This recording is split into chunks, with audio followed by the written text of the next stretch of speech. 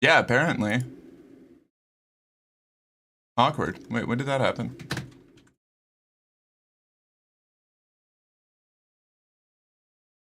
Okay, I think we're back. Are we back? Yeah. Okay, rad. We're breaking stuff? I can't help it. But, Might also, be a Twitch thank you. side thing. Could be. I don't know. It like, maybe. Maybe. I don't know. I don't know. Thank you for the clarification, Blacklight. I did not know that the, like the starvation thing was a, like a debunked pseudoscience deal. I appreciate that. Don't do that. I need my break fix. We're back. We're back. Also, hi, Mark. Damn, you look cute. Thank you, Shire. I appreciate that. I do have to stand up and go, turn on the AC real quick because it's really hot in here. My Twitch just died and gave you a heart attack? Okay, I think alright, maybe it was Twitch. Oh.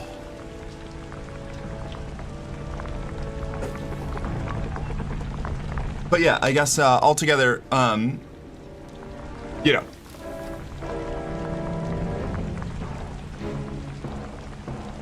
Fitness and like keeping, I don't know, like reaching body goals that you want. It's a complicated thing.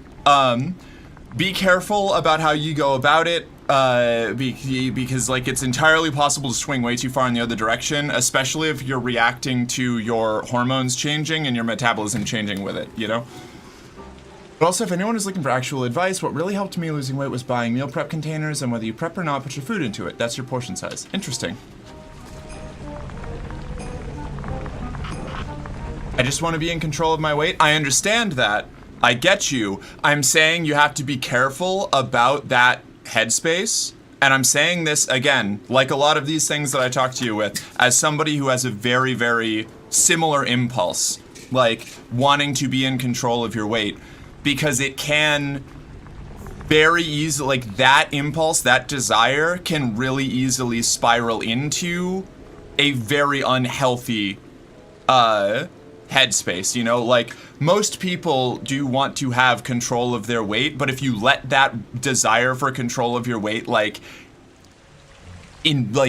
take over your brain, like it can absolutely collapse you.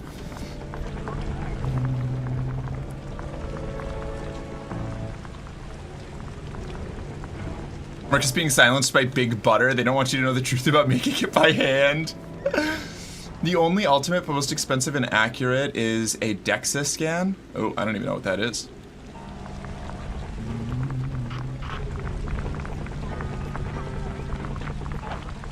All right, we're back out on the cut.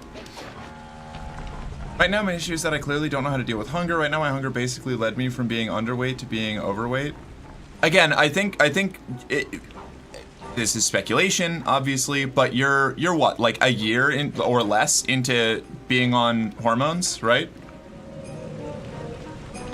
Like, I don't know how much of it is like not knowing how to deal with your hunger versus like just needing to adjust a couple of habits and like lifestyle aspects a little bit to adjust to your different hormone level or metabolism. You raised concerns for estrogen. All right. Well, in that case, yeah. You know what? Do what you will. I would just, you know, I guess advise caution.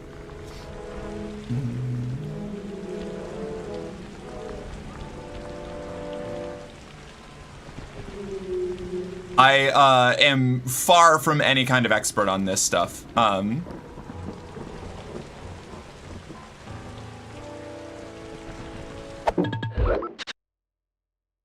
Where are we going?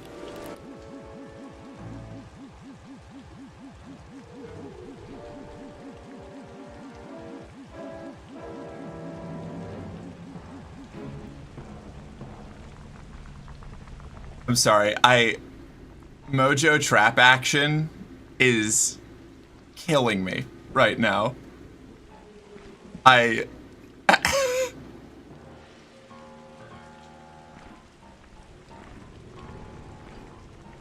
Woo! All right. We gotta go change out to, we gotta go, we gotta go change to Bentley and get some Mojo trap action.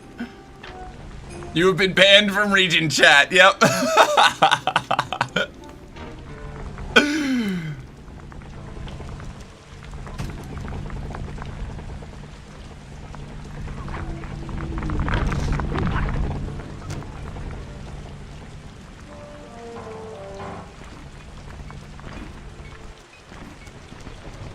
Okay. Let's get the fwick out of here.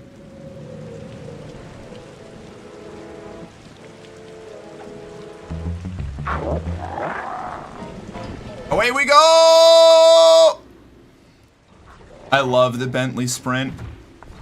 It rules.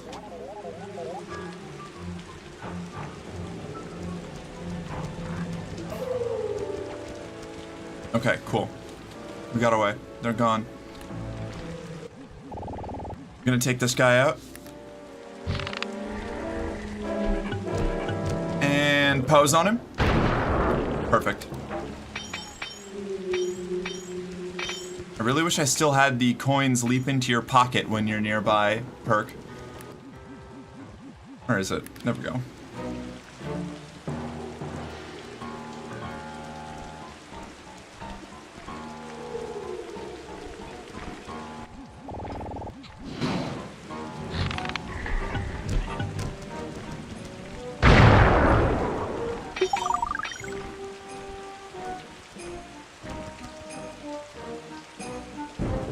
I've not gained or lost weight in the last 6 years, and during lockdown at one point I managed to lose 1 stone, but since then it's stayed at 18 stone. Even if I were to lose weight now, I'd have to have surgery to get rid of an enormous amount of excess skin. Damn. Yeah, I mean, hey, you know, like managing body weights are like really difficult. I know that's like, ooh, like bold statement, like you know, managing weight is hard, but it is one of those things that's like, you know, kind of consumes a lot of the cultural headspace of I mean a lot of cultures. It's not just us. It's a semi-magical device that sucks up bad mojo. I'll need it to gather the runoff from these spouts. Wow, sounds easy. Not really. Bad mojo is a powerfully dark force. Take any damage while carrying that collector and you're done for. Wow, sounds hard. Yes, it presents an interesting tactical challenge. Perhaps I could use the death traps native to these crypts against any foe that might attempt to thwart my collection of the ectoplasm. Huh? No way that'll work. I'd use that switch to smash up the guards before they ever got near me. Precisely. Once all 4 cylinders of the collection device are full, that should be enough black magic to destroy the Mind Shuffler. Watch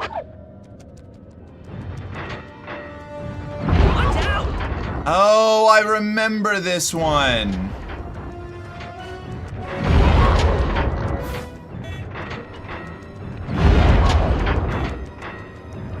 So I just murder dudes with a crushing trap until It's still out. oh boy. Strike. This feels a little fucked up, Bentley. I'm gonna be real. It's a little twisted, my guy. Is this the objective? Resetting. Painful. Okay. Hurry up, machine.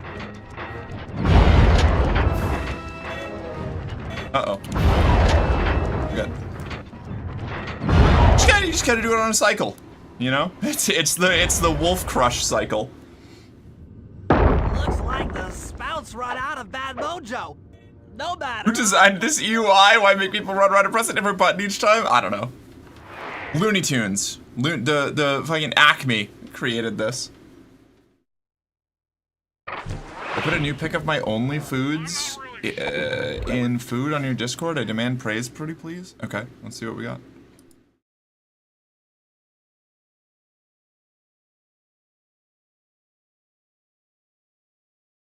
What is it? Whatever it is, it's very good. It's a lump of something? Oh, it's butter. Oh, hell yeah. Oh, so that was why you were making all of the make butter by hand jokes. Understood. Very good. Congratulations. Thank you. That looks like some very, very good butter. You did good making butter, Misty. I'm proud of you. Handmade butter using only a jar? Damn, okay. Sure how to use your computer, Wild. but a new crypt should be up in your binocular. I'm curious, if they didn't rob that person, their money just jumped into my pocket. If I didn't rob them, oh no! I still have the bad mojo collector, I see. Okay. We need more churning butter being made on stream. I'm not churning butter on stream, you freak. The little freak! Not on this one. Churn butter once or twice, living in an Amish paradise.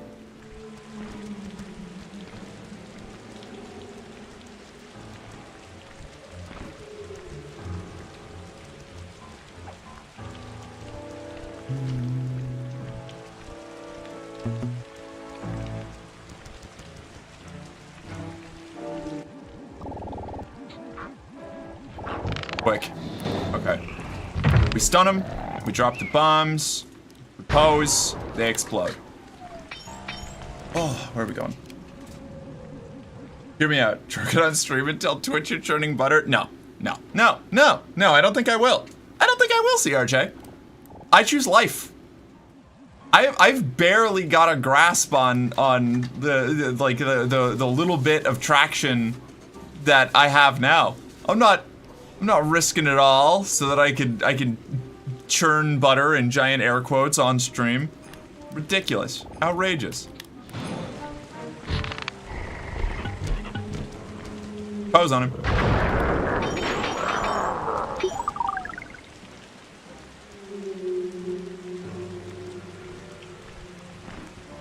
Okay, and where do I have to go from here?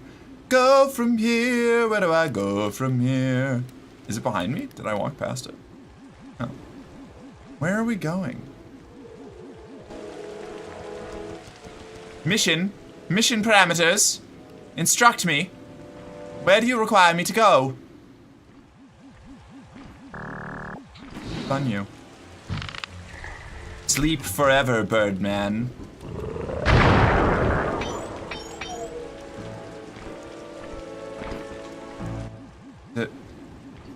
Oh, hold on. Where? What? Okay. Alright. We're fine. Thank you for the praise. Of course, I got you. Even in lesbians and non-lesbians. Hi, Squirrel. What's up? It's good to see you. Welcome in.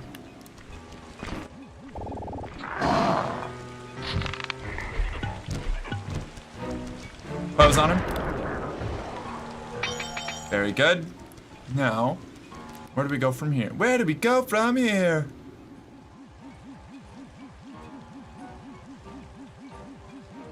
It's gotta be like around this building, right? Maybe? I don't know. What's happening? I feel like I'm being pranked. Like I can only see the target when it's impossible for me to tell where. Okay. What? Ah!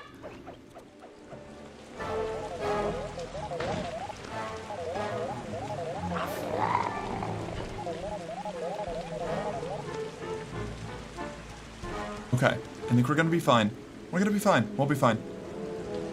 Now I'm gonna come up around this way, and it's going to tell me to like go in the completely opposite direction. Oh boy. Oh boy. Oh boy. Pose on him. Gotcha. Oh, the tank! I almost just got exploded for nothing but my own hubris. My own rampant pride. Alright, what have we got going on? Is it... Where am I going? Where is my target? I don't understand. I feel like it just vanishes. Do I need to like get on the rooftops or something? What's the deal? What am I doing? What am I doing? Collect 4 batches of bad mojo. So I need to go to other graveyards or something?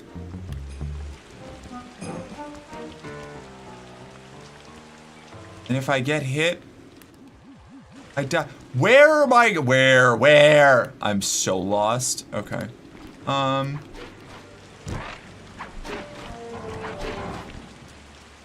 Mark, rapid fire. Fuck, marry, kill the Cooper gang.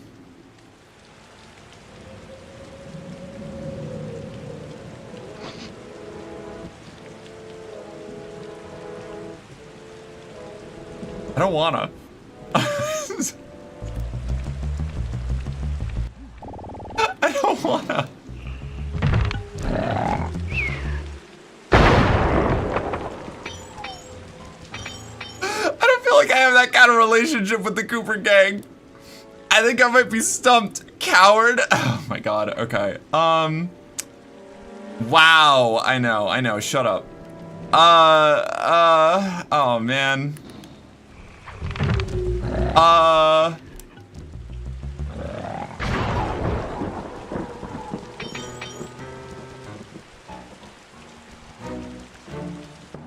don't know. I don't know what to do with this. Obviously we have to marry Sly. Your hesitation brings great shame. I know. We have to marry Sly, because then we can inherit the Thievius Raccoonus.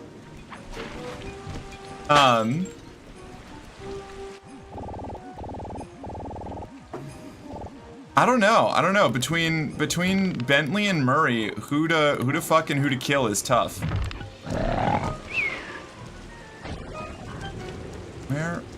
What do we... I feel like Murray would lay pipe big style, you know? Shit! But...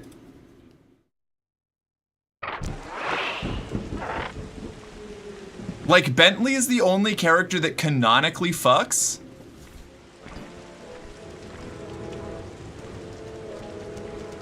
I don't know, I guess it's insinuated that Sly fucks, but not quite so outright as it is with Bentley.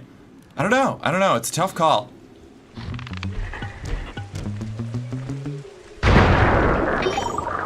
I guess we oh my god, no, why do you have spiders? Why do you have little spider friends? Okay, so we fuck Murray, we marry Sly, and we kill Bentley so that we can steal his rabbit girlfriend. Murray would pound hard as fuck, I already know. Also, Bentley, he'd be skilled. Might have to kill Sly because we can't infer nothing. We can't, but I want the Thievius Raccoonus. And the only way to acquire it is by insinuating myself into the Cooper family line. Bentley has daddy down pipes, though. Nah, you're so right, though. That is crazy. You're out of line, but you're right.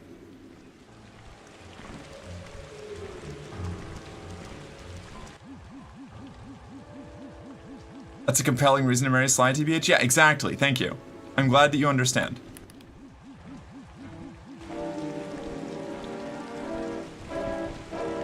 But yeah, of everybody in the gang, oh my god! That vulture just killed the other vulture! It pushed him right off the fucking ledge! This one deserves it. Pose. Crazy. Alright, I finally found it.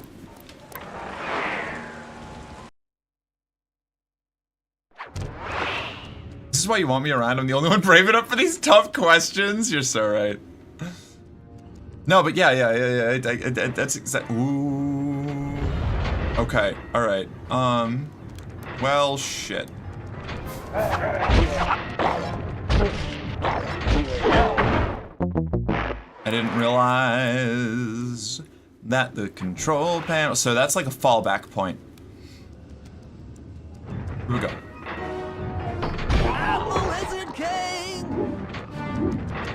I don't know what any of these traps do. Why would you do this to me?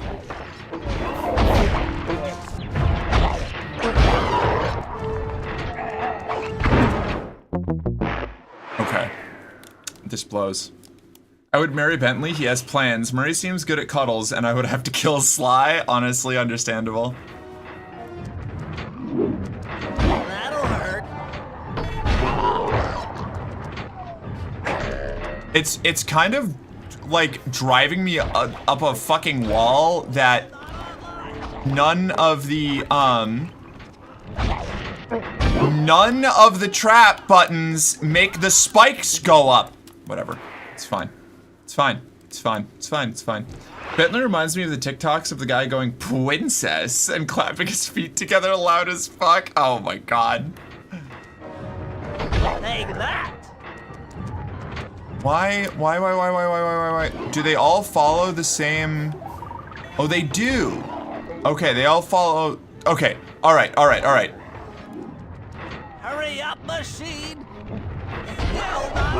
They all follow the same pattern. Now, knowing that, I can absolutely deal with this. We can just alternate between these two and we'll be fine.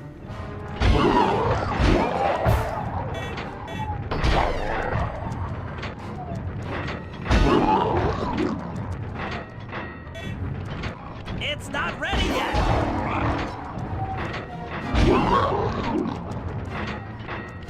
It's still resetting. All right, so I got a little cocky. Needs more time. Watch out.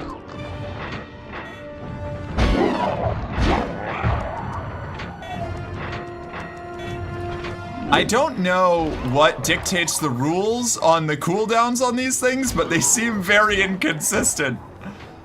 I wonder if it's based on how many people you kill with them. That is cake.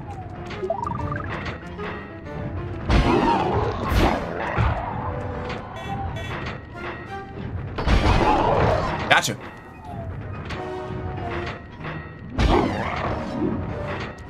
Uh-oh. Oh, sorry. So sorry.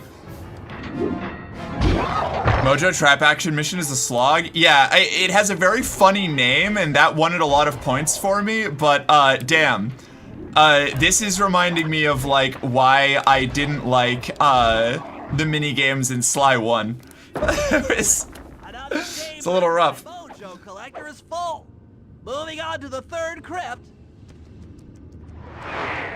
Is it good that all those red things keep hitting Merc? Yes, that's the bad mojo. That's the evil magic that we have to collect. Were you even paying attention, CRJ? Waypoint in your binocular. Oh, right. Somebody said something about, like that modern firearms manufacturers all settled on what, like, the best basic sight design was ages ago, but every video game has to have some sort of funky, like, flashy sight. It's true. It's true. You are correct. Although, I will give them this. No matter what the best sight is, the aircraft big circle like crosshair sight, the most stylish of all. Like, that's the best option for, like, if you're going for aura. Mojo Trap sounds like it could be a music genre. It kind of does, yeah. Also, welcome in, ADHD. Oh, I get it. When you say it, I see what you did there. Clever, clever, clever. This is what the difference of the two best body scans do. Do not argue with a trained and certified professional. The bod pod measures body composition, specifically mass and lean mass, using air displacement, while Dexny scans low dose X-rays to measure body composition, fat, lean, and bone mass, along with bone mineral density. Wild. That's a lot of words. Bum bum bum bum bum.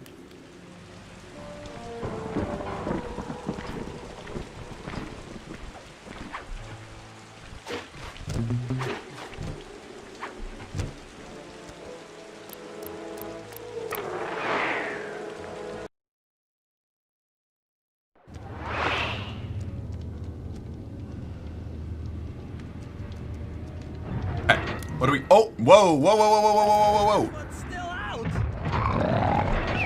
Oh, that just. This'll hurt. What's this do? Okay. What's this do? Okay. Is this another Stompy Boy?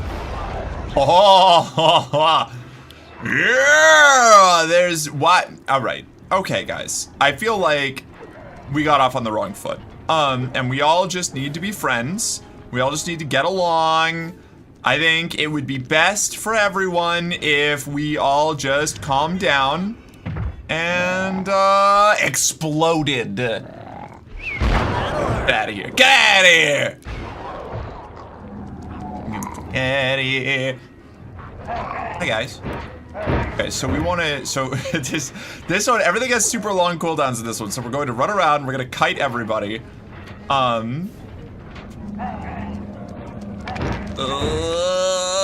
going to get everybody, we're going to get everybody over here, we're going to, we crush them. Oh, see, and now we've got the gas back up. That's good, that's good, that's good. Whoa, that was almost a mistake. Don't touch me. Don't touch me. Come on, touch me. Touch me. That was bold. I shouldn't have done that. But we lived. We lived to tell the tale. Ah! That did not kill as many as I hoped. Are there no more spawning? Are these the last two guys? Maybe these are the last two guys. Oh, they're throwing rocks at me! Alright, we're good. We're fine. I did it. Nailed it. That does it for this room. Looks like I've only got one more crypt to go. I'm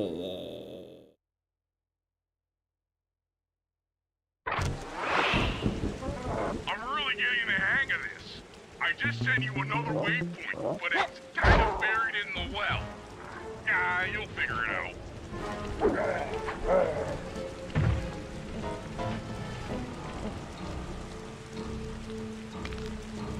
I don't know it. I don't know what to do about the. I'm gonna just not worry about the argument over the efficacy of body density scan measurements in chat because this is entirely over my head.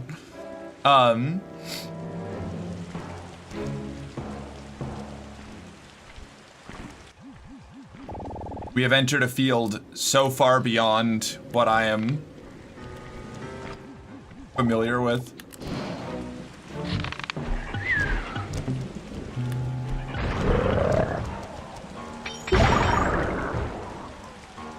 My main point is still, why are we getting a scan? I guess that's kind of, does that make sense?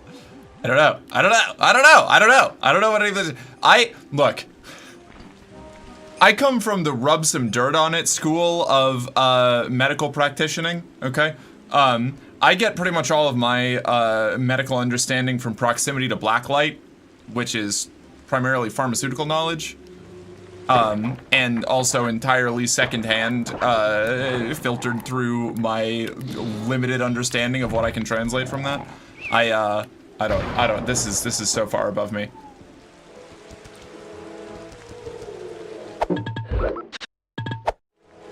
CRJ, I think maybe we stop this conversation. I think maybe we don't do this right now.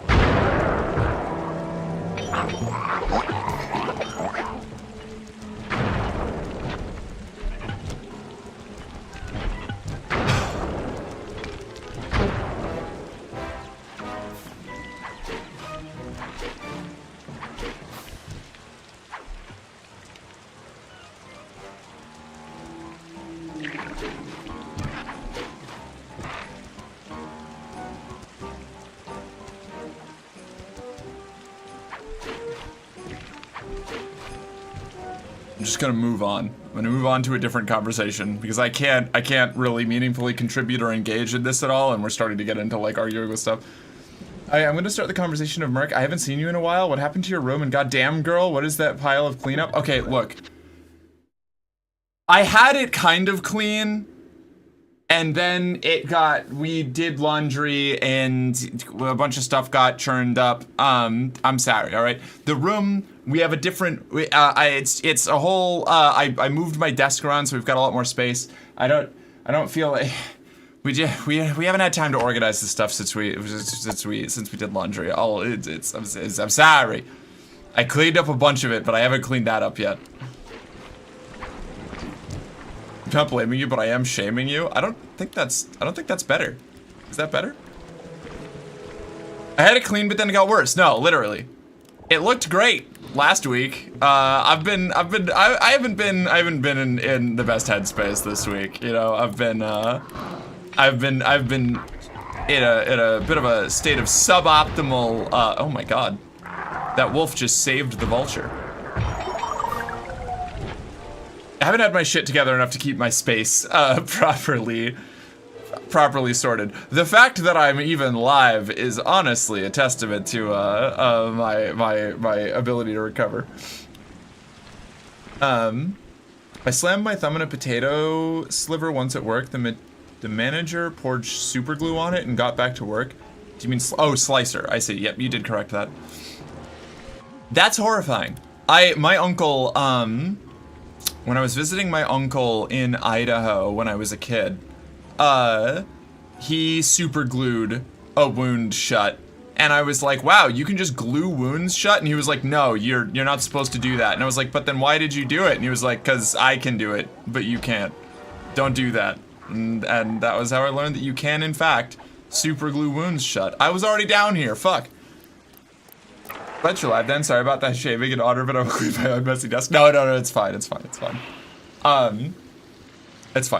fine. Sorry, I didn't mean to like, I've just been hyper anxious lately. I had speaking of being hyper anxious lately, we can always, talk about it a bit. What does this do? Okay. I went to a wedding on Saturday that was half the family was very much like kind of MAGA redneck people, and it was a whole deal. Things got really weird.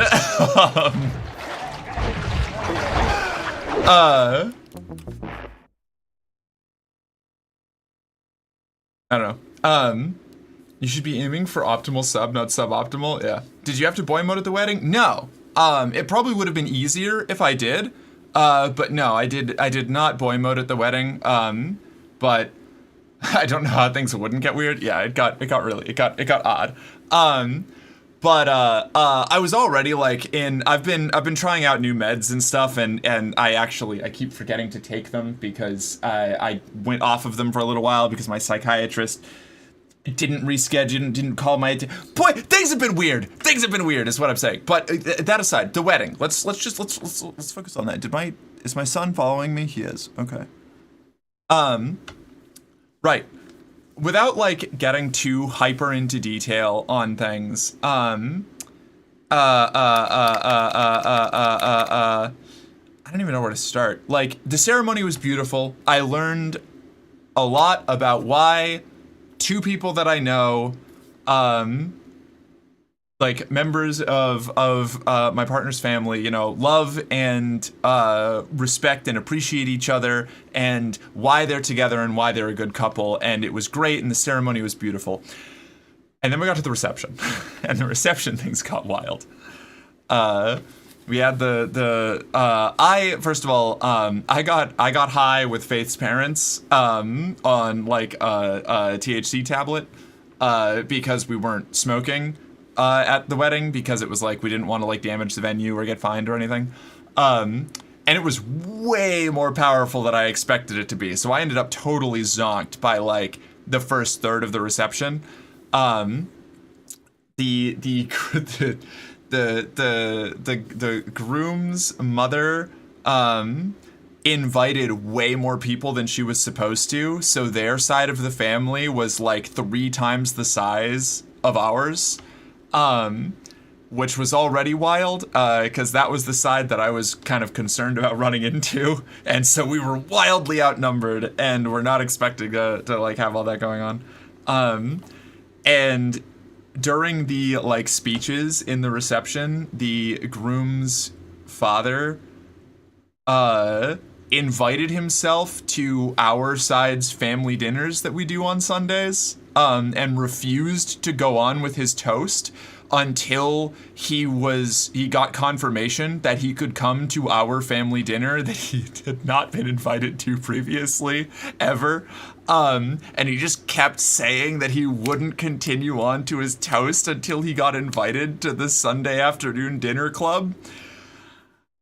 And like that just like spiked my social anxiety so bad that I was like, okay, I am no longer in a good vibe space. I would like to move away. So like we got through that and we like stepped away from the reception to go like sit somewhere else so that I could like ride out the incredible high that I was on. That sounds like a reception. It was wild. We are only getting started, Shire. That is just what kicked off my mind, my headspace. So like we go off to chill out and I want to like wind down a little bit. And so we're sitting up, there's like two buildings at the venue. It's like there was like a bar / like dance area and things that was modeled like a Spanish Mission kind of deal. And then like a ranch house at the other side. So we went back to the ranch house and sat down on the porch there. There was like some darts. We played a little bit of darts and we're just like, I ended up sitting down and was just trying to like let myself calm down because I was like hyper anxious and high, and that's not a good place for me. I don't usually get high at public events, but I was really stressed out and wanted to like not think about it. Mistake, ultimately. But so I'm on another planet. I'm keeping myself cogent enough that I can like respond to people and be like, hey, I would just like to not have people talk to me right now. Thank you very much. And people just kept talking to me over and over and over again, which made my anxiety even worse. Were you crossfaded or had you avoided alcohol? At this point, I was a little crossfaded, but I had stopped drinking once I realized that I was getting way higher than I meant to be. So I was coming out of the crossfade and into just being too high. And so we're sitting on the porch. From now on, I will also start forcing myself into other people's plans every time I give a toast. You know, because that sounds like it would be a fun time for nobody. Yeah, yeah. Which, that's what I have that to look forward to probably this weekend. We haven't hit that yet. We haven't hit that. We have not seen the consequences of that happen yet. I'll deal with that later. So I'm sitting on the porch of the wait, he's coming? I would lock the door. Yeah, no, because he wouldn't move on until Faith's parents agreed. They were just sitting there like visibly, like viscerally uncomfortable. And he kept he also refused the mic. He said he didn't need a mic. So like they tried to hand him the mic and he was like, I don't need that. I don't need a mic. I don't need a mic to give a speech. And it was just like, oh boy. Like he also, if you need to know what this guy like looks and sounds like, evangelical prosperity gospel preacher crossed with car salesman, like used car salesman, like that, like grade high, like high and tight haircut and everything, like insane. I don't need friends, they disappoint me.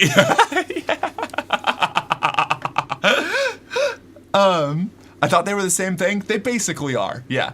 The smart money would be on agreeing than on inviting the asshole the moment the ceremony's over. Yeah. You know, I think we're gonna try and ride it out, but I am very likely to cause shit, or at the very least exacerbate something that's already happening. So we are on the porch. I'm high. We're waiting. His family not lie about the venue or something? I mean, that's not really... What? No, that's not... we don't want that kind of, like, tension, you know? Like, it's like... The bride and groom both come to family dinner regularly, so we're not going to be, like, We're not gonna be like, no, like, yeah, no, we're not gonna like, I don't know. It's a whole deal. He's gonna get one, and we'll see where it goes. You know, we'll see how it goes.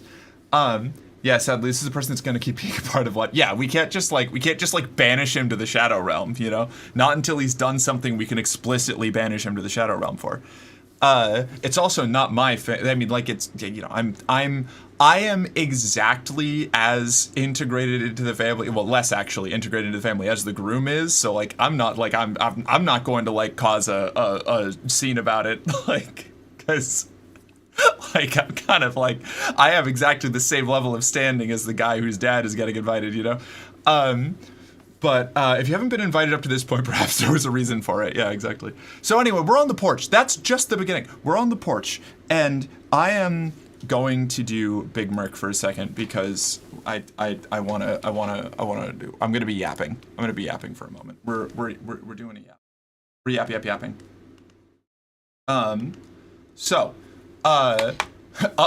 Yeah, no, we're just getting started.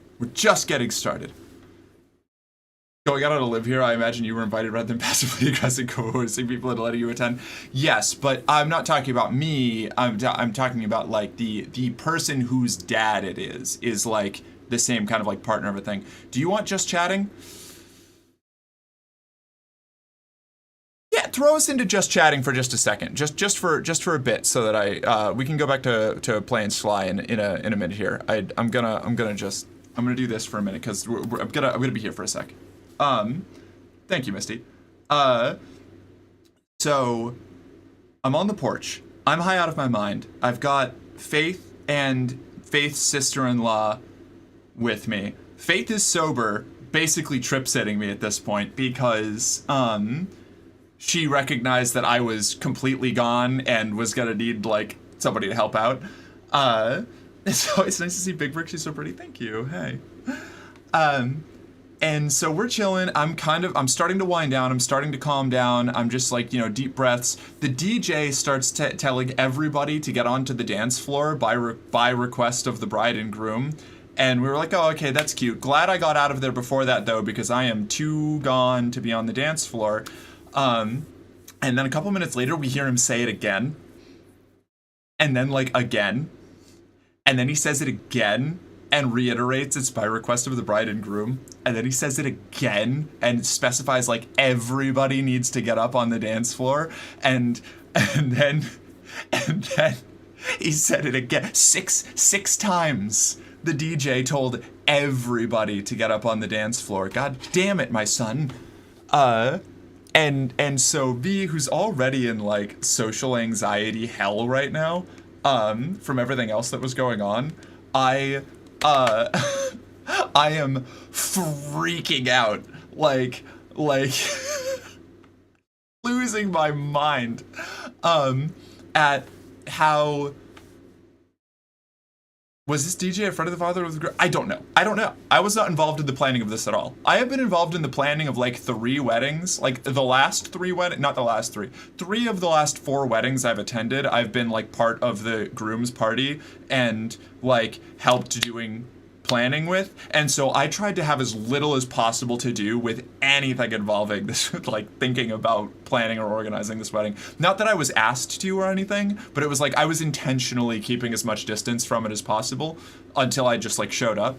But like it was wild. I would be doing the Commander Shepard dance, yeah. So, but yeah, like that's it sounds like similar behavior, right? So it was like those 2 same kind of like insanely socially awkward, like anxiety-inducing situations, one after the other. And so I was like, holy shit! I hope they know. I'm sure you can dance. I can.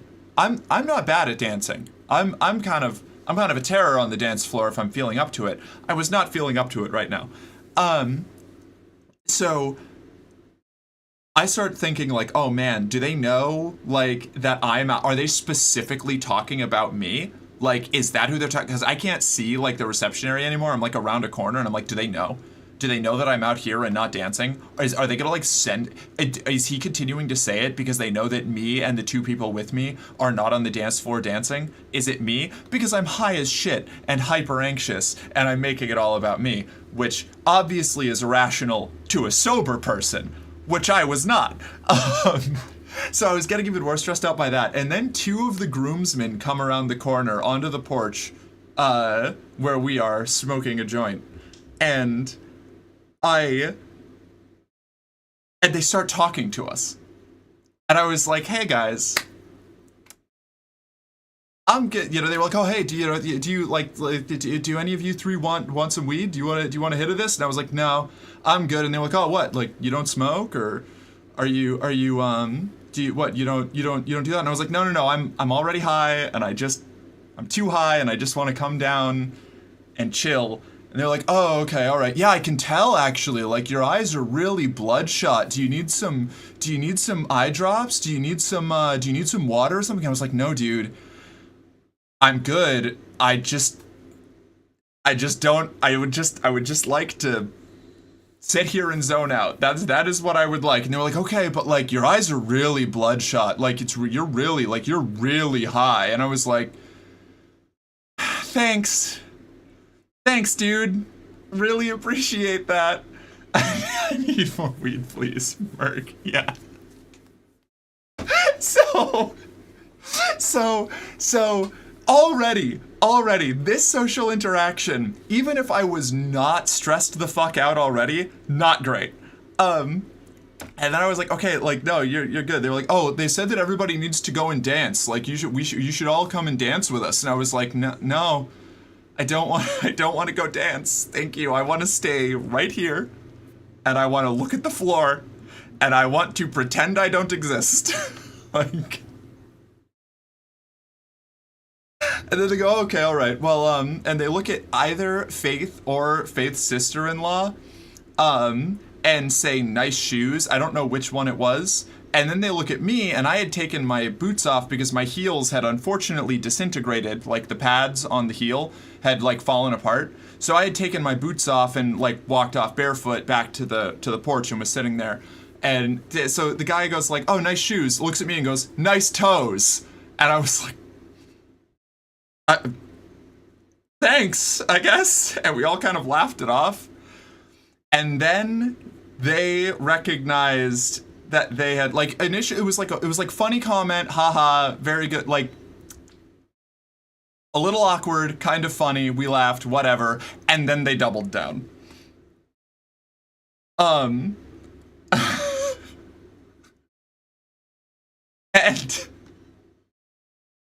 I would be like my number 6 so far of bad parties and rising. Yeah. It was wacky. It was weird. This could have been a very funny comment if it was said while you're walking away. No, exactly. If this was a fadeaway, it would have been hilarious. Like if they said it and walked off, like, would have been great. I would have been like, oh, that's cute. That's funny. Very, that, you know. No. Not where it stops. So then he comes back around and he starts being like, oh, like, but not like in a weird way. Or I didn't mean it like in a weird way or anything. I didn't. You can't stay there after complimenting someone's feet. No, it's just not. I don't know. Yeah, like you've got to let them come to you after that. You know, that's a fire and forget comment. You can get out of there. Didn't I see those feet? Those toes and R-Trans feet pics? We'll get there.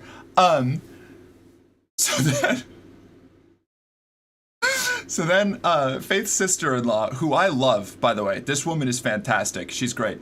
She starts being like, "Oh, you didn't compliment my feet," because they're like they were also high. They were also very high. Like they were blazed out of their minds. Like this was a whole bunch of high and drunk people having a really awkward social encounter. But she's, so she's like, oh, why don't you like my, if you want to see my feet, you can get my Instagram. And she like gives them her Instagram. And the other guy, who was not the one that made the feet comment, was like, I think we're good. I think he doesn't mean it like that. He's married actually. And it was, fact check, people are that bad at talking. That's fair. And they go back and forth about feet pics on Instagram for a little bit. Just a little bit, and I was like, very visibly like, what is happening right now? Like, and I'm like getting ready to pack up my shit and go somewhere else because I'm viscerally uncomfortable at this point.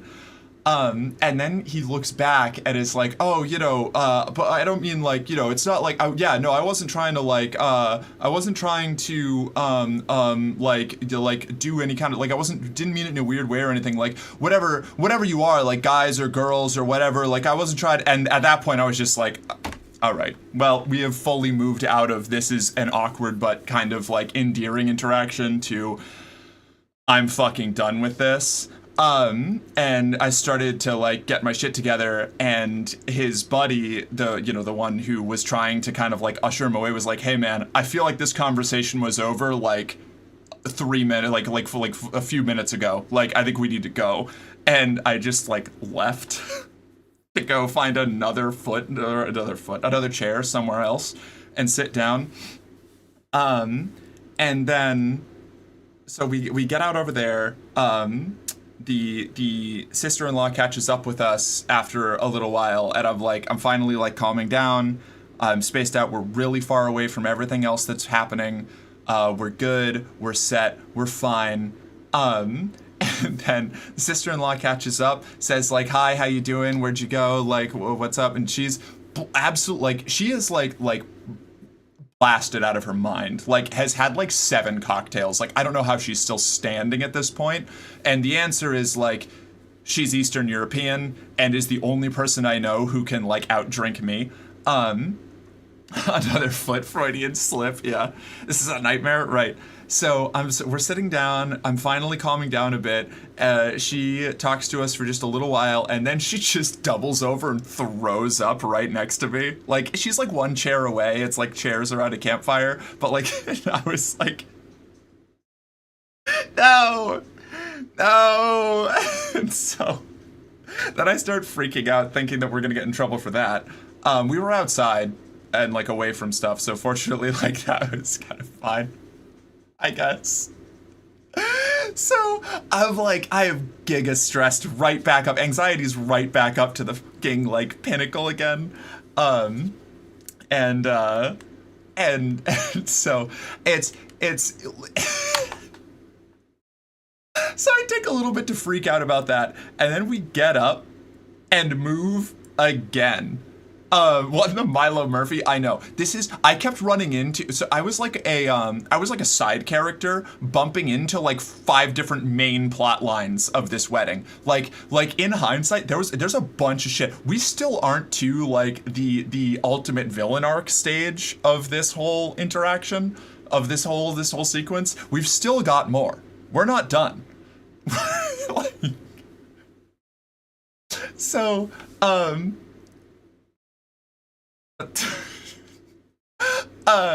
so we rotate away from the, Faith helps out the sister-in-law for a little bit, and once she's capable of moving, we all move back towards the ranch house onto a different part of the patio farther out from the house than we were last time. We get some chairs, we sit down, we start calming down, and then we see Faith's mom walk by, and she's like pissed. And in my state, I'm like, fuck, I'm in trouble now. What did I do? I've embarrassed the family. My one job at this event was to not embarrass my side of the family. Pissed angry or pissed drunk? Oh, sorry, angry. Very. Like concealing it, like keeping it like under, but like it's bubbling up over the surface. Like there's something, she's agitated about something. And I was like, okay, what's going on? Am I in trouble? Like, did I do it? Did I do something? Am I in trouble? And she starts locking all of the doors to the ranch house of the venue and comes back and is like, looks at us and is like, somebody smoked a joint in the house. And like, we all look at each other because we know who it was, because we just had an encounter with these stoner movie villain characters that definitely smoked a joint in the venue house. She was like, if we can't get the smell out, then we're going to have to pay like an entire fine, like we're gonna get fined. We're gonna have to pay all these fees. Like, so we have to like lock down the house, make sure nobody else goes in. We have to start aerating it and like venting it out to try and get all of the smell out before like we leave today. And I was like, ooh, oh boy. And my brain, obviously, because I'm anxious and high as shit, was like, is that somehow my fault? Like, could I have stopped them in some way? Obviously not. These are the mind ramblings of a deeply intoxicated human being. But she knows it wasn't you because you did the THC with her, though. Yeah, no, it was not me. No, yeah. She knows it wasn't us. She does not assume that it is us at all. One of us is exclusively drunk, one is riding out the THC tablet she gave me, and one of us is distinctly sober. So we are not actually suspects in this at all. We did not have anything to do with it. We just ended up, like, next to it, like, incidentally. So she wasn't angry with you, just expressing her anger to you. Yeah. No, yeah, sorry. She was venting to us about what had happened, and we were like, we know who did it, but also I'm still way too high to get involved in any of this going on. And I actually let her know, like, I filled her in on how, like, stressed out and anxious I was, and she was like, oh, okay, let's get, she unlocked the door and, like, brought me inside, me and Faith, and, like, I let me, like, lay down on one of the couches inside while I just, like, zoned out, and started to, like, come down from that. Is it right to say I think Shoop's mom is amazing? Absolutely. No, she's fantastic. Yeah, no, I love Faith's mom. She's great. Side note, your lipstick is adorable. Thank you. We talking about the wedding, I see. Yes. A Dothraki wedding without at least 3 deaths is a dull affair. Shoop's equal Faith? Yeah. Yeah, she's got a sheep sona. So she's the sheep. But yeah, so I get in, I lay down, I'm zoning out, I've got Faith with me, we're good, we're chilling, and then comes the parade of people banging on the window or door because they can see me and Faith inside and want to get into the ranch house, but all of the doors are locked, and me just trying desperately to ignore them while they try to talk to me through the windows. And that went on for a while like this, and then we got to watch the entire storyline unfold from, like, of the, like, why aren't people allowed in the house, and, like, Faith's family trying desperately to, like, manage manage all of these people, like, losing their minds about this event and, like, wondering who it could be. And I'm sitting there in my mind prison, like, I know who it is, but the only way I could identify them is, like, saying it's 2 of the groomsmen, and I don't want to start that shit. I don't want that smoke. I'm not doing that. So I just kept my mouth shut and I stared at the ceiling and wrote it out while I listened to a whole bunch of other plot lines happen, including one of the guys that was I'm pretty sure it was the feet guy asking Faith's dad about, like, stock investment tips and just not getting it because he was very obviously a high out of his mind crypto bro, and Faith's dad is, like, a very serious, like, like actual, like, financial advice kind of works in like corporate payroll and stuff kind of dude who's trying to give, like, legitimate investment tips, and the other guy's looking at it like a casino. And I was just, like, sitting there mesmerized by that conversation until finally everybody else, like, Faith's brother and sister-in-law finally reconvened with us and passed out in the chairs next to us, and we just rode that out until I was sober enough to get into a car, not driving. Faith was driving, but I didn't want to get motion sick, so until I recovered enough to where I could sit in a car, and then we left and went home. And that was the wedding. That was the start. That was the journey. It was crazy. Do the cops get called? This is still a number 6 and can't get above a 3 in my bad parties list without cops. No cops involved. Oh yeah, it was the feet guys. Wild wedding, crazy wedding. Not the worst event I've ever been to by a long shot, but definitely a wild ride. Crazy, good story. Wild wedding. Yeah, I've been at parties where the cops got called. Good times. I've never been at a party when the cops got there. Is she alive? Police after seeing Merc zoomed out. Yeah, well, Oh, there was a guy, a dude did walk up while I was zoned out on the couch staring at the ceiling and ask if I was having a good time and enjoying the wedding. And I was like, I'm great, dude. Please just anywhere but here. Like,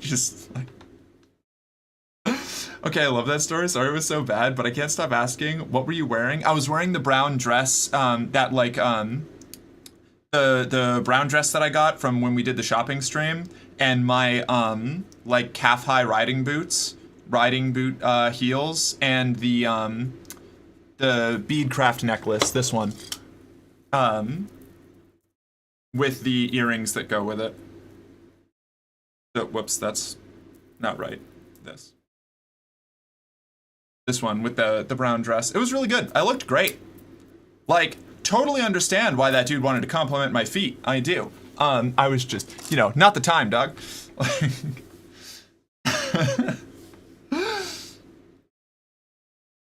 Dude, give me more weed, please. No, I have not got high since. I have been on a tolerance break that sent me to a different planet. I used to be an acid house / rave DJ back in the 1990s. Damn. Okay, yeah, I can see how you would have been to some crazy parties. No, I've done some pretty crazy like bar crawls and shit that have ended with some like have given me a similar like what the fuck just happened to me like after effect, but like I have never got that fucked up at a wedding before. And I had to keep telling myself the thing that like kept me from descending fully into like a panic attack was I just kept like sarcastically saying, yeah, Merc, because you're the first person to ever get too drunk at a wedding. Like, that's a wild story from someone who's never done anything more than gotten drunk with two people in my own house. That's fair. No, it was definitely, like, this was like a solid, like 6 out of 10, probably. 6 or 7 out of 10 for, like, on my scale of crazy parties and or events I've been to. But by a lot of people's standards, probably just, like, crazy out of the fucking... Out of left field. I've never been to a wedding that's had those sort of issues, but I have been to a wedding where I've had to restrain myself so much from saying anything. Well, that was why I got so fucking blasted. Because, like, I was constantly, like, hyper on guard, And so I was trying to, like, not be that. And in trying to not be hyper on guard, I got way too intoxicated. I got too high, I got too drunk, and I like had a wild time because of it. I tried weed before, it just made me feel dizzy. It affects everybody differently. Let me see. Oh my god, there's so many words. 1 second. The house parties I've been to, those are madcap adventures. People jumping out windows when cop lights first kick off, yelling, "Sorry, man, I got warrants," as they jump into a backyard. Crazy. I've been to raves with tons of military people in Okinawa, but I'm guessing that was Okinawa. But I always went home sober and uncomfortable, and it was always after the fact that I was told how crazy the party was and how many wild things happened. I usually end up sucked into at least one of the spheres of crazy shit happening when I'm at events, even if it's only like kind of on the outskirts of it. Because I don't know, I'm usually talking to a whole bunch of people, and generally I'm with someone when something crazy happens. And then that's when, like, the side arc starts. I don't think I've ever been the center of any of the crazy shit that's happened at like, the parties or events I've been at, but I've definitely been, like, tangentially involved with it pretty often. It's neat. The frat boy parties I went to in college were nuts all the time, and one in the little cul-de-sac where my bros were staying, there was a few thousand people raving in the middle of it to the point where the landlord called the cops. Oh my god, that's a fuck ton of people. My number one worst party was back at school. A friend held an unauthorized party while parents were away. Everyone except me was crossfaded on alcohol, weed, and LSD. I was straight.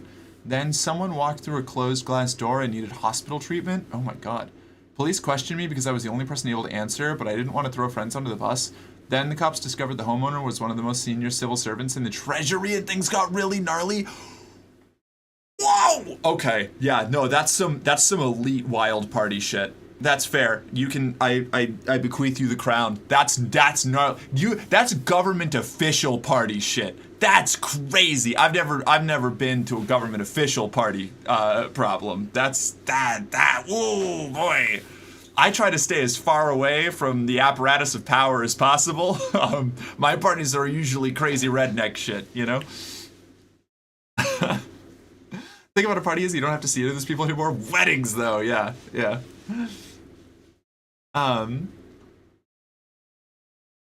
As in from being the one to stand up when they asked, does anybody here... Wait, what did I miss? Been to a wedding... Oh, okay, gotcha. Yeah, no, that happened to I was at the table where we were having those conversations, and actually part of the reason that I also got stressed out was I was having very loud conversations about some certain sexual proclivities that I probably shouldn't have been talking about really loud at a wedding full of people I didn't know about. Particularly my history with escort work, where I was just like telling body escort stories, and I realized partway through, I was like, oh, maybe I shouldn't be doing that here. It's like... The particular small cul-de-sac was known for big thousands of college kid parties over the years like that. That's crazy. Hydrate, do a trick? Yeah, we'll do, 1 sec. I've only been to one wedding before, and it was an aunt's when I was a teen. The most memorable part was I discovered 2 brands of chocolate I really liked and proceeded to try and hoard it all the event. Nice. Once drafted as an emergency groomsman replacement. The other 4 groomsmen turned out to be gay as well. I just said, so, I'm not the only one with an overwhelming urge to carefully choreograph this, huh? I was at the ER last night until like midnight and then went to the Waffle House nearby. It was super chill until 5 teens walked in talking about driver's permits and being incredibly loud. Someone was calling me sir and didn't realize they were talking to me until like several seconds into it. And then they asked why I was out so late, and one tried to give me a hug when I told them I was at the ER. Oh my god. Like some late night Denny's shit. You accused me last stream of being bougie. I'm not. I was a scholarship kid at school where the other kids had rich and famous parents. Okay, alright. In my defense, CRJ, the stories you tell me sound bougie, even if you are there on the scholarship merit. You did just say the craziest party you were ever at was like the kid of the treasurer. Like, so you're a convert. Hey, you should have been discreet and just handed out calling cards. I would have done numbers. I'm so happy right now. Oh my god, it was crazy. It was wild. It was wild. I had a few parties in college get busted up by the sheriff's office, and the final time the outdoor party got busted up by cop drones. God, like.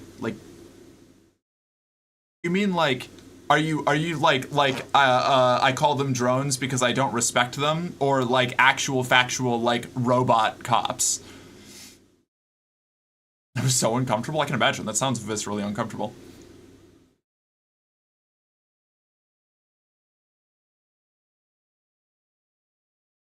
My hair was a mess. I was wearing pajamas. I had bags under my eyes and was on morphine and Toradol. Oh no, it's still in pain. I was like, don't touch me. That's kind of how I felt for a big chunk of that wedding section, yeah.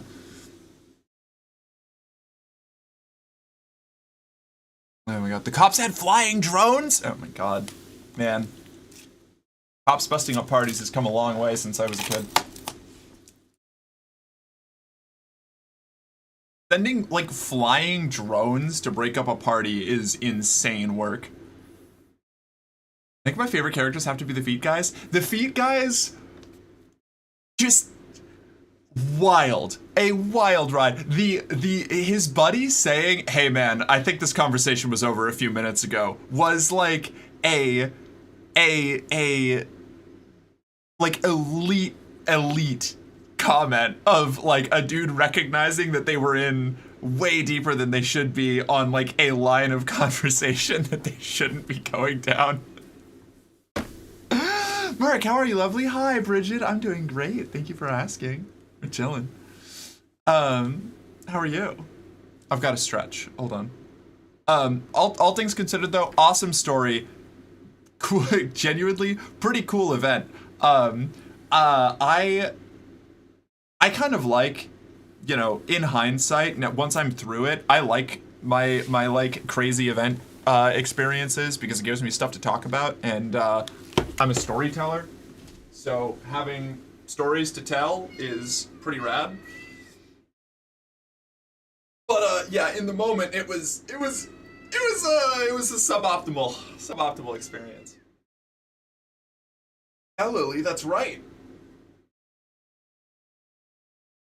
Don't get any treats. We've already given you treats today, Lalandra. Oh.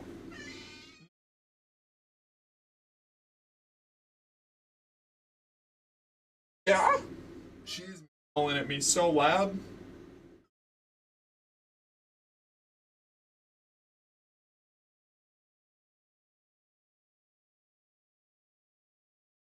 Like. Ugh. Okay. Give her all the treats? No, she'll get sick and then she'll vomit again. Which I'm pretty sure she already did this morning. Mork in her mercenary garb? Yeah, this is my, like, Kim Possible, casual Kim Possible outfit. Subject, I demand treats, right?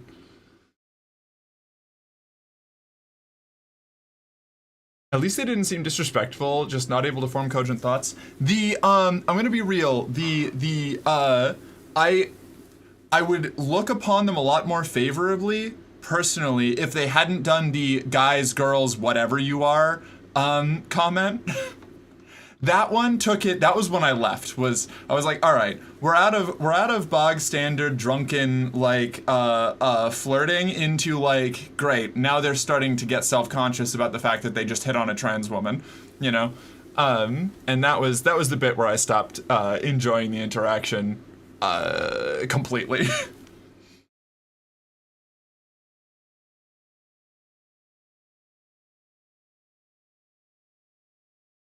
One of the other parties I was at, you didn't hear that part? Yeah, that was the part that really made me not that was why I left. That was why I walked away from it. That's wild. Yeah, right? Like it was. That was when it was like the fallback. Not totally inappropriate behavior. Correct etiquette is, hey, nice feet. What are your pronouns? Right. Yeah, but these are the salt of the land, the common clay of the New West. CRJ. Want me to beat them up? No. I think they're probably again. Almost certainly in a world of hurt from the fact that they were the ones that smoked the joint inside. Like they were on their own karmic journey. I didn't need anything. Besides, if I ever run into them, I can just be like, hey, remember that time you told me I had nice toes and then proceeded to awkwardly flirt with me and misgender me before having it revealed that you were married? Yeah? Yeah? You should be nice to me, or I can tell that to people. I'll just do a little bit of light blackmail, you know? What did I miss, Misty? What did I miss? Oh, that sounds awful. Yeah, it wasn't ideal, but you know. You clean it up. That's your job, not hers. I was technically at a party in my barracks in 29 Palms where everyone was wasted, my roommates included. I was in bed trying to sleep. The party. I'm gonna move this over to my main screen actually. There. Now I can do it like this. The party came to a screeching halt when one of the super drunk Marines fell off the third floor balcony. His buddies took him up to his room and put him to bed. That was the first time. The third time, the MPs took him to his room, locked it, and broke up the party. So I was technically there for that. Technically. Ooh. Ooh. Yeah, that's wild. Yeah, Jill. It was nuts. I get to be a nervous stage parent tonight. Oh, that's exciting! I love that. That's so cute. Your noise gate is a bit aggressive. Oh, I left it. Shoot, that's right. I had it turned up because it's on my recreational noise gate instead of my streaming noise gate. Whoops. Thank you for the reminder, CRJ. Lip sync is still off. What is causing that? Okay. Why? Is it something?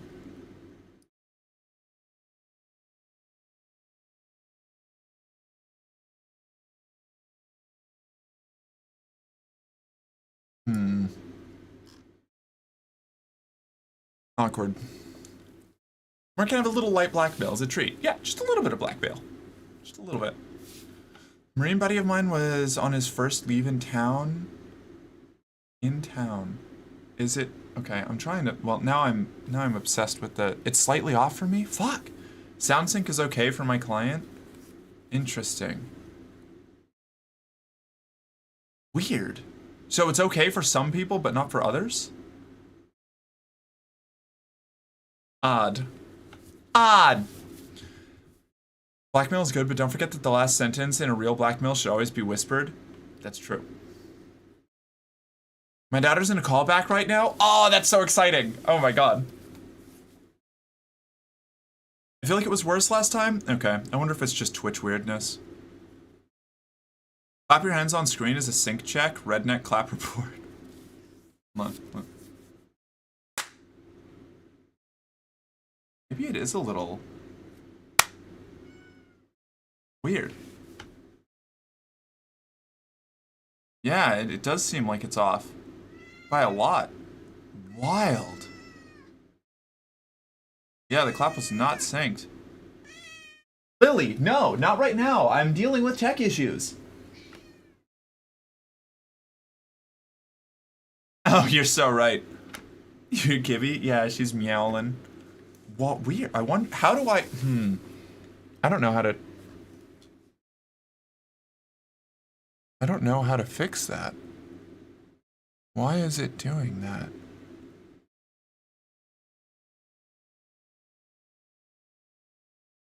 Lily has answers. You just need to listen. You're so right. Hold on. Let me... I don't think that's going to fix anything. Ah. Did that? Hold on. Wait.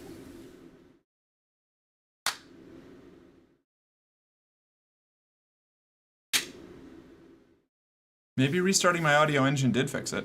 Fix. Okay, cool. Well, that's good to know.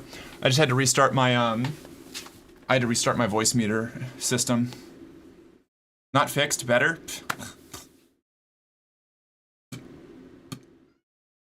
Better?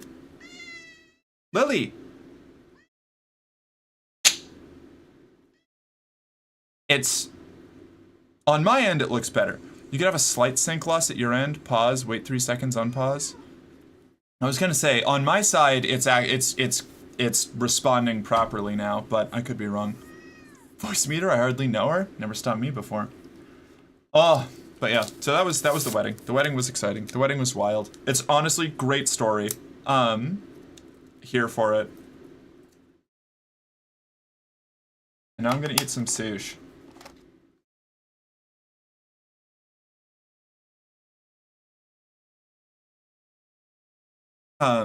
Yeah, no, it was very, it was a ride, and it has given me a lot, like, just added to my list of wild stories, which is good, because, like, every now and then I'm afraid that I've lost it, you know, that, like, I don't do enough cool shit anymore to keep getting weird stories to tell, and as somebody who, like, you know, half of my job is retelling wild stories of stuff that has happened in my life, I'm glad that I've still got it.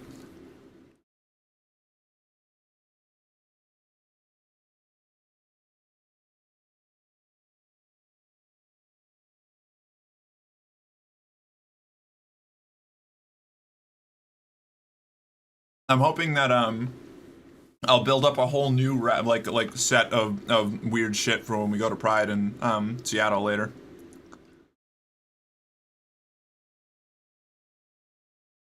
I want sushi so bad I deserve it. I've been to the ER 3 times in a month. You do deserve it. This is yuzu teriyaki tuna, and it's really good. That's coming up so soon? I know. I'm trying to do literally nothing between now and then because my last, like, 3 months I've been doing something, like, every week or every other week. And Blink, I'm sorry, I heard what? Oh, yeah, right. No, yes. Me and some of my friends are going to be up in, I I mentioned it to Sarah. Sarah asked about the like Seattle and Pride, and I brought up that I was going to be there, but I'm not. I'm going with another group, so we might be able to do some sort of crossover thing for a little bit, but I don't want to make any like distinct plans about it yet because I'm outside of my planning phase, and I'm going to be with a whole crew of people, so we'll see. But yes, yeah, I'm gonna be up in the area. It's gonna be cool. So we can probably at least meet up like at Pride, maybe do like a little crossing little crossover event. But I didn't want to like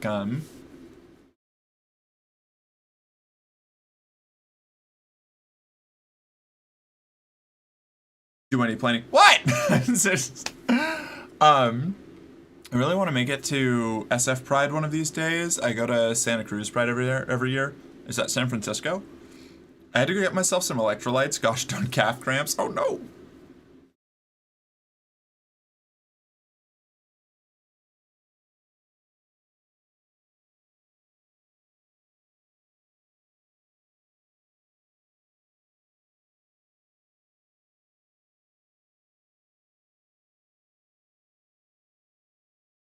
The stuff with all the crazy shit in my life is how to anonymize it sufficiently for retailing. I try really hard to keep everything as like distant as possible. I'm thrilled to be up this way, but I can't go to Pride. Too many people. No. Okay. Well, I'll stay in touch. Maybe we can grab a coffee one morning or something. I don't know. Do you do coffee? Maybe you don't do coffee. A tea? We'll see. Again, I don't want to kind of like when I went to Atlanta Pride, and I wanted to go and see Faith's brother because he lives out in that area, but I didn't end up having time for it because it was like we were there for like a whole bunch of events with a group of people. We'll see. I'm gonna play it by ear. I don't want to like make any plans or commitments this far out from the event because again, I just came out of like a hyper busy period and I just want to not think about event planning at all for a while.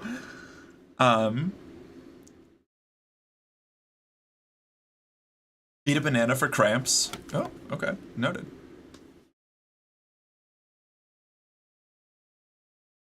May is going to be chill. May is going to be chill. Exactly. We're being chill for May.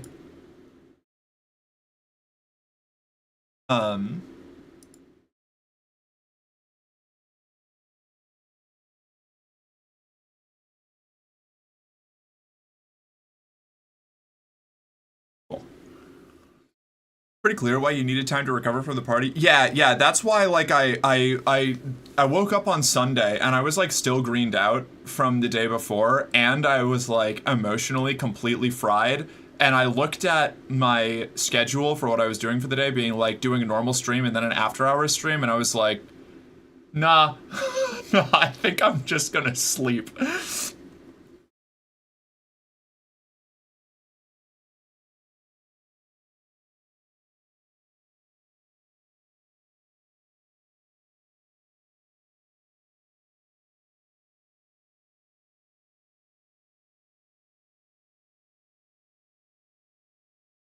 Very good call. Yeah, I needed a few days. I was still like, yesterday when I started streaming again, I was still completely out of it. I'm still kind of off kilter now, which is like why we started talking about it. But like, I've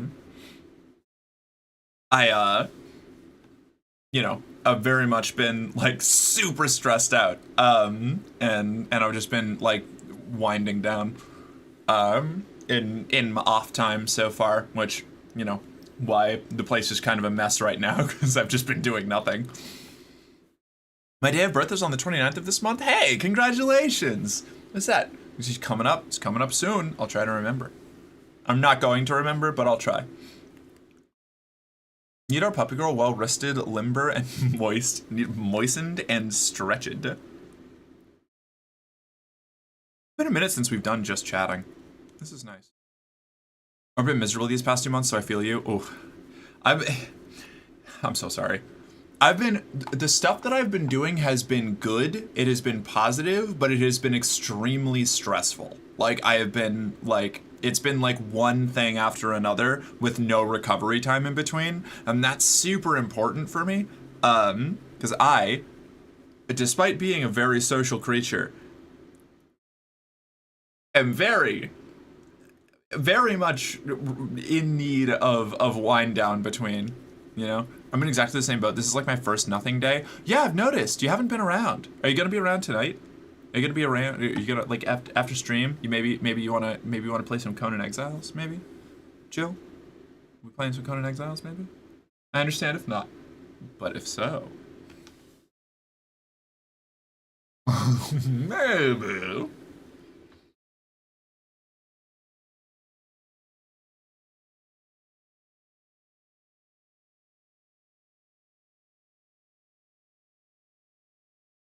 I'm hella exhausted, full-time theater job and 3 back-to-back tech weeks, plus 2 kids, plus being a caretaker for my amazing but disabled wife has left me completely frazzled. Totally get that.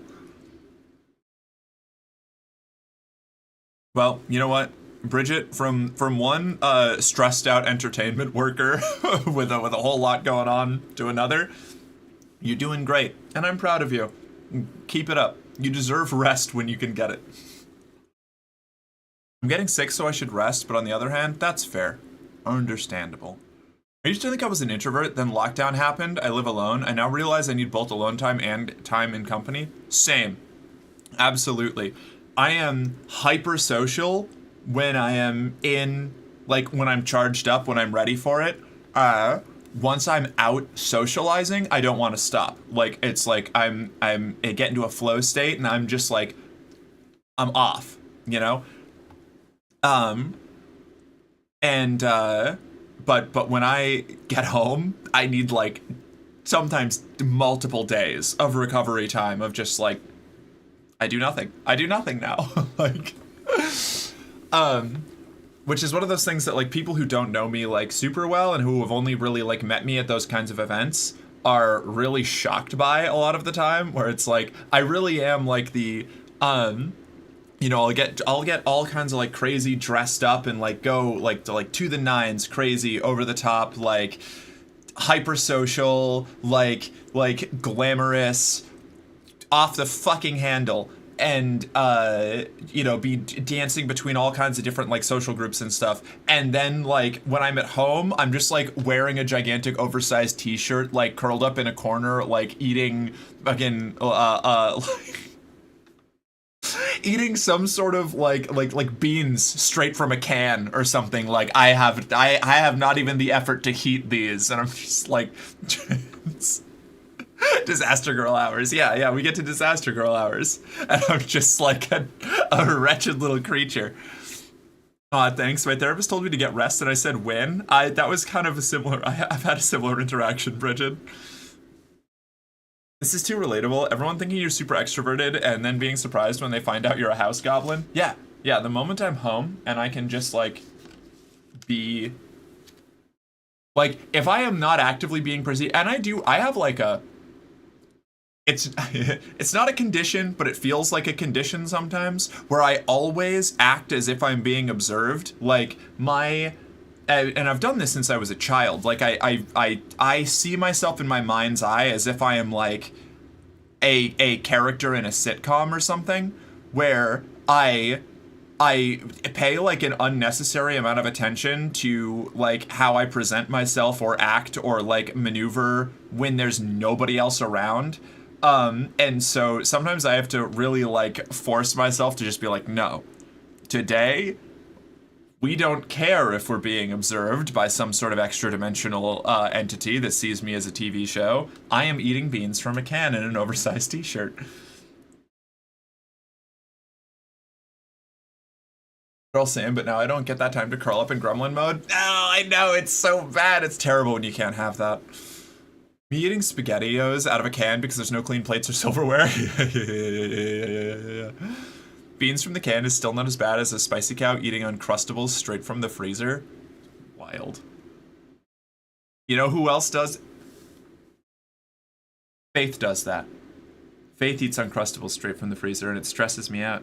It's so tasty. I know you say it's tasty, but it hurts my teeth just thinking about it.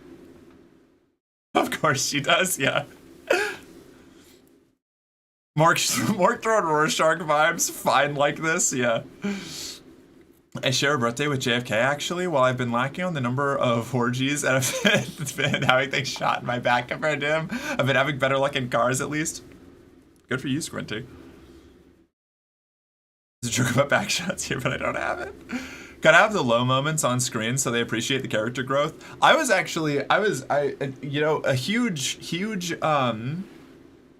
you're right, yes. No, I see what you mean now. Speaking of that, Malo, when I did the last subathon, when I slept on camera, that was like a huge, like personal milestone for me because I am like so paranoid about being observed outside of a state where I'm hiccuping constantly. I ate too fast. Being observed when I don't have like explicit control over my presentation and like appearance and activity. So that was pretty wild.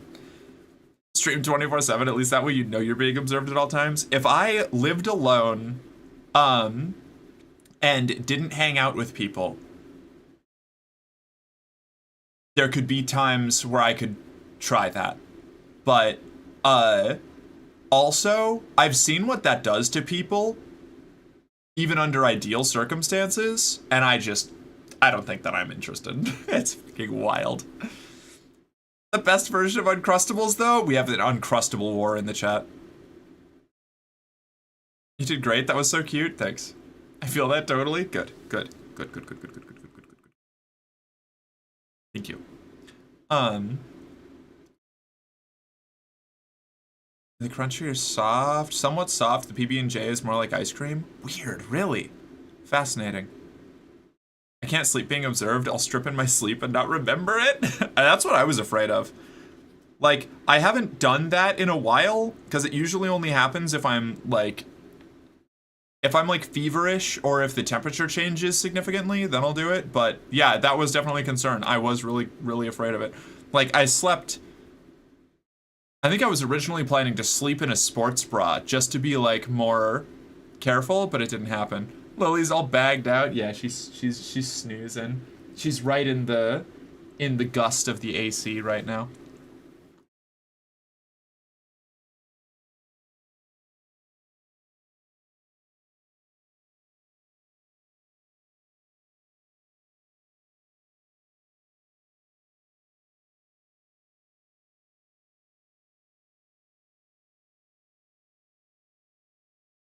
I'm naked 70% of the time at the house. I have a blanket draped around me and that's it. Iconic. I'm usually in some level of undress when I'm not on camera.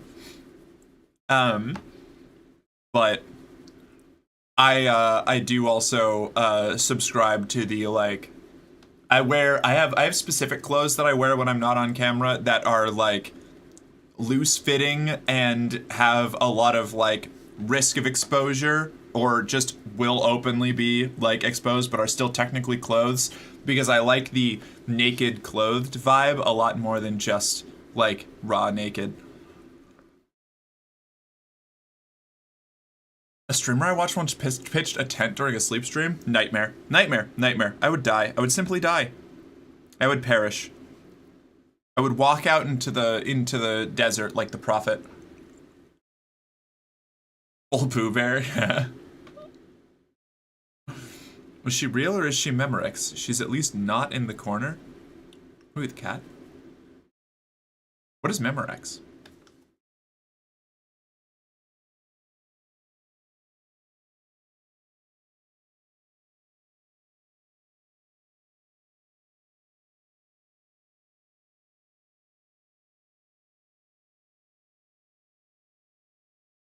Sleep after hours stream? I don't. I don't think I pull the kind of numbers that would make that worthwhile yet. Maybe in the future. Maybe I can do an event. When then I'd have to sleep in my makeup. Ugh. Which, like, it's not like I don't do that ever. I'm trying to do it less because it's not good for you. But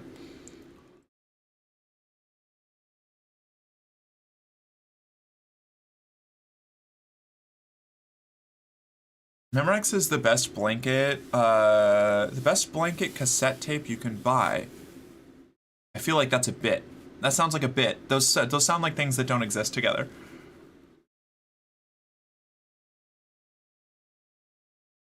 I got barbecue beef pizza. That sounds neat.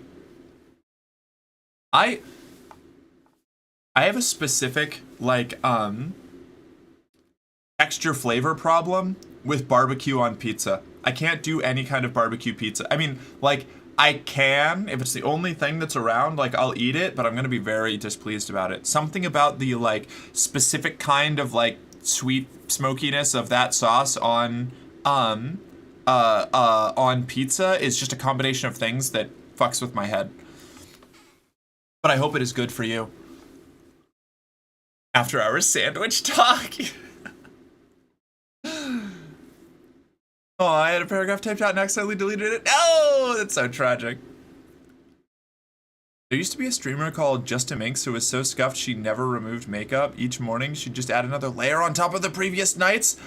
Ah! No, I'm not doing that 1700s powder don't shower shit. That's ridiculous.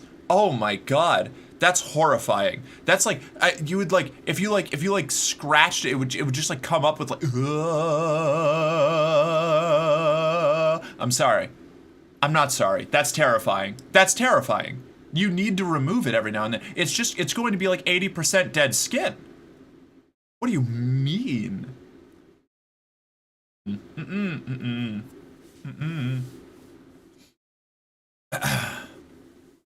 Minx is still active? Damn, really? I don't know who that. I mean, all I know about them is that they never remove makeup. Just add another layer on top. That is fucking. That's crazy. That's crazy. To be fair, Minx has been battling with severe addiction to alcohol. Well, that makes it sad. The specific practice, however, stands as wild. BRB lurking? Lurk away. Fell off in March 2024, though I see she's been more active again the past couple of months. Okay, that's good. I get this tipsy chicken pizza that's beer cheese as a base, standard cheese layer, chicken, bacon, and a bourbon glaze on top. Interesting. I'd be willing to try it. You have to really, something's got to be truly spectacular for me to not want red sauce on my pizza. There are exceptions. You know, I've done some pizzas where like they use pesto instead of a red sauce, and sometimes that's really good. Sometimes it's not. I've had things where they do what is it? What are the other ones? Like a white sauce, like an Alfredo. That can be pretty good, but again, I'm still usually gonna prefer a red sauce. It's all case by case.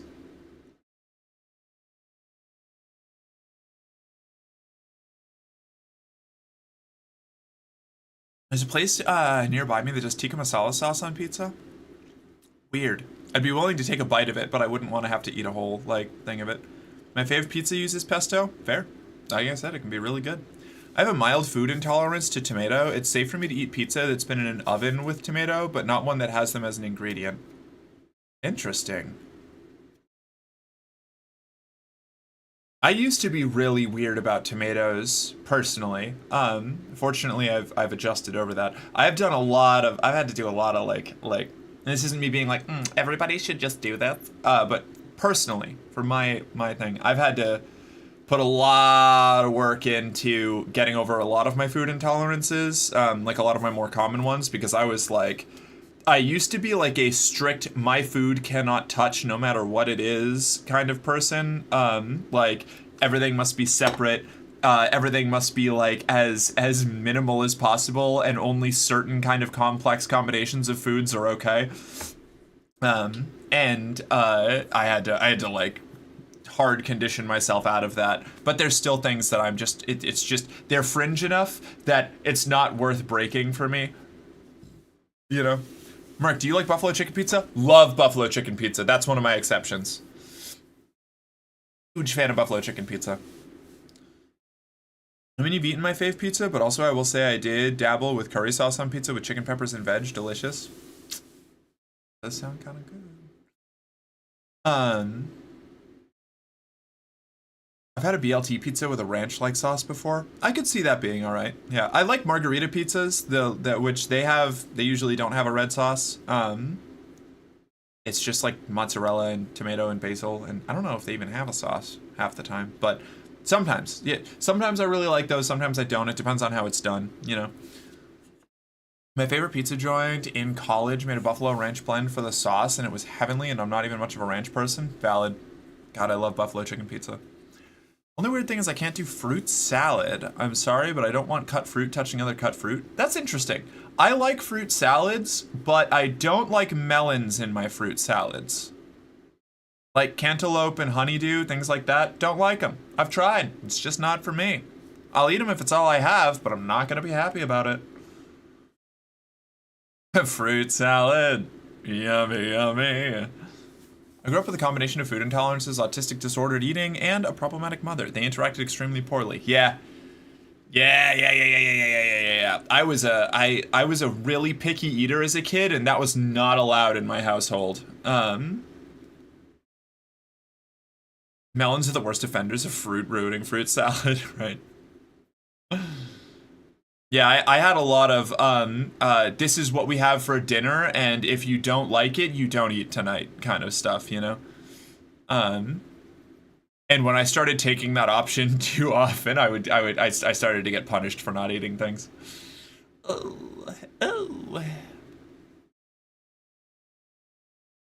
Grew up with as if, like, you know, going to bed without dinner wasn't a punishment.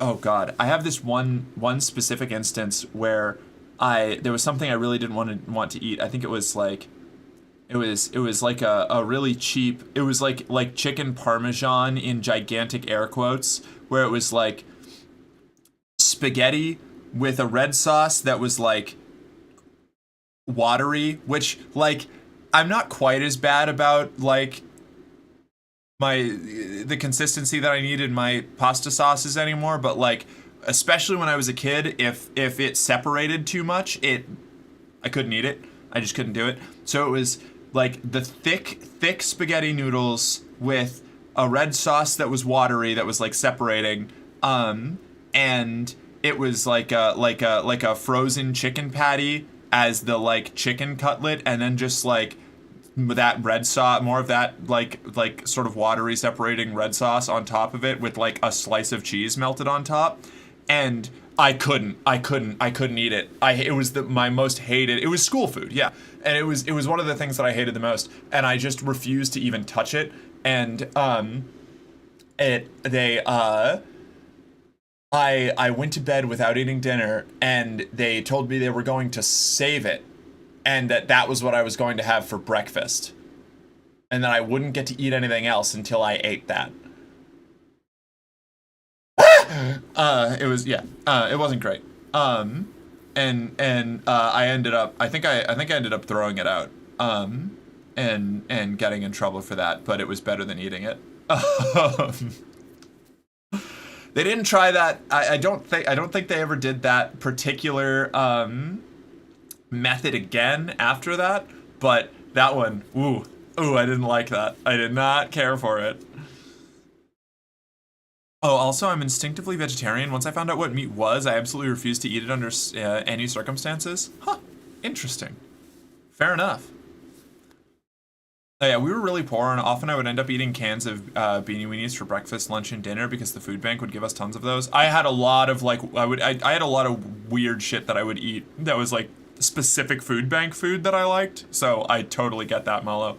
We would go to, like the church food pantries and stuff, and I would just kind of try to pick out whatever it was, any of the specific things that I knew that I wasn't totally freaked out by. I don't know, maybe they should teach you to cook your own food.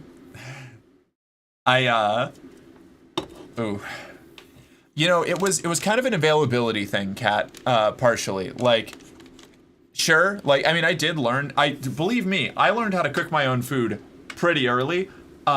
Just through experimentation, because we went from that phase to the absentee parenting phase, but that's a different thing. The other thing was just like we were broke as shit, so it was just like we had what we had, And this was like when I was like 6 or 7. This wasn't like this was like I was really young, you know.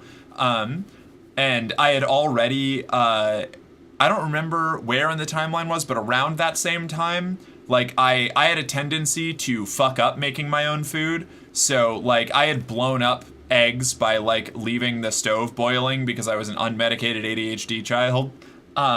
Or like there was one time I misunderstood like the microwave buttons, and I put a hot dog in the microwave for 5 minutes instead of like 50 seconds, and I melted it to the plate. So like, you know, also like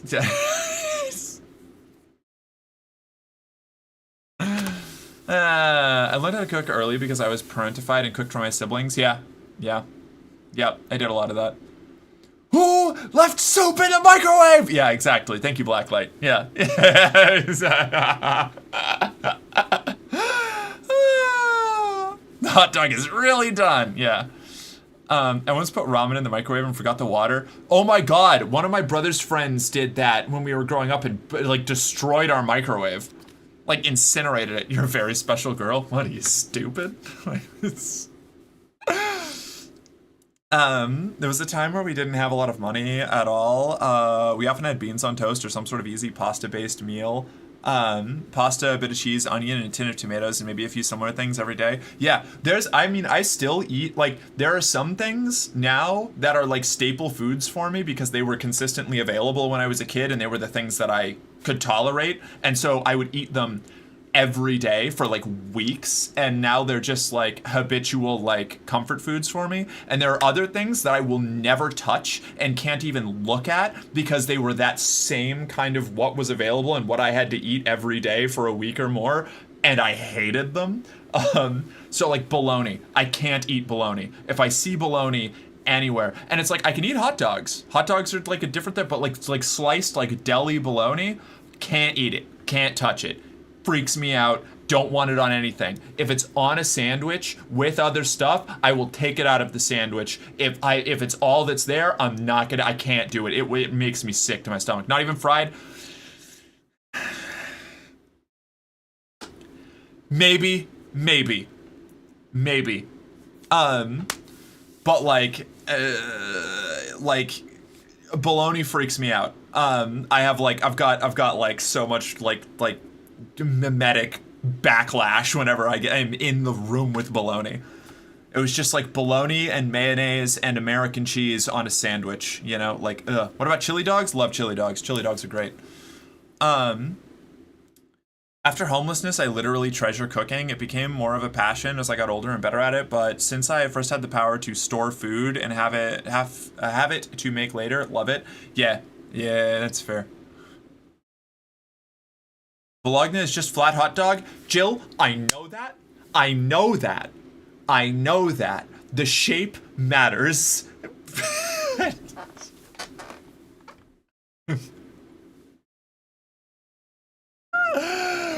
Oh, man. The consistency, it's different, you know? We do love a good shape. We love a good shape. Local autistic girl commits to autism. Yeah.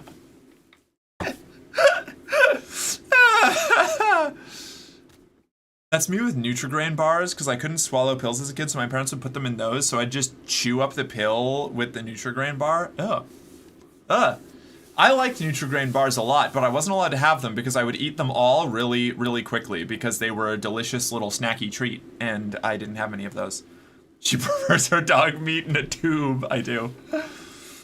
Why were you eating the Italian city-state of Bologna? My parents told me that it was a heretical state devoid of the light of God, and it must be purged in the only way we knew possible, which was to consume and digest it. How's that, Cat? How's that for an answer?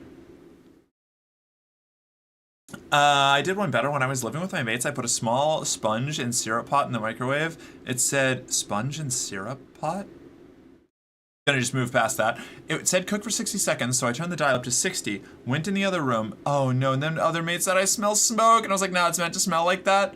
He turns around and yells, "Smoke!" And I turn the dial to 60 minutes. The sponge was solid and the syrup melted into the plastic pot. The sponge was so hard it was like a hammer, and we threw it out the window and took a lorry running over it to destroy it. Crazy. Sponge is like a pound cake? Okay, alright, cool. That makes sense. Being motivated by texture can't just be an autistic thing, can it? I mean, even neurotypical people toast bread. So there's being motivated by texture, and there is having... Here's the thing. The thing about most autism representation, or like manifestations that you're going to run into with, like, you know, your average... The closest you're going to get to your average bog standard run-of-the-mill autistic person, which is to say, a really broad range still.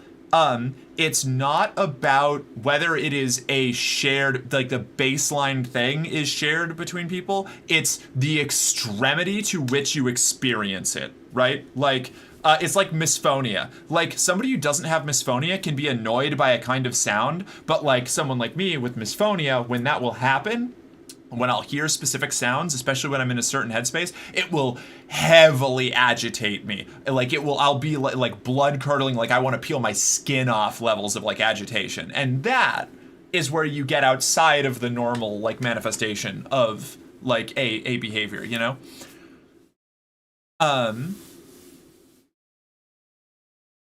So your parents were divorced, and are they one of them right-wing furries? I don't know. My mom probably. Honestly, if my mom was born later, she probably would have been a furry.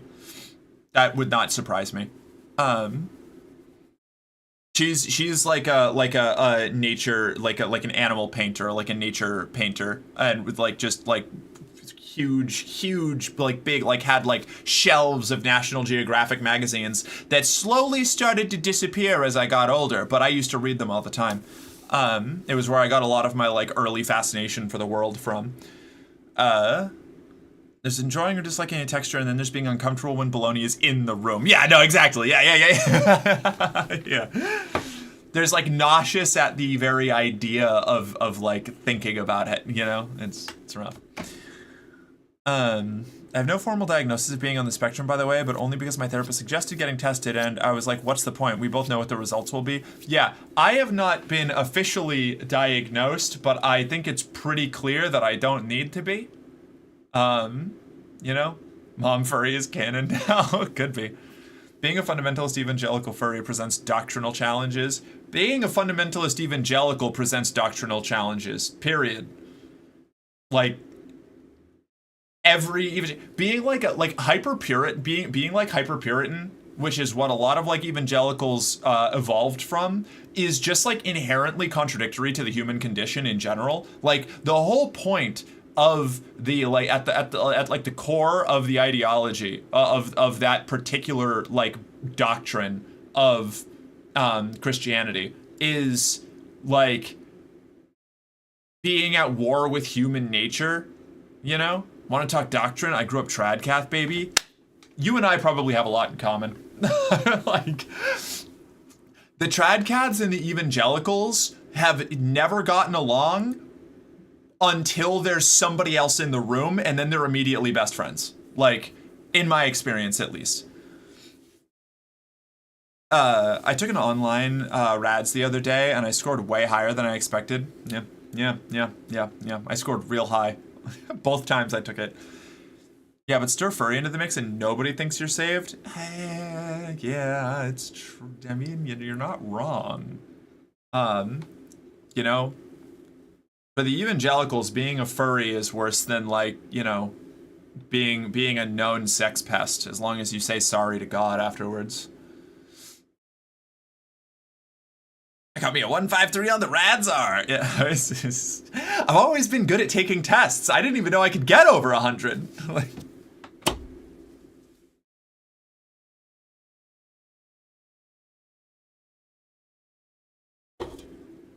you'd be surprised at the furry Jesus and God artworks? I wouldn't, because there are other kinds of Christian than evangelical Christians.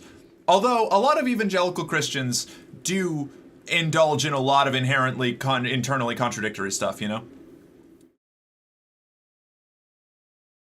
I mean, I expected it to be indicated, but, like, not that indicated. I don't know. It totally makes sense to me, Jill, personally. Right? I'm just pissed I didn't get a perfect score. I know, right? Give me your mom's contact info. I'll have her converted to a she, they, rainbow-haired socialist. God, no. See, the thing is that she's, like, the thing about my mom is that she is deeply, deeply cult indoctrinated at this point. So anything that clashes with her image of the world, even, like, regardless of her own feelings about it, immediate shutdown, immediate cutout, immediate break. Like you would get like 2 sentences in and you'd be blocked, like, because you're an outside threat. Like when I talk about like having grown up in like a cult situation, I mean it. Like you like banned. Like the moment that you start talking about any of that shit, like you are like not allowed at the dinner table anymore, kind of deal. Although I do appreciate the effort. Getting a perfect score on the Radzar, which is normal to want, impossible to achieve, yeah. Totally normal. Over their eyes to Raptor Jesus. My parents are the same way, it's the lead poisoning. God, I wish I could blame it on the lead poisoning. I feel like blaming it on the lead poisoning would be like the fun answer, but, trust me, I tried to help. You did help me, at the very least.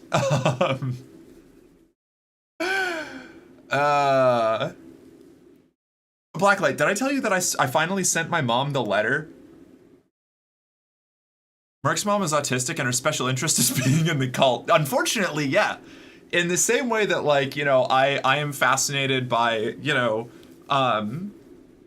having got out of the cult, she is, like, invested in it. Really? I assume crickets in response? Kind of worse, I think. She basically hit me with, sorry you feel that way. Like, which was wild. Yeah. She was like, oh, I just got into Boston. I'm on a trip with, my brother's fiance. So I have to stay upbeat for the next couple days. So I don't really have time to process all of it. But yeah, it hit you with the skill issue. Yeah. Did like the sorry you feel such darkness about our parenting. We're flawed people, but we really tried our best, And I was like, that's not an apology. That's not even an acknowledgement that bad shit happened to me. That's like, sorry you interpreted your upbringing as bad. Like, it's not good. My mom did well, you should have seen how bad my parents treated me. Well, my dad used to do that all the time. And I brought that up in my letter. I was like, hey, like, it really sucked that whenever I brought up that something bad was happening, y'all hit me with my parents were worse. It's like, okay, but you're literally all I know. Like, I was a child, Like, my whole world was how you all treated me and what you taught me. And, like, you taught me and treated me bad shit. I'm only now at 36 realizing how toxic my parents were. Yeah, I did a lot of like deconstruction on it in my 20s. I don't want to say like at peace with it now, but I've like come to terms with a lot of it by this point, Have I mentioned lately that I hate your parents? Yeah, you can always do it again. Throw a copy of The Road Less Traveled by M. Scott Peck at your parents, preferably hardback corner first. It was bad. Yeah. The number one symptom is that lead destroys neuroplasticity. They literally are physically incapable of changing their mind. Interesting. One day your parents will combust if we think about it hard enough. It's possible. I'm not a fan of your parents. Most people aren't. Most people that I talk to aren't. It's one of those things where I bring it up and like I talk about it. On that note, I don't gotta go have dinner with my parents. No, Bridget, I'm so sorry. Good luck. Good luck. I wish you the best. Try not to start any fights. Unless they really deserve it, and it would be really funny.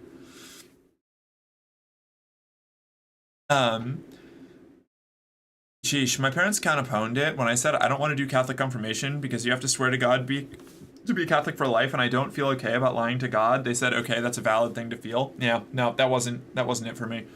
Definitely a different approach to that.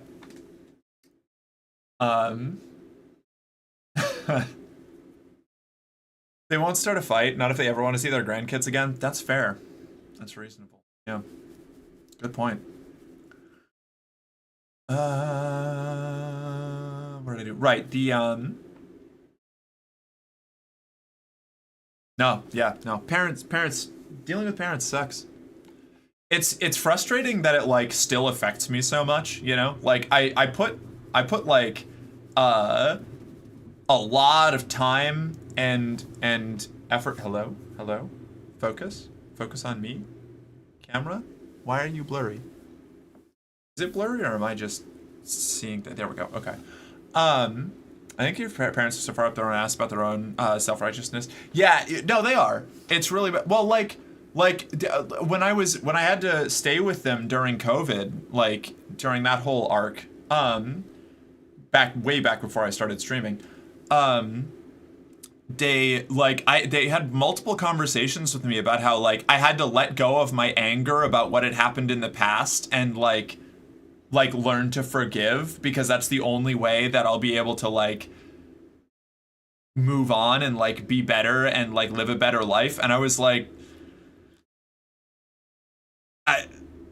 that's not an apology. You know that and we look at like why I still to this day have trouble expressing my anger when I feel it, like, and like standing up for myself is like I lived an entire life where I was told constantly that I just had to let shit go and move on, and then get hurt again, and then be told about that time getting hurt, that I just had to let things go and forgive and move on. And that's that, like, when I talk about like especially like the sect of like Christianity that I come from, using their doctrine of forgiveness as a weapon, that's what I mean. It's like that kind of stuff where it's not their place to say, right?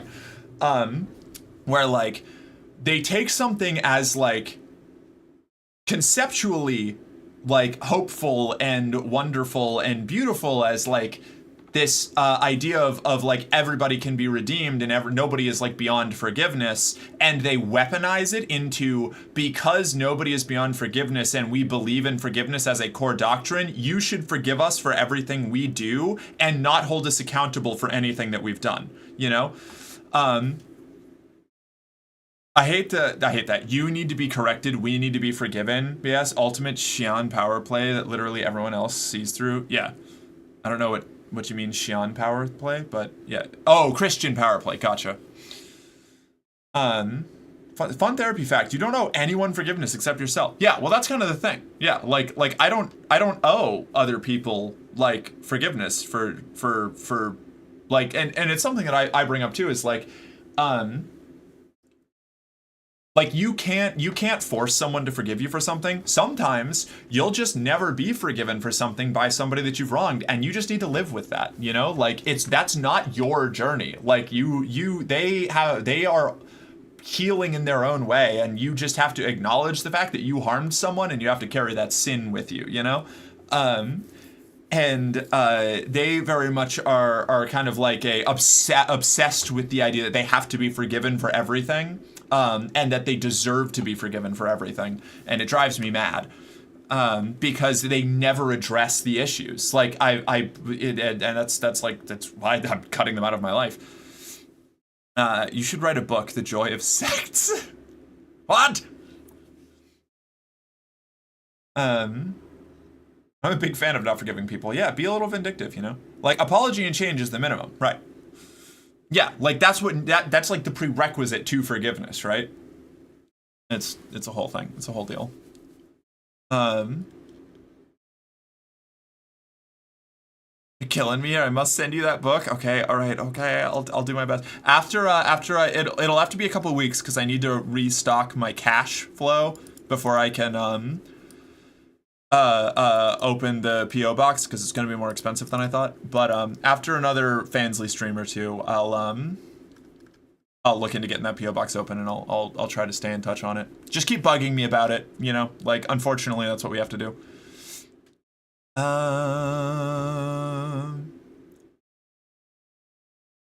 I don't want my kids around that kind of toxicity. Bridget seems like a fucking rad parent.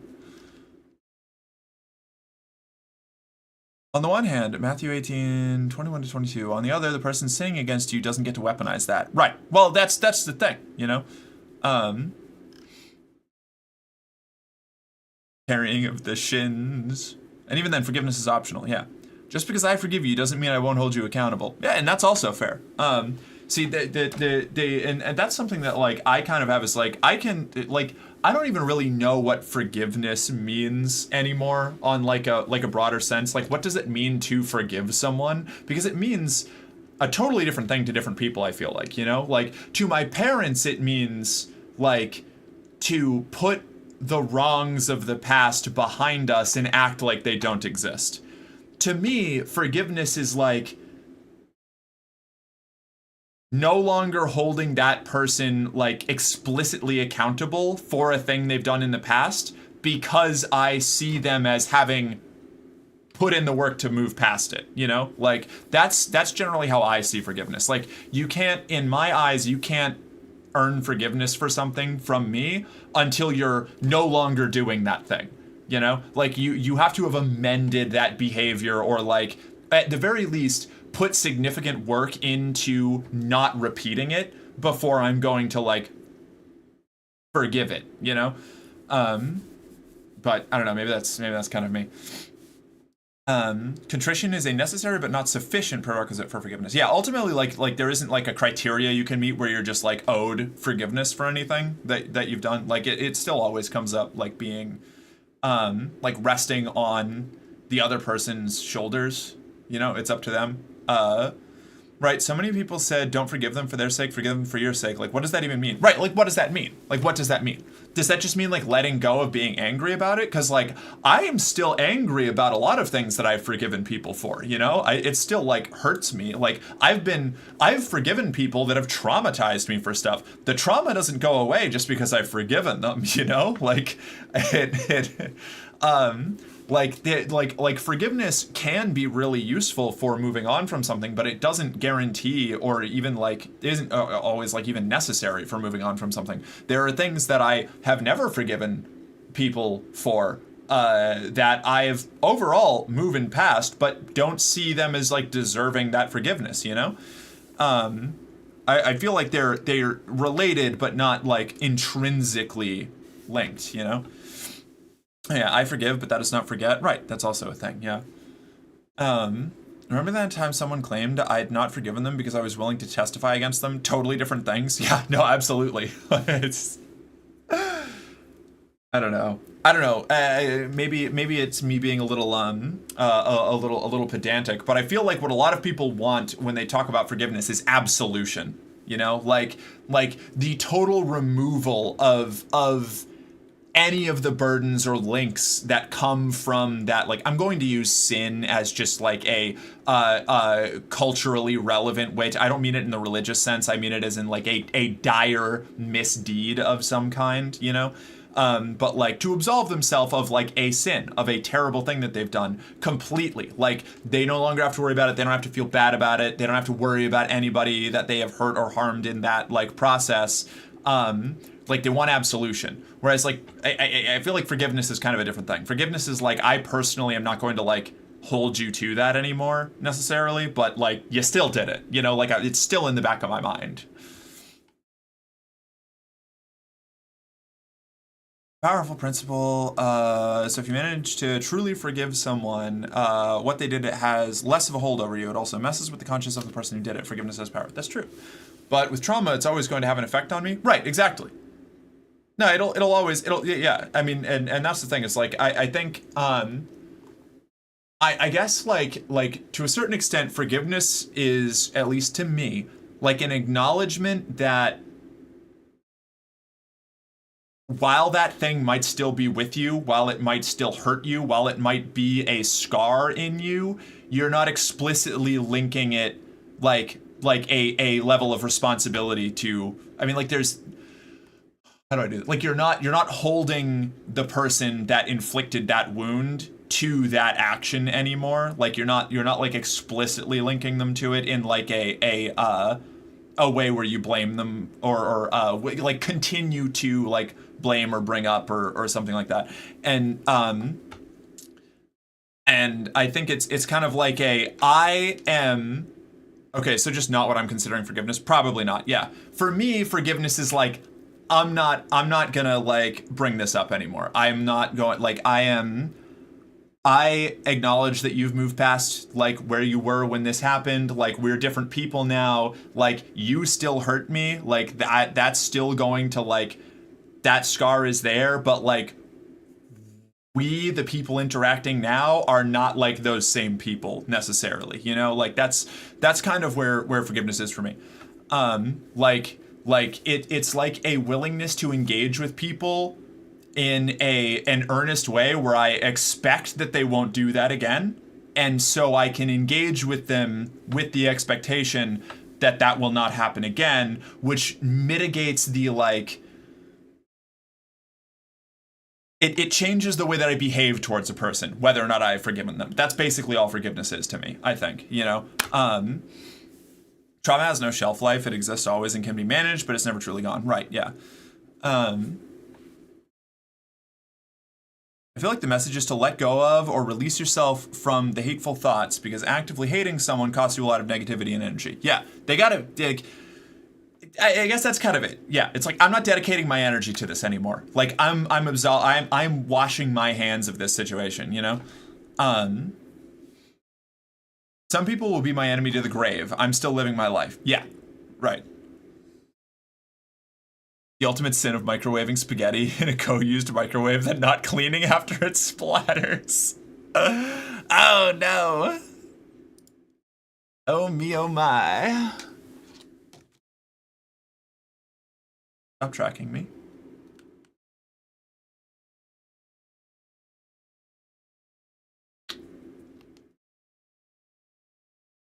I didn't realize I had PTSD until people started coming back from the first Gulf Wars with diagnosed issues that literally matched my own, and an anger management counselor clocked me for it.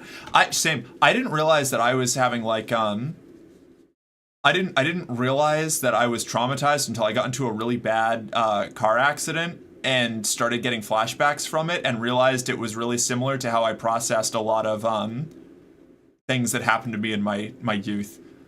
I'm only speaking for myself. This is my personal definition as a flawed person who is trying to emulate God and failing. For those people who have wronged me or have taken advantage of me or who have taken from me or hurt me, when I forgive, I let go of the anger. I let go of the resentment. I don't seek to punish them for the sake of punishment. I don't seek to hold it over their head as a threat. I will not dwell on it in my many, many spirals.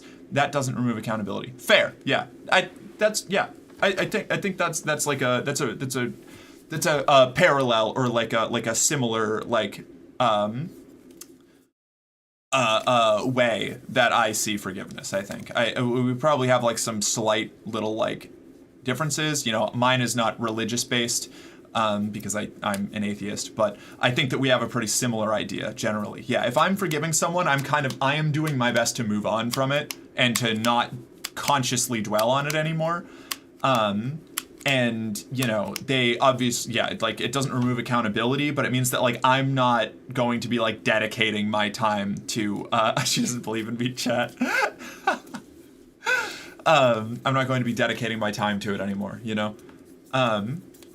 Like, I actually brought it up with my parents. Like, I do, like, for the most part, like, forgive them for what happened. Like, I'm not, like, for the past, the stuff from like before my transition, I'm kind of over it. You know, I've got enough time between it. They're like, I've got a bunch of scars. They're torn up. They hurt. Whatever.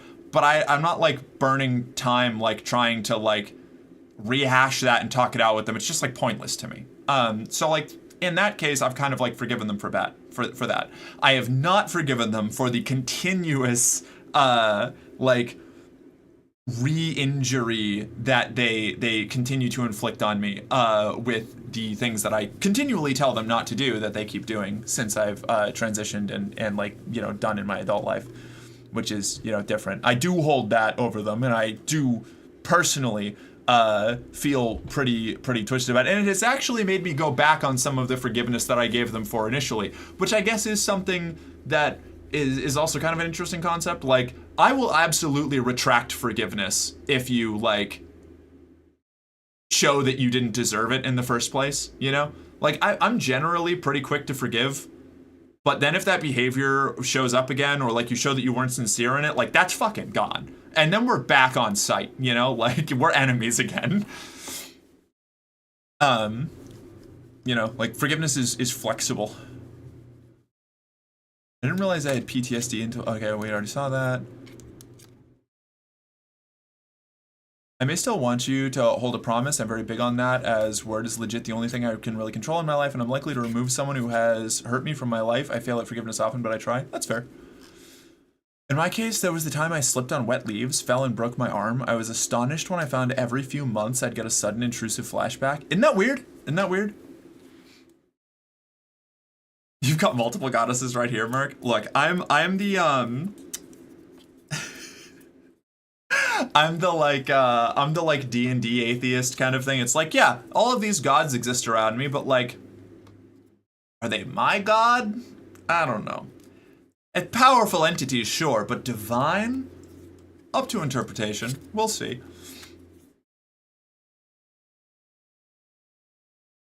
Hate your parents? Yeah, that's valid.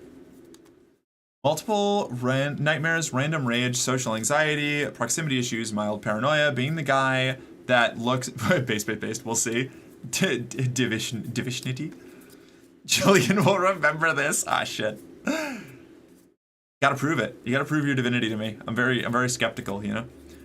Being the guy that looks at all that exists, and packs a C that allows the best view of a room so no one can surprise me. The therapist had no problem spotting similarities with other guys she was treating, except I was a civilian and never imagined that could be a thing without going to a war zone. Yep.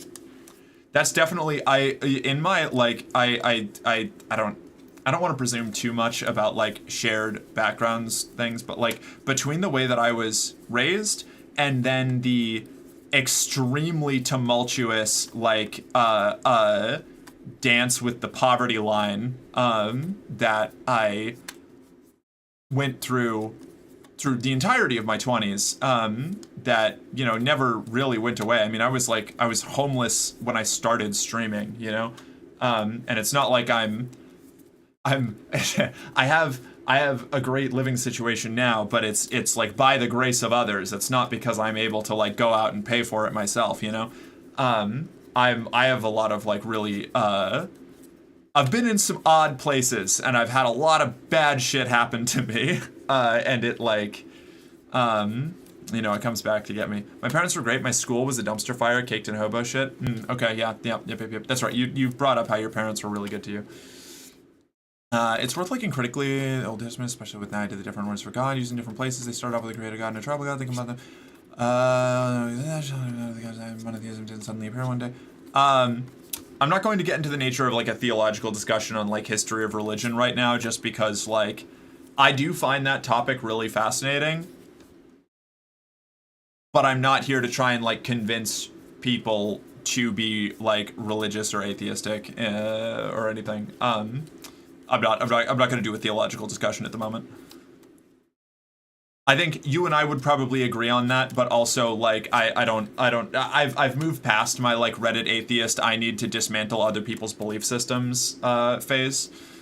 You know, people, all kinds of people believe all kinds of different things that, you know, may or may not be like grounded in an explicit like observation of reality, and I don't need to dismantle that or try to, because there's plenty of things that I believe that are probably, you know, not you know, like an obsession with trying to like align everybody to your worldview, whether you're convinced that you're right or not, falls back into the same kind of like proselytization that I just don't want to do anymore. We can just not do a theological discussion at the moment. Yeah, exactly. I don't want to do it. I don't want to do it. I guess that's what it comes down to. I don't want to do it. There are a lot of things that I'm ashamed of that I can't talk about, but every time my brain is quiet, these things might pop back into my head, and a lot of the time I just start crying. Yeah. Yeah, that's a trauma response, almost certainly. Yeah, I thought I didn't qualify for the PTSD diagnosis I had until I did that whole 9-month intensive therapy thing and started experiencing the strongest flashbacks I've ever had. Imposter syndrome is a beast. Same. Oh, God. I deal with so much imposter syndrome so consistently. It's fucking awful. We are building a religion. We are building it bigger. We are widening the corridors and adding more lanes. We are building a religion, a limited edition.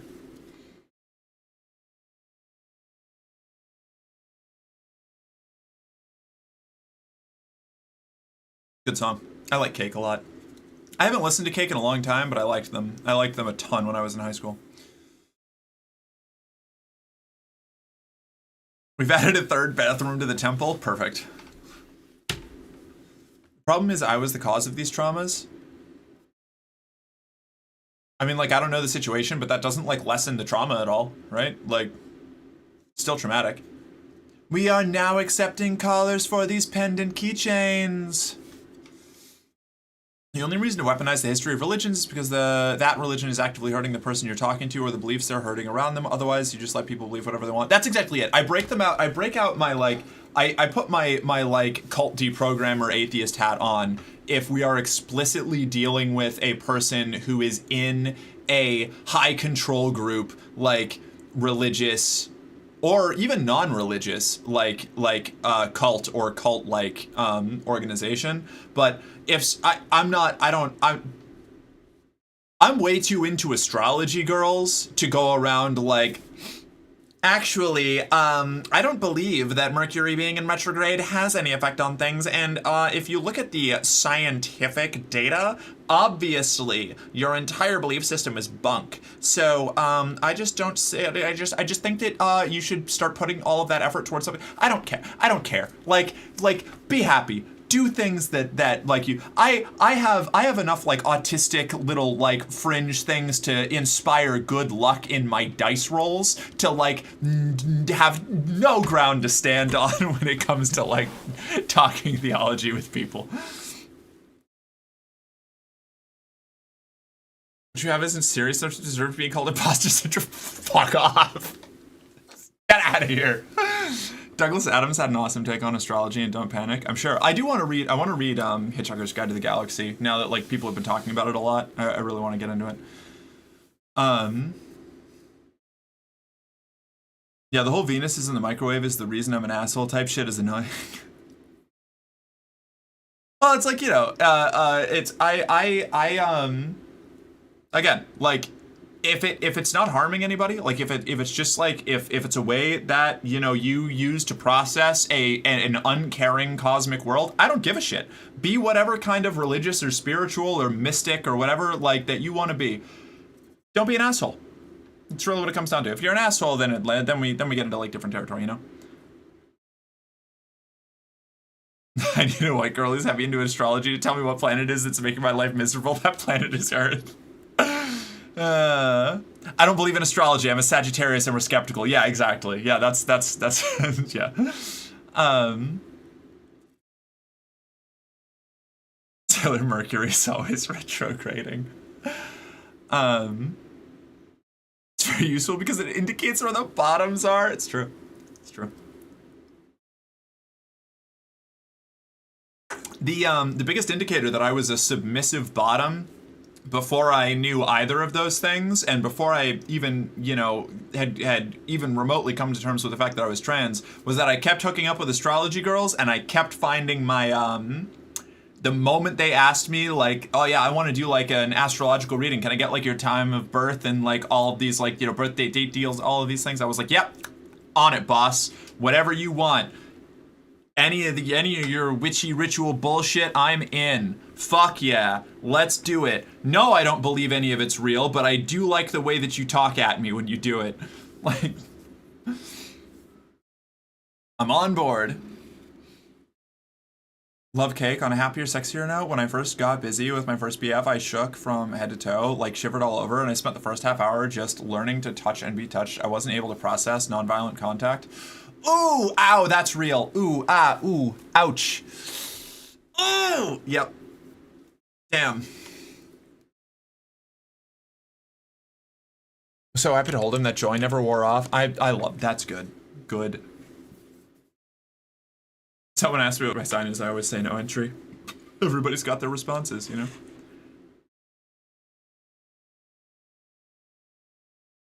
If you use Venus being in the microwave as a reason that you're an asshole, yeah, that's annoying. If you use it to start a lighthearted conversation to speculate on horoscopes, you both know we're nonsense, but just be fun like, OMG, we're such a Capricorn, go for it, have fun in life. Even if you don't think it's nonsense and you're just enjoying, you know, and it helps you out, you know? I don't know. The only time it really crosses it, I got sucked into a theological discussion anyway. As long as you're not like denying medical science or anything like that, like I don't give a shit. I genuinely don't. Like do your thing. Be happy. Be good. No one congratulated me on getting high for the first time, but it was a big breakthrough on some mental barriers I had. Hell yeah, congratulations. I don't believe in astrology, but yay, Capricorn.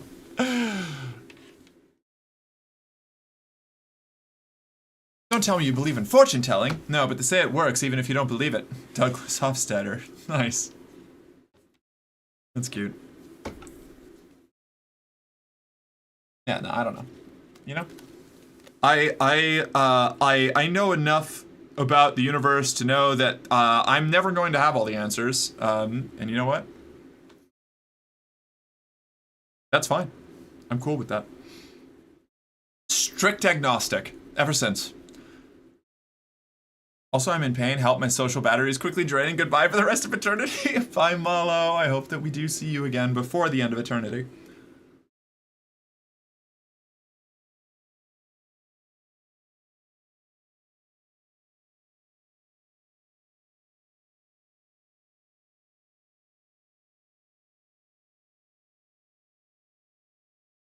Fun enough to know you know nothing at all? Yeah.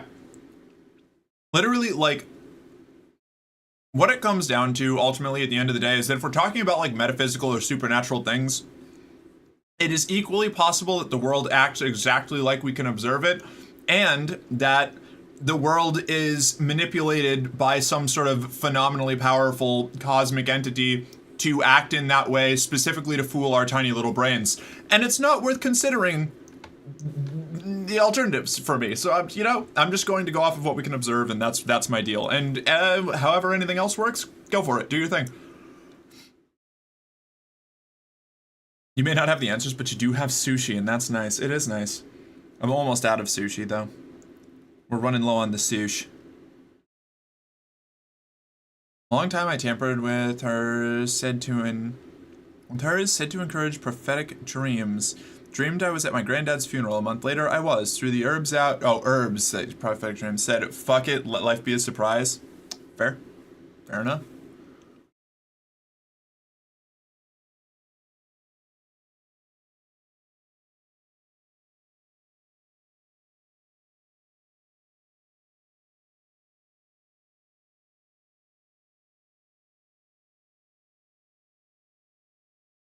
That Estima? What is that? What does that do? What's that all about?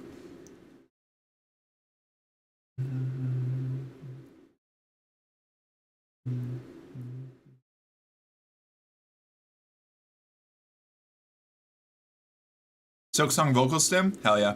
I know this has no bearing on the conversation, so I'm sorry, but golly, I want a big stick so I can lean on it when outside. Big stick's rad. 10 out of 10. No, good contribution, Misty. I love having a big stick. Good walking stick? Excellent. Julia! Hi.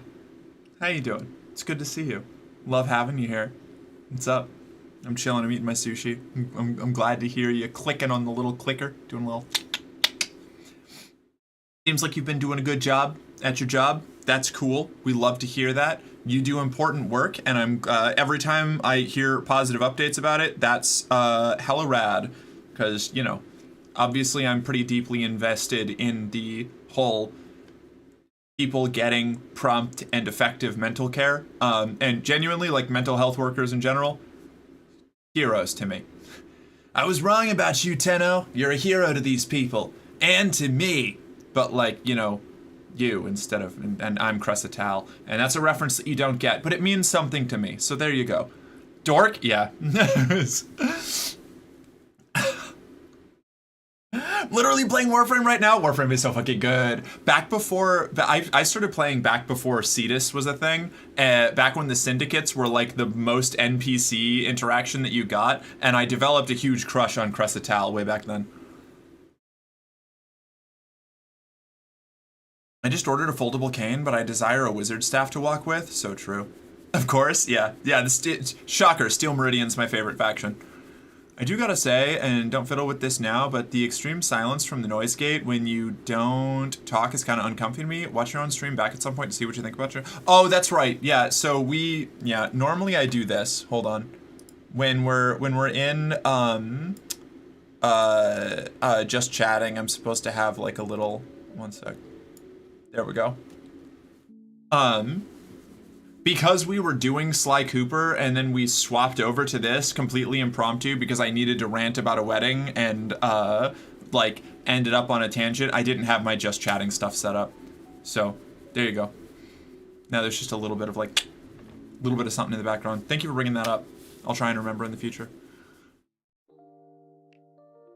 I don't know how, like, I don't want it to be like super loud or prevalent. I just put some lo-fi on in the background so that it's a little bit of something. I made my drifter a goth. I think I posted it in the server. Fuck yeah. Faith's drifter is also a goth. Mine is like a military, like a shock trooper.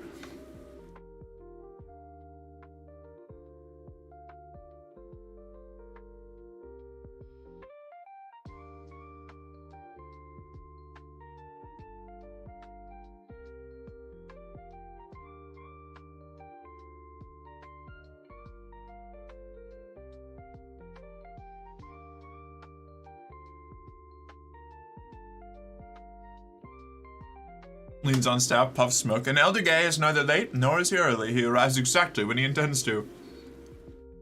Oh my god, Vox. Me and actually both of my partners have run into. This is something that's really weird for me, being like 31, you know, closing in on 32. I've started to get called like an elder queer by people much younger than me. Doesn't feel like that. Doesn't feel that way. Weird. Me and both my partners. Finally crossing that threshold, I guess. We're only at the beginning of it, but it's still, like, the fact that it happens, it's odd. It's odd. Obviously, I don't consider myself an elder queer, but I'm the elder queer here, right? But, like, obviously, we've got a few of them in chat, but, like, you know, we'll hang out with like friends of like you know, Faith's younger siblings or something, or like, you know, other people. There can only be one. And it's like, you know, an entire American denial about being ancient and decrepit. I'm old. I'm old, Steve. I'm an old hag. I'm putting that violence behind me. I'm done. I'm tired, Steve.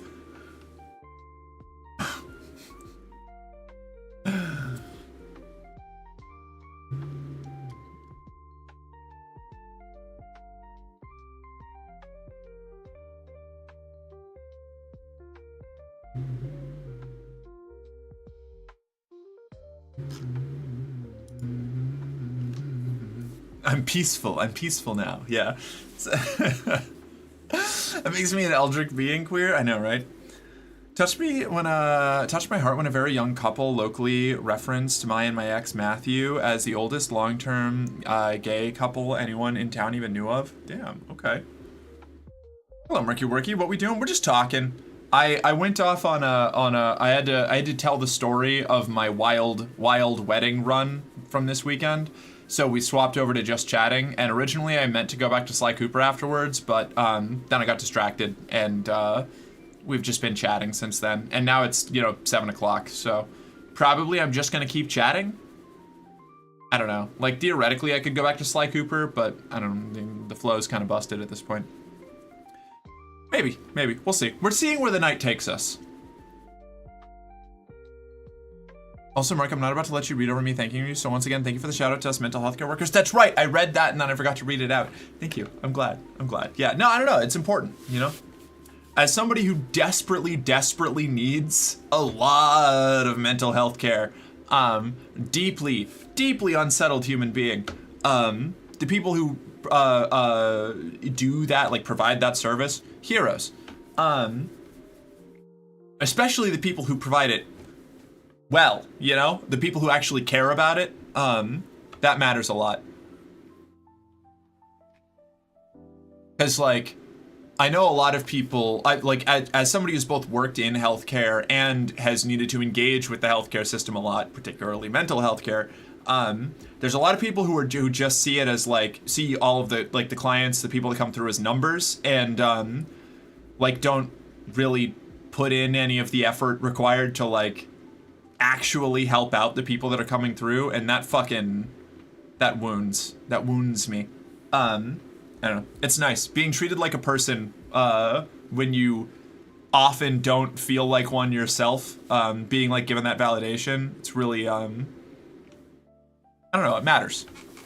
So I appreciate it. Another 4 hours of chatting.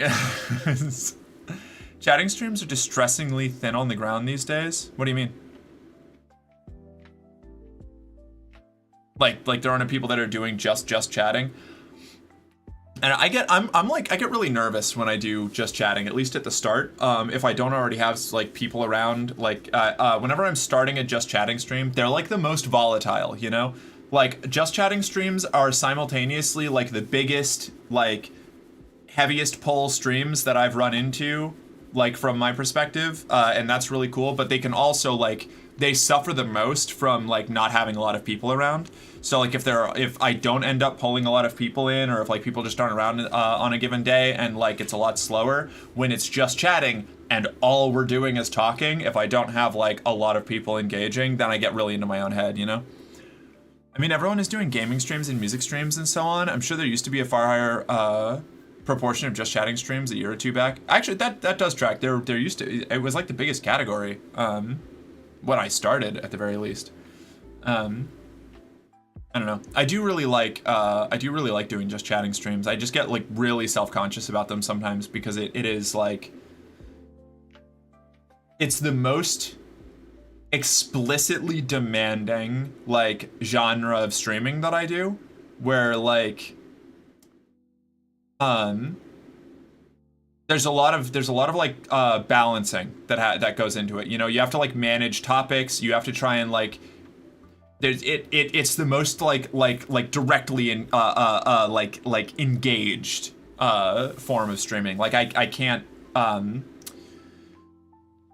there's no like safety net to catch people's attention or anything. Like it's all on me, you know? Well, and on chat, obviously. It's chat and me. It's not just me. It's but you know, I'm the one who has to sit here and be judged.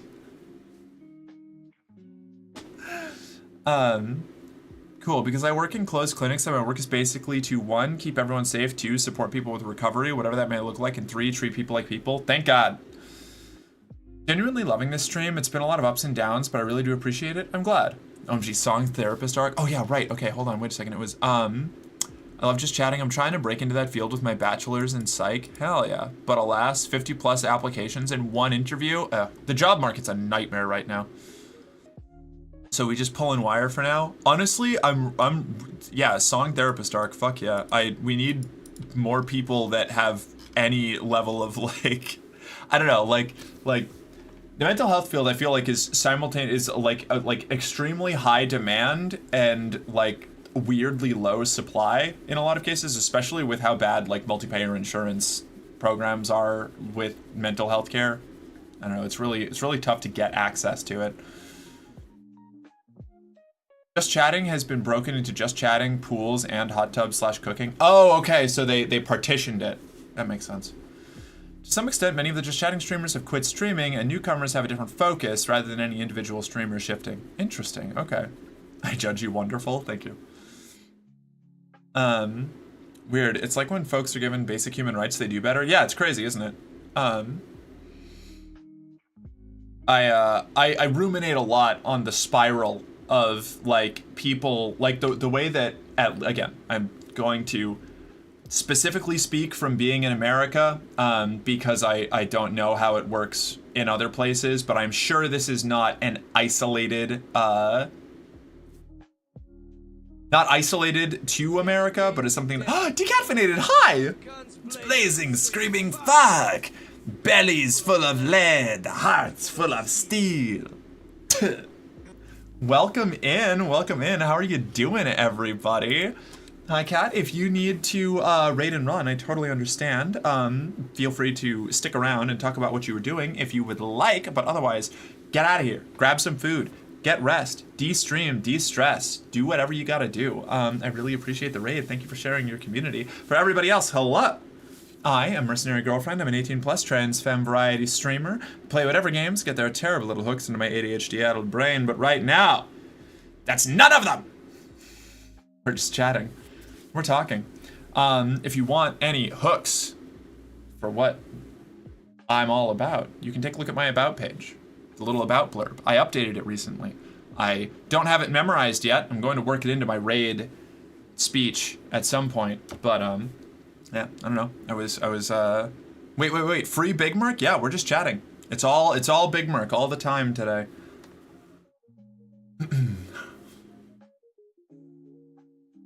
Damn it, I was just about to hit a 15 stream streak on Iris's stream. I joined too late. No, it's sad. No fucking way. I know, right? It's crazy. A key thing I feel sometimes I have to drum into people, human rights aren't there to protect your friends. Human rights are there to protect your worst enemy. Yeah, no, 100%, absolutely, CRJ. It's like, that kind of feeds back into like the, when I get into it with people about like, yeah, you shouldn't like, you should try to avoid like making fun of people's appearance as a way to dunk on them, even if it's somebody that is like an awful person, because you're gonna catch like other people in the crossfire, you know? Like it's when you're looking at like how people should be treated, you should be talking about how all people should be treated, you know? Like that the kind of like in-group out-group thinking on who deserves rights and who doesn't is exactly how you get into a lot of those kind of situations.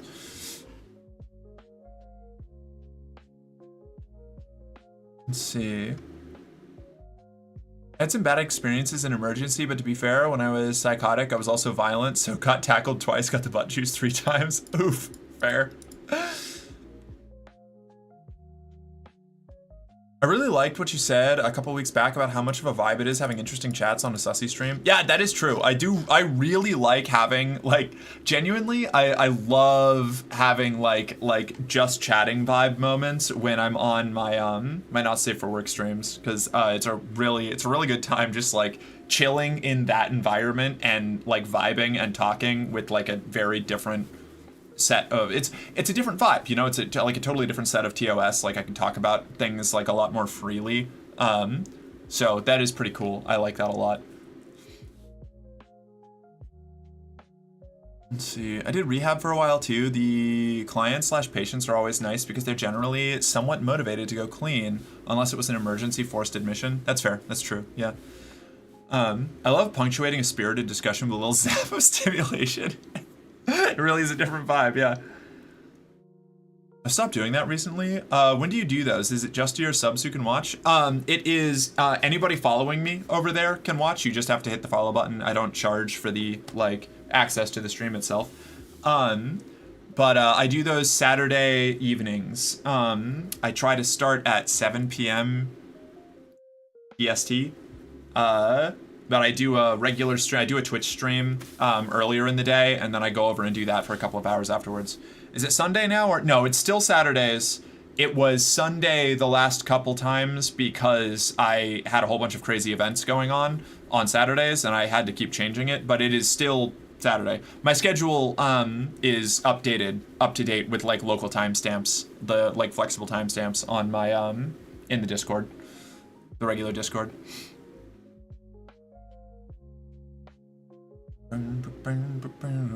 You missed the explanation earlier of all the trouble you caused at the wedding Merc attended? Wait, what? What did Nitz do?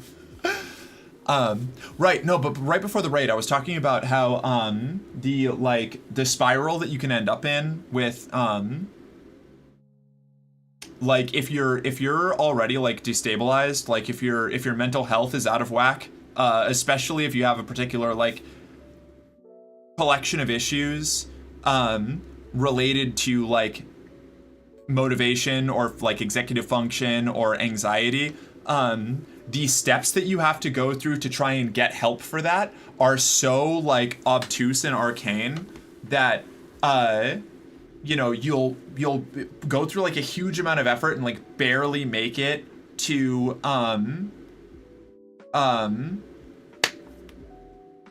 like trying to set up an appointment or something, and then you'll get there and they'll be like, oh, actually, like, we're not able to help you with that, so you're going to have to go and do it with someone else. And like there's no further assistance on that. It's just like, oh yeah, go do that whole process again. And then you just end up like spiraling out because like you go through that 1 to 3 times, and you know, the third time that you get shut down because of that, with like no assistance or guidance or anything, or God forbid you get like a bad practitioner, like what happened with my last therapist, like it just like launches you into an even deeper pit of like having trouble dealing with all of that, and trying to actually get help. So like I have a huge amount of respect for anybody who works in the mental health field that is like, you know, sees the people that they're working with as humans instead of numbers. Nitskid is responsible for all misfortune that befalls streamers, no exceptions, and does it all on purpose. Damn, I had no idea. That's crazy. Homework she used to read the story that we both read? Ugh, okay, alright, okay, I'll try and read the story tonight. Is it the one that got posted in the new Discord? Oh, it's in media discussion, actual page turner, and very short. Okay, alright, I'll take a peek. Can I get a collective and resounding fuck GP receptionists? Yeah. Yeah. Like, for real. The last rep you had sounded insanely naive. It was like maliciously naive. It was crazy. It was wild. I felt like I was going insane the whole time. It was nuts.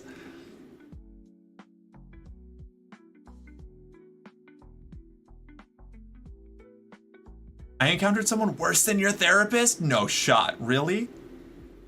Speaking of people who I have not forgiven, may God punish that therapist thoroughly. Yeah, that was fucking wild. Fuck Rick's last therapist. Yeah, my last therapist, genuinely a wild ride. I was like, I'm going to need to talk with my next therapist about that therapist.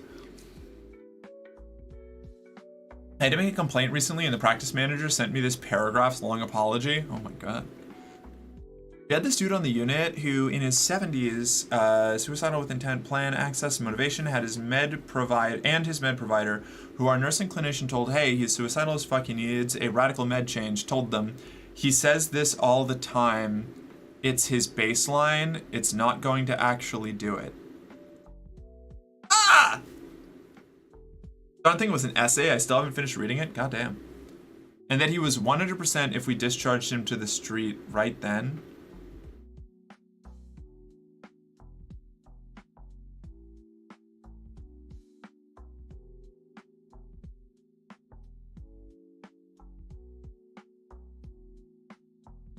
Huh.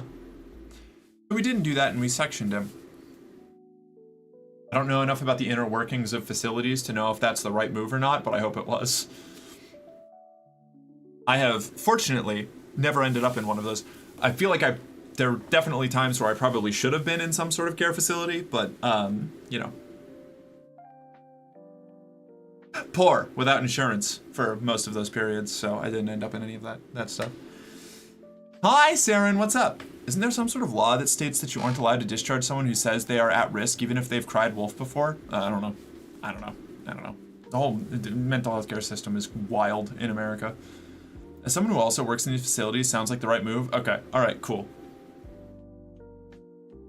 I had an epic good therapist at random for anger management. I got so much mileage from those sessions. That and I had an epiphany while watching Fight Club. I didn't think punch stuff and explosions. I thought, oh my God, I need to let go of things that bring me no joy.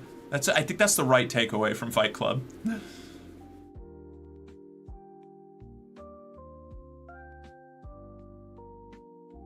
I had auditory hallucinations that were taunting. Oh no. So my dumbass kept running towards them and trying to fight the first motherfuckers who seemed to fit the voices.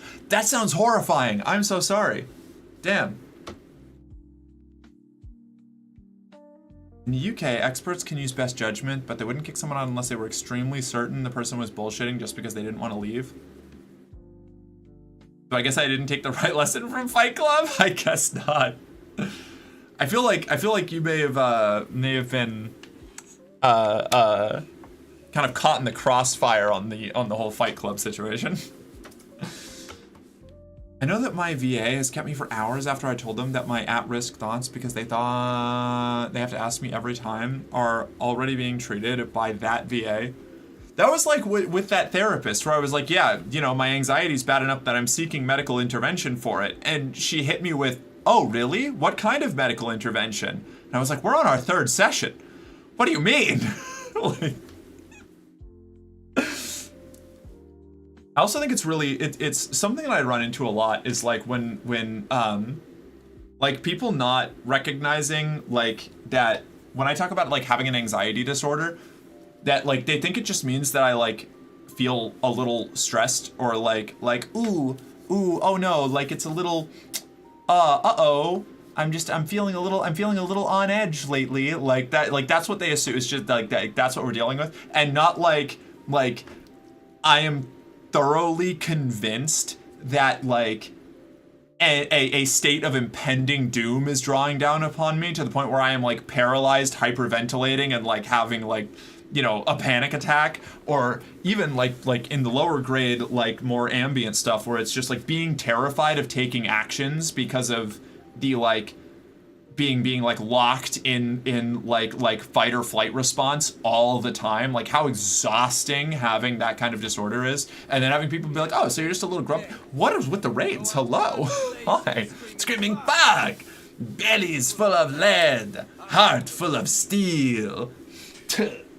Hi, Soko. What's up? How you doing? It's so good to see you. Hi, everybody. Whoa, Raiders. My God, so many of us. We're all hanging out together. Hey, thank you for the follow.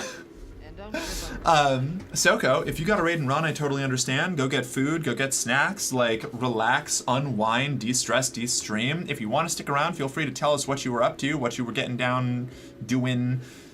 I don't know, like yap if you wanna, or get the hell out of here. It's up to you. Thank you so much for sharing your community. It's Big Merc Hall stream? Oh my God, deja vu. To everybody else, hello. If you're new or if you don't know me, I am Mercenary Girlfriend. I'm an 18 plus trans femme variety streamer. I play whatever games get their terrible little hooks into my ADHD addled brain, and right now, that's none of them. We're chatting. We're just talking to each other.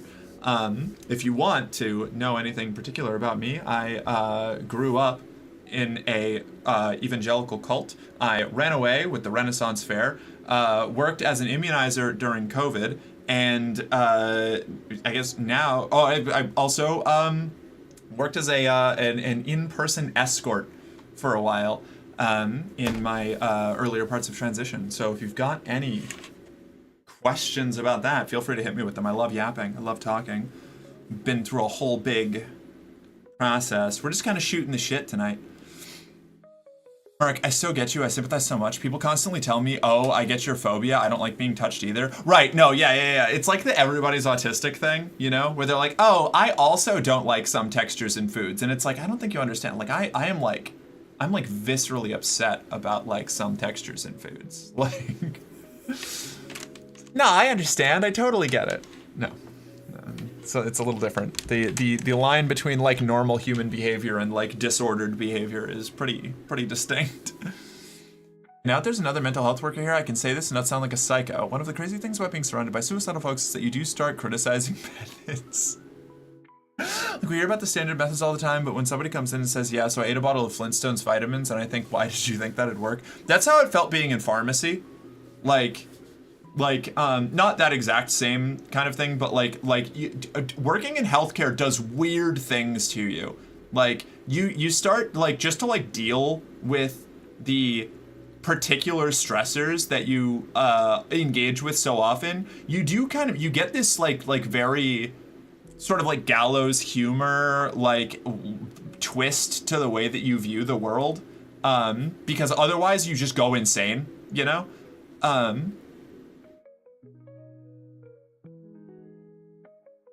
Hi, Yume, what's up? Also, Westside Brother, thank you for following. Welcome to the company. You're one of us. Now, report to the arsenal for your standard issue equipment. A morale officer will be with you shortly. It's a pleasure to have you. Glad you're enjoying yourself. You were a paid escort. I also did a lot of escort missions at RPGs. Yeah. You know, a lot of escort missions. There's just so many. They're all over the place. You know, they're a bit exhausting, but they paid pretty well when you could find them.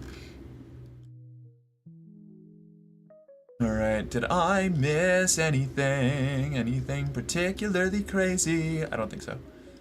I think I'm good. She was in a maid outfit cleaning Yume's room. Oh, hell yeah. Okay. ADHD? Here? I know, right? Crazy. Outrageous. Provided we keep her talking so she doesn't go back to her game. Yeah. Lost my mind when you told me that. Yeah. They like, are we talking about Fight Club? We were talking about Fight Club a little bit. It was in passing. Dark humor is like food. It's true. Yeah, I've been both people in both cases. Not today though. Today I have one piece of grocery store sushi left that I am going to eat right now.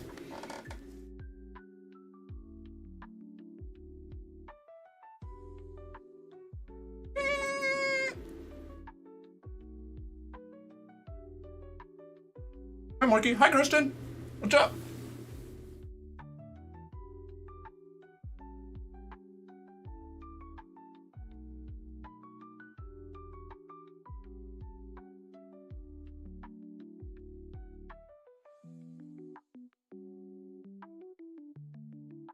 I miss good sushi.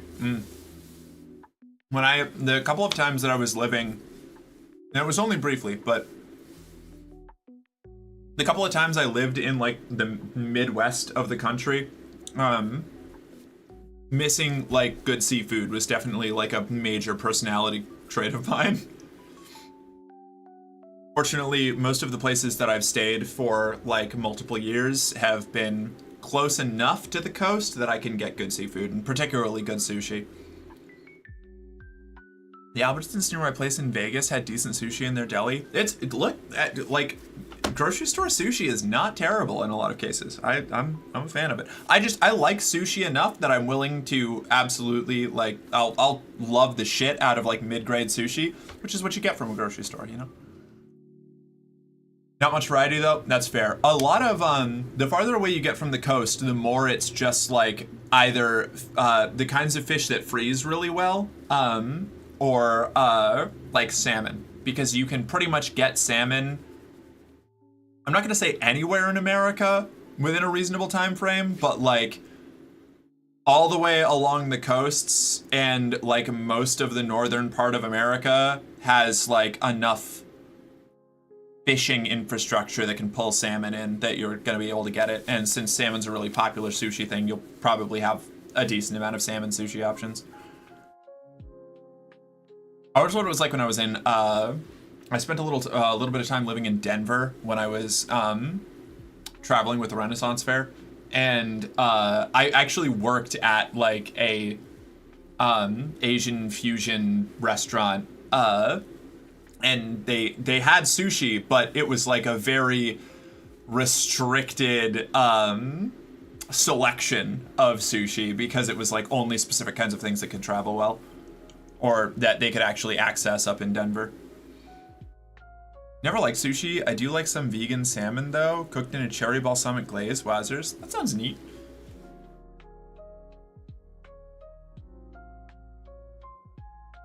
We're just unhinged in response to the provider just totally willing to roll the dice on letting that dude off himself. I joked with my boss, like maybe he's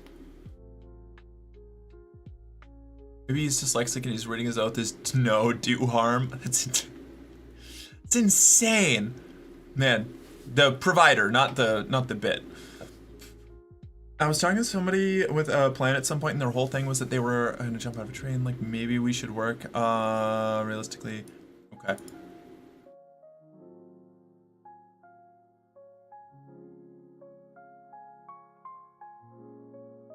Shire and Julia, I 100%, I'm not saying that this is a conversation that I think is bad, but I do want to curtail discussing methods in chat. Even if it is as a medical story bit, which I understand having worked in the medical industry, but not something that I want to be showing up in chat. I'm done now? Okay, good. Yeah, we're ending the combo here, I think. Okay, good. Solid. Cool. Because, like, I was reading through, like, yeah, I get that. I remember what that was like when I was working in pharmacy, like, running into things like that. But also, like, not where I want to have the vibe of the chat right now. Vegas food suppliers are very well stocked, so the better restaurants all over the Vegas Valley tended to have a wide variety of sushi. Fascinating. Oh, because of the casino business, right? Yeah. I should have read the parentheses. I always wanted to go to a conveyor belt sushi place so I could feel like the people from the show I watched. Yeah, right? Pura Sushi is a national chain, and they manage to have fairly good sushi despite having the kitschy gimmick conveyor belt and the robot car to deliver special orders. I want to try the kitschy conveyor belt sometime. Same reasons as Squinty, mostly because of my because I'm a weeb, you know. My son took me to a cool conveyor belt sushi place outside of DC. Hell yeah! I dare everyone in chat to stay hydrated, eat well, and outlive the transphobes out of pure spite. That's what I'm here for, Yume.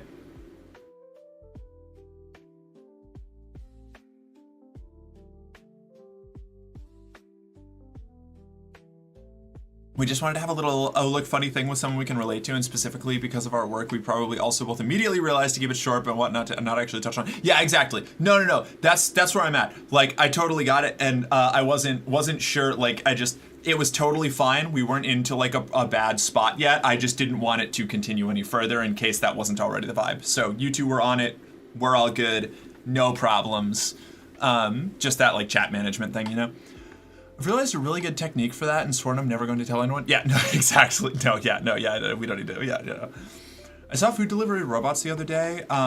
Should I have destroyed them? No, I love the food delivery robots. I once tried sushi while waiting at airport baggage reclaim, but it was really tough and leathery. Maxine, thank you for the gift sub. Hi. Sushi while waiting at an airport baggage reclaim, but it was tough and leathery. Yeah, that sounds bad. That sounds rough. This makes that way too late.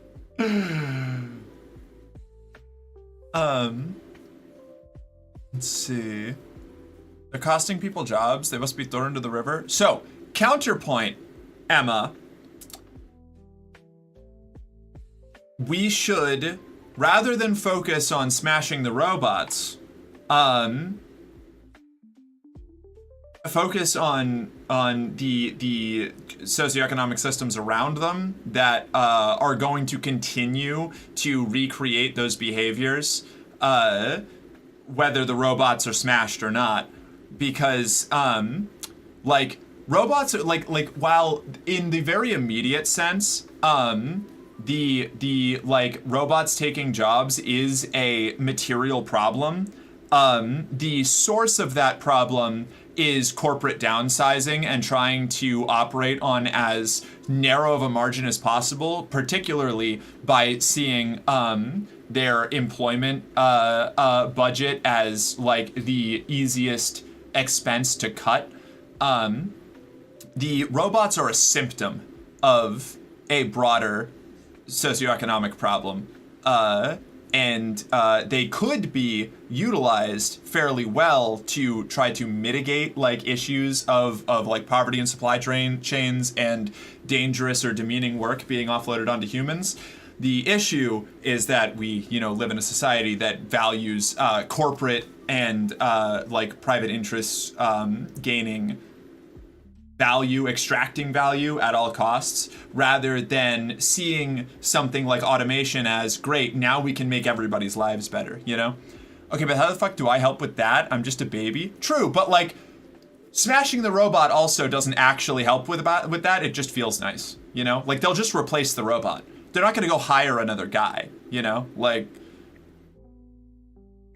if anything, they'll probably just cut delivery service to that place, Profit is privatized, loss is socialized. Exactly, yes. I guess what I'm getting at is smashing the robot feels good, but it doesn't actually really accomplish much. I could also be wrong, but what is this we've got a golden train. These are one of those little funky guys. They only show up every now and then. Neat. Well, congratulations everyone. Cheer 100 golden kappa ahoy. Yes, but you'll not change the money-grubbing society. If you smash the robots again and again, insurance will increase and will cost them more money for the robot. Or you'll get thrown in jail for smashing a robot and they'll replace the robot and you'll just be in a worse position and they'll have written it off as, having been replaced by insurance. I don't know. Maybe. I guess it depends on the context. Smashing the robot can be the answer, but I don't think it usually is. I was joking about vandalizing the machinery. I know, I just take things too seriously. I'm sorry, I took it a moment. I took it. I'm not saying that it's always the wrong choice, but I think it's... I just like the good robots. Wait, if you get thrown in jail, then you might get to take the job of the robot and not cost them anything. We have to convince the billionaires to fly to Mars. Yeah, precisely. For legal reasons, I was joking. Of course, for legal reasons. We would never smash a robot. Smash? The piss Kappa? I guess I see your perspective. You know. Also, hi, Jayden. I still owe you an hour of calm voice, so let me know when you want to redeem that.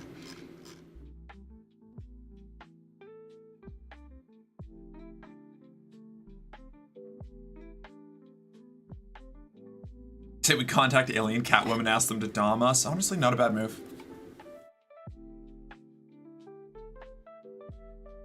Side note, Emma, if we're talking about cop robots, we can totally joke about smashing those and not be serious about that at all. Those robots are evil. And the revolution began on that Thursday. Why is my camera being so fucking weird with its focus today? Come on, there we go. What the fuck is a cop robot? Do you not know? Oh god, they've got like the Boston Dynamics dog robot was updated to be used by like law enforcement agencies, and they also use a lot of drones for enforcement actions now. So like cop robots, smash cop robots. Always smash cop robots. There are also security robots at corporations. Smash those ones too.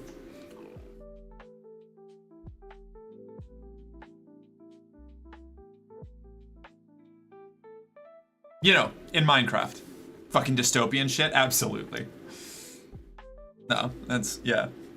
This is what I mean. If there are robots worth smashing. I just don't know if it's the food delivery robots, you know?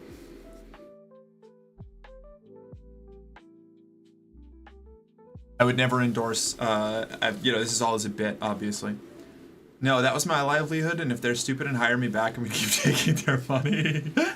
I have to convince the billionaires to invest in trendy submarine tours and deep sea vehicle tours for elites only, and subs built by elites that don't need to follow regulations for safety. It's super effective. I read that Boston Dynamics is in majority owned by Hyundai, which I was not expecting. I didn't know that. Interesting, but not terribly surprising. I'm gonna grab another Red Bull real quick because I need caffeine to focus. Stay here, chat. I'll be right back. It's just gonna be a second. Be good, okay? No, I only had one. No. No. I have some self-control. Coffee today, so.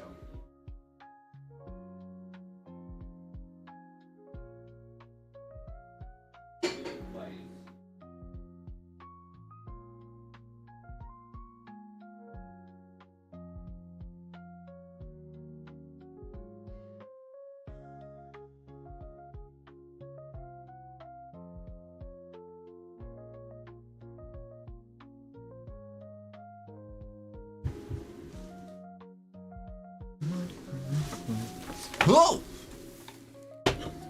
Timer? What timer? What?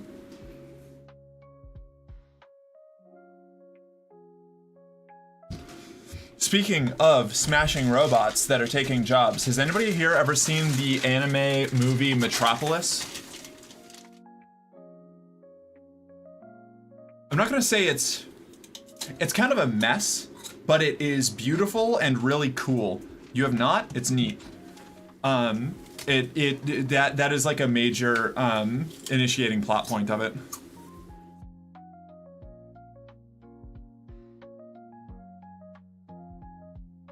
That is true, Julia. Yes, the Luddites were not about like just shutting down all machines and stuff. They were more a labor rights organization, which have been pretty heavily slandered since then. Effectively. Because, like, even I thought that they were primarily there for destroying the technology because they just didn't want, like, the progress of technology. But it was more about the fact that, like, people were being replaced by machines and kicked out onto the streets to starve to death with no like social welfare. Like just like what we're talking about with the robots now, is the problem is not the improvement of technology. The problem is a like consistent rot within the capitalist system of like valuing profit over people to like the most heinous extent possible. Awesome movie, both live action and anime version. I haven't seen the live action one, but I loved the anime one. It's actually what originally got me into swing music as a kid and into diesel punk aesthetics. It was very cool. It seems we've once again arrived at the same situation. Fun thing about that Shire Tone, we never left it. It's just been going like that and getting worse for like 200 years now. When was it, like the rise of like the distinct rise of capitalism was like 1860s to 1880s, I think, was when like it really, maybe 1830s was when, like, I guess you could probably draw this chart. Where you draw the line for it to begin. 1800s was where it really started to metastasize into something global. That evolved into the like end state that we're at now.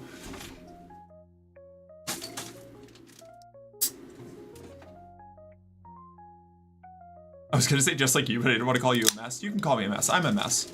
I'm self-admittedly a mess. I know, but we gotta delulu ourselves sometimes. That's valid. There was a Doctor Who episode, Time of the Rani. Was it good?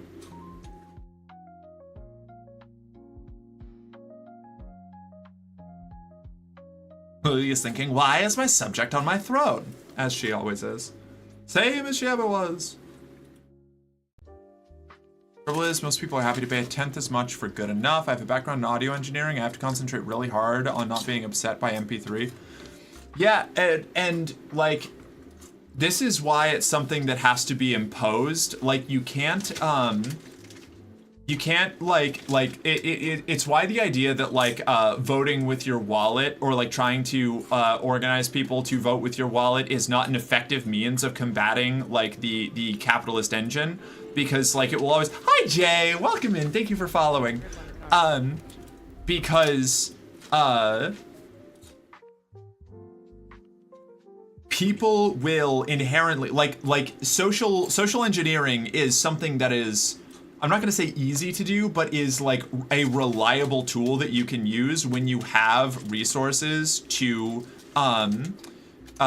devote to it. So like trying to spread like just like a word of mouth grassroots, like, oh, simply don't purchase things from the giant corporations, it doesn't really work, because one, even if you could convince a significant portion of people to do that, the like capital holders just change the system to where it is disproportionately difficult to avoid that. You can see it, one of the most like obvious ways that you can see it is with like food distribution and logistics companies, things like Cisco, who own and monopolize behind the scenes moving food from one place to another, so that restaurants all have to deal with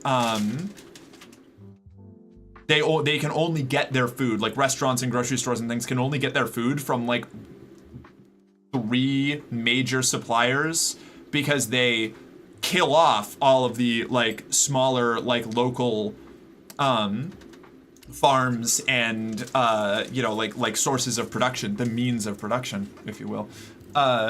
And so everybody then has to feed into these like big major things. So then no matter where you're buying from, whether it's like a small mom and pop shop or like a cafe or something, in a lot of places you are funneled into the illusion of being able to avoid these systems while still just buying right back into it again, unless you are going like driving like 50 miles to a local farmer's market to like specifically buy from local farmers there, where they're able to put things up like seasonally, and then you know it like the whole thing kind of breaks down, which is why a structured regulation of these things needs to actually happen. Like you there's only so much that you can do with just like individual action, which is kind of like a depressing thing, but it's why organization is important. You know, it's why working together is important. Yes, people as a whole lack self-control or a sense of connection between actions and distant results. Yes. So small numbers of people can be trusted to act on long-term plans and ethically source/acquire goods and services, but on a mass scale, technically impossible. Exactly. That's exactly what it is. You can get a bunch of people around you to all work together towards something if you're all dedicated to that objective, but if you're talking about like these mass systemic scale things, like it needs to be approached with a systemic response, not an individual one. It's a similar thing with like ecological issues. Why like regulation and like law and enforcement is an important way to handle it, because like you can't rely on, like you just cannot. Not like, oh, this isn't like a pessimistic look or anything. Like it is completely infeasible to just like get everybody, every individual human to change their behavior enough to counteract the kinds of like the mass scales of like waste and destructive practices that like our systems generate. Which is why it's important to talk about and like engage with those systems rather than trying to place everything on the like shoulders of individual people. This goes back to the monopoly monopsony thing I mentioned a few weeks back. Manufacturers face a monopsony when trying to sell their products. Retailers face a monopoly when trying to buy them. Yeah, exactly. Yes. Yeah. Cisco is a major food supplier, is raising the prices, hence why restaurants raise their prices. Yep. No, it's fucked up. Like the amount of like behind the scenes the logistics of running a society absolutely fascinate me, and the more I learned about them, the more I realized like how terrifying like the engine that keeps like at the very least, I mean it's the world economy at this point, but like the gears that grind behind the scenes of the like economic systems that we have are wild. If I remember correctly, there are 3 major food providers and 2 beverage providers in Las Vegas. All the casinos and most of the restaurants in the valley use them. Yeah. Not just that, it's also just a possibility issue for some. If you work 3 jobs and your income is just about poverty and you've got 2 kids, there's no time or money for ethically sourcing. Yes, exactly. Never mind the actual time needed to figure out what is ethical and where you can go, etc., which is also heavily meant to taxing, which is an ignored individual price that many people can't pay. No, precisely. Yeah, 100%. No, fully agree. Like, it's why the approach has to be systemic. It's why you have to go from, like, you have to attack the system, not the, not the individual people. Especially not poor people. Like, it's why I get so defensive whenever, like, it comes up with, like, if I don't know, whenever I run into people who fall into the trap of like talking about, oh, well, people on welfare are like taking advantage of the system or whatever. It's like, they have enough to worry about, man. Like, there's so many bigger fish to fry right now. Like, I just want them to live and have as good a time as possible, you know? Scott Alexander coined the term multipolar trap for things isomorphic to the prisoner's dilemma. The world is full of systems where individuals prosper by making decisions that are locally optimal but globally pessimal. And those are the ones that we instinctively make. Yeah, no, 100%. Yeah. I talked about it a bit previously about how local communities can be like internally like very altruistic, but any kind of change in like the conditions of that like local area can cause like those communities which internally are very altruistic to become externally hostile.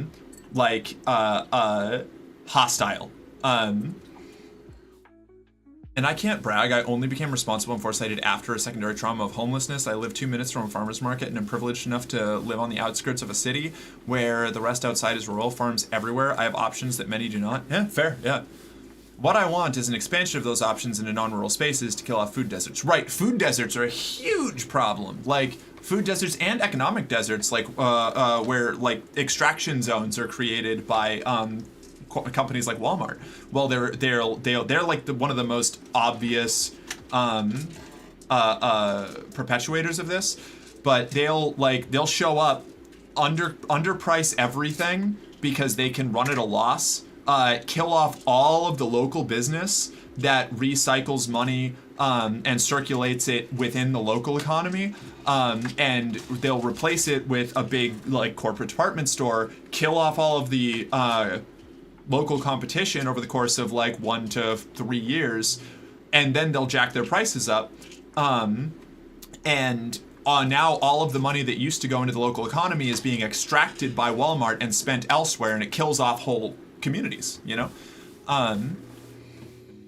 We end up in a situation where defectors prosper and cooperators die, so people throw their values under the bus in order to defect harder. To quote him, the process continues until all of the values that can be traded off have been. In other words, until human ingenuity cannot possibly figure out a way to make things any worse. Ooh, grisly. Why does the proletariat, the bigger of the classes, simply not eat the bourgeois, the smaller of the classes? Yes!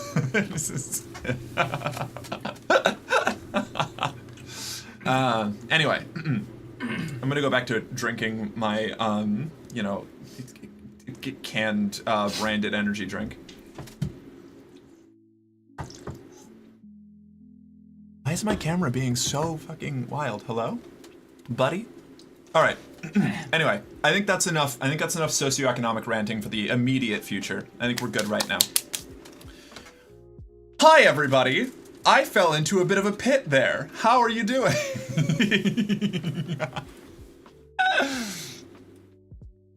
What's up? Hit me with your swerves. We got an hour left of stream. You can't hit me with the Riz face off camera. I'm gonna die. What do you mean? I'm better over here. What do you mean? I'm on my computer. I'm chilling. We'd probably need a bunch of nutrition supplements if we use the rich as a protein source. I'm not fomenting revolution. Look at my pretty face and a slightly more prominent chest, you know? Take a look at my thighs. Pay no attention to this. Get rizzed, idiot. Rizz her harder, no. The face could launch ships, my dear. Thank you, Jay. That's so nice. As one of the larger parts of myself that I've got like a lot of dysphoria about, that you know what? That's very sweet. Thank you. When it comes to allaying suspicion, you have nothing on cats. Human barbecue, Texas just St. Louis style. Discuss. I mean, we gotta try both, right?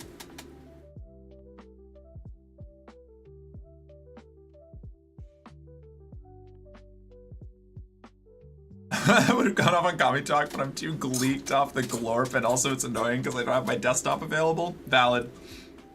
Don't worry, Song. We can spiral into that later. We can always get into a communist tailspin. Did I mention being vegetarian? You did. Valid. We'll get you some vegan options. some vegan eat the rich options. You can just have their gardens.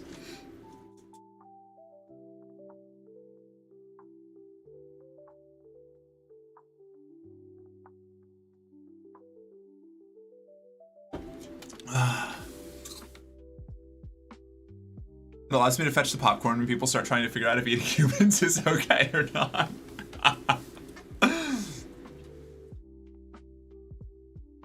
Wait, so if you're vegetarian, you won't eat the rich? Isn't that an ethical dilemma? No, you just use them to compost your garden. It's all the same stuff. If I don't have rich at home, is store-bought fine? It's better, actually. The rich at home can be turned towards the cause. Remember, any movement of the people requires collaborators from the capital holding class.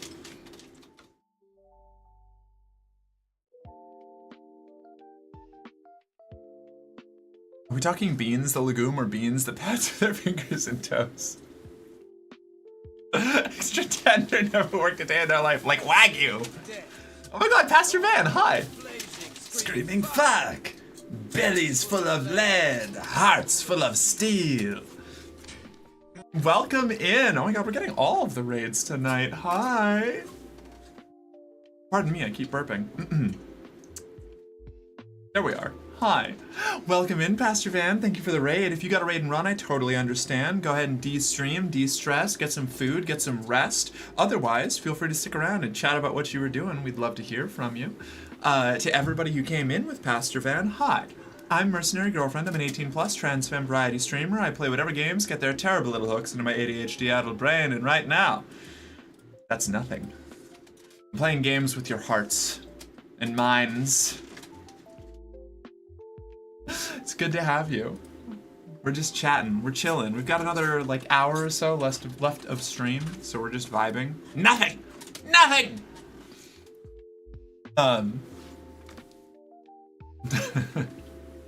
If you got any questions, if you want to know more about me, I grew up in an evangelical cult. I ran away with the Renaissance Fair.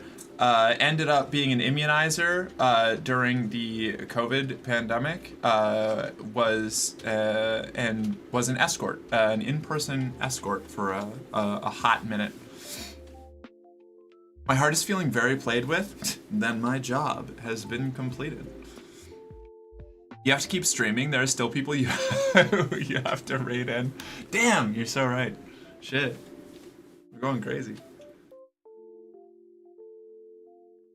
Government requires a mandate from the masses, not some watery tart. If I walked around saying I was king because some watery tart lobbed a scimitar at me, they'd commit me. I like hot minutes, me too. Completed? No. Keep going. Yeah? Alright. Interesting. I might have to do more just chatting streams in the near future. Just finished a driving stream. Now I have to go in and eat. I'll be lurking and listening till I get to sit at my desk. Hell yeah. Well, thank you very much. I appreciate it. I have to rewatch that movie. It's so good. I watched it so much. A moist in bed lobs a scimitar and now you're king? Yeah.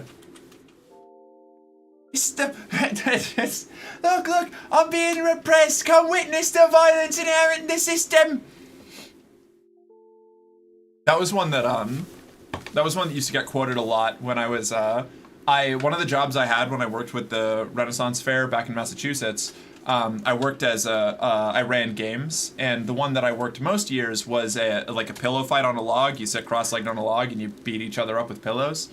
And that was a pretty consistent bit that me and my fellow games people would do. One of them would come over and like hit me with the pillow, and we'd just start doing the Monty Python bit.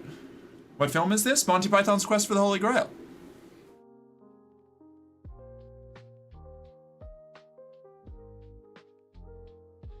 You got modded? Oh no.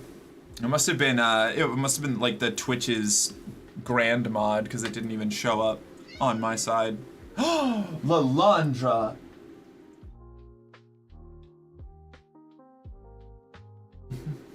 Fake British. Castle Anthrax.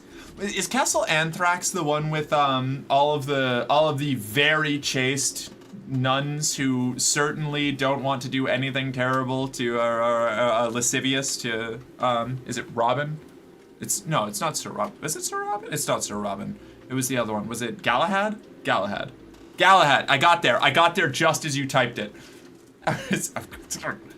Wedding talk? We did the wedding talk. Already.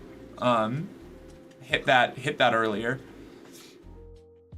We're but 8 score young blondes and brunettes, all between 16 and 19 and a half, cut off in this castle with no one to protect us. Yeah, that one. Yeah.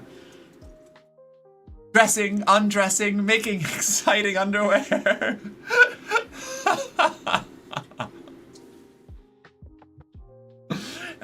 Christ. I married her for her huge tracts of land. Great, they had the grail-shaped light, didn't they? They had the grail-shaped light, didn't they? Oh god, I love that movie. Wicked, naughty Zoot lit it.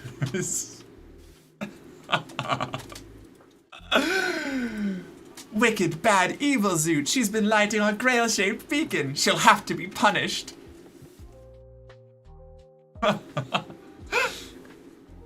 I have a job interview at a nearby elder care facility tomorrow. Should I wear my furry tail and cat ears?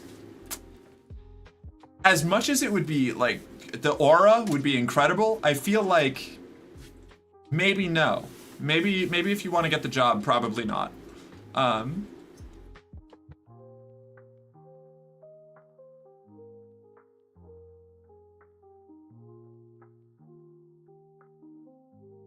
Runs? Why are you running? What did I... Oh no. Oh no, Amoya. Did I scare you off? Yeah. It's always rewatchable too. Holy Grail's one of the best movies. It's so fucking good. It's like timeless. Timeless classic.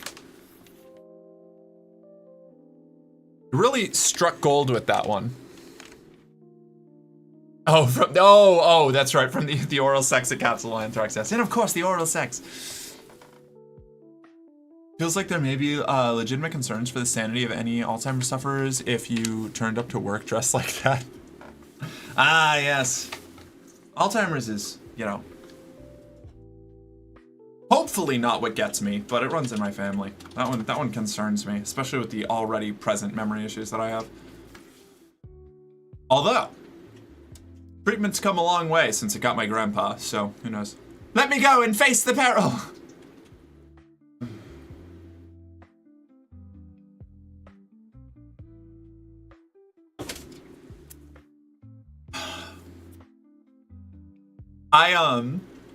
I was young enough. The first time I watched Monty Python and the Holy Grail, I was young enough that I didn't get the Castle Anthrax bit at all. I didn't understand it. I didn't, like, it did not click in my brain. I was like, I don't understand. They all seem so nice. Why is he so scared of them?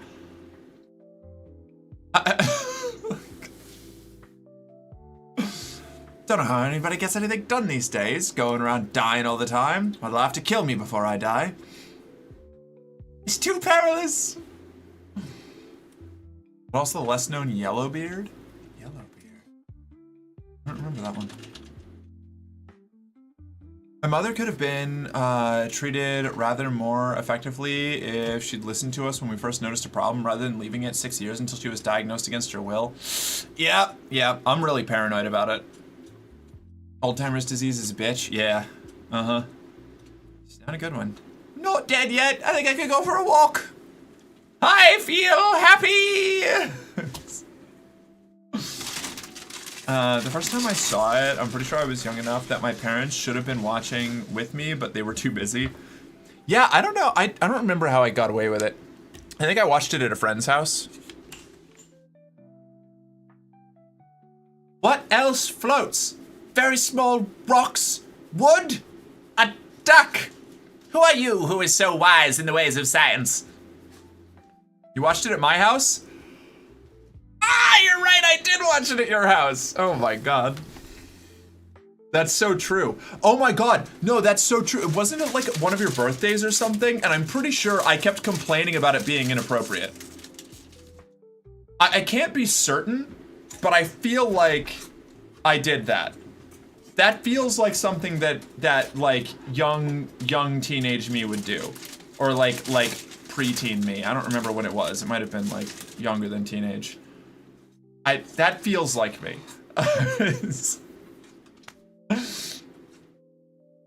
No, you didn't. It was Scotty who was complaining. Scotty! Oh my God, you're right. It was Scotty who was complaining. Holy shit. Your childhood friends? Yeah, Blacklight is my oldest friend, in fact. I've known him since I was 3 years old. We met on the floor of a Burger King.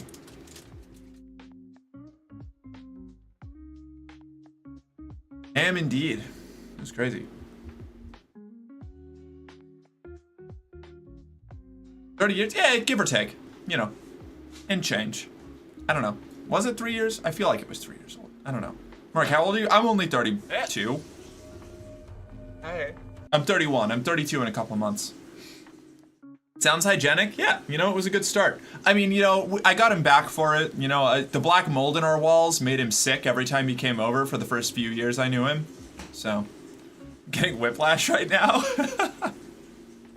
I don't like change, so I chose a best friend ASAP. Yeah, he just picked me up as quick as he could. I'm gonna turn the overhead light on real quick because it's getting dark faster than usual. I thought you were like 25? No, I didn't even start transitioning until I was 27. Ah! Fucking destroyed everything. Okay, here we go. How's that? That's a little better. Can't believe you're older than me? I know, right? I look great. It's the estrogen.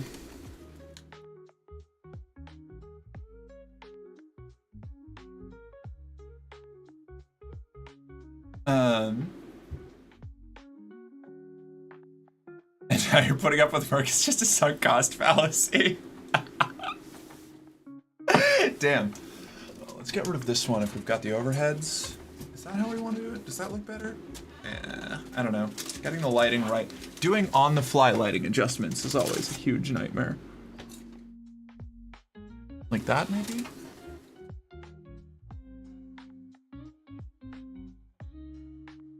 It's odd, but it'll work for now.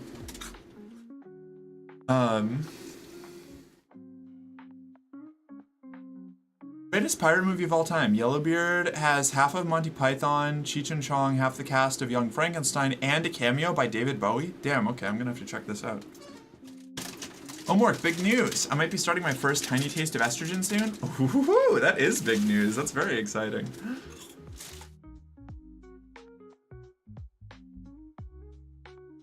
Imagine transitioning late in life, Lixoe. Hey, you know what? It's never too late. You know, the best time to start your transition is 10 years ago. The second best time is today.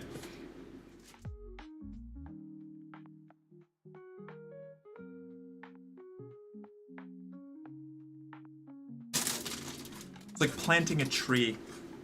God, the light feels weird. This lighting feels weird. I don't think I like this. I'm gonna change it again.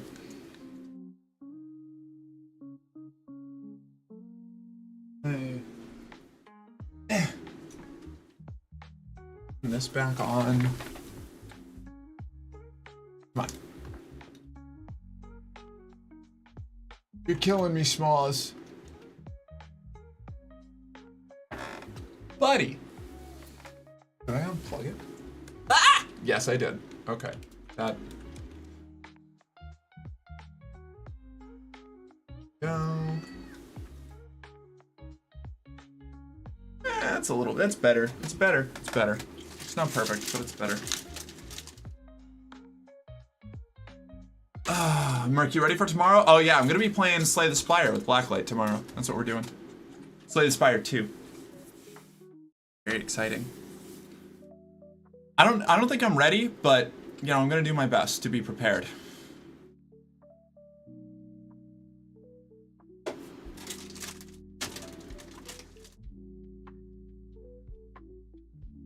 Must be the lack of estrogen. No, it's crazy. Have you ever? Oh god. Okay, this still feels a little too bright now. That? Sure. Why does the spire need to be slain? Because it's evil. Simple as.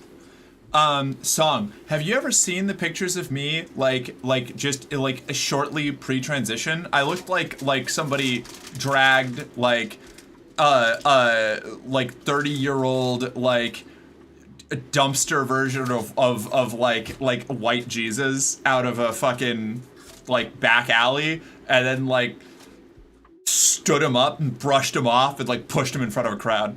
It was wild. It was fucking nuts.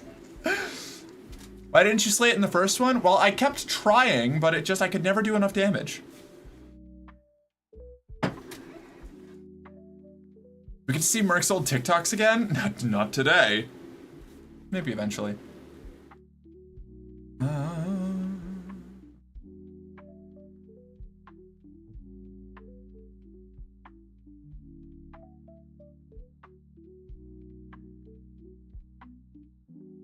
Breast implants are actually giant E-pills. Getting married? Are we doing a marriage? I just came from one wedding. I need more. Oh, they're talking about the wedding last weekend. Yeah. Yeah, that was wild. That was a wild ride. We already went over that today, though, so we're not doing that story again.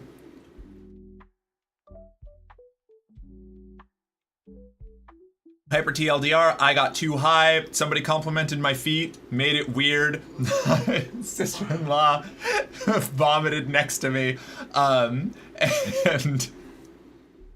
And I just zoned out on a couch while main character plot lines played out around me. Forgot about the sandstorms.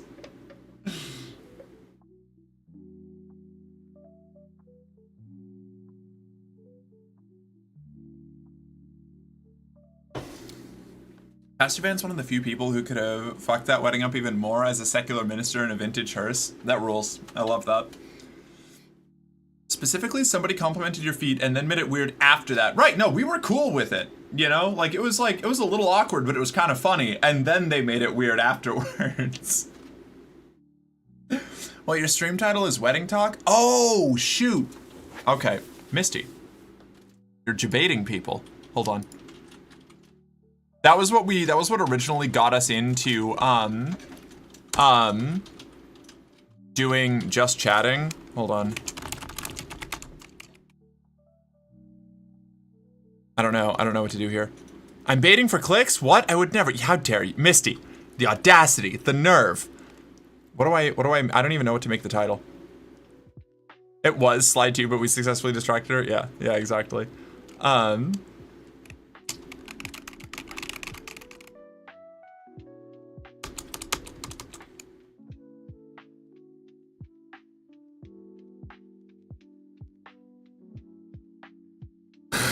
Thanks, Moya. I'm gonna do that.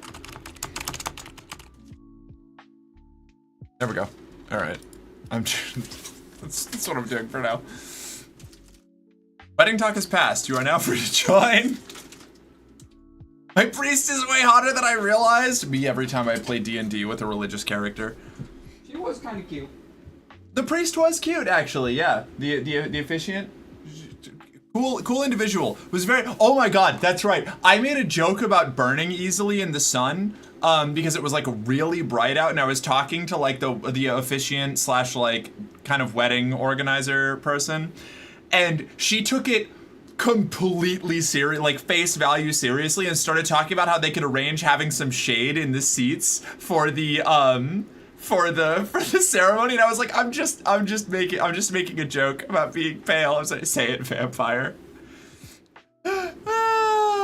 Wait, who's voice number 2? That's my partner, Faith. She's just off screen usually.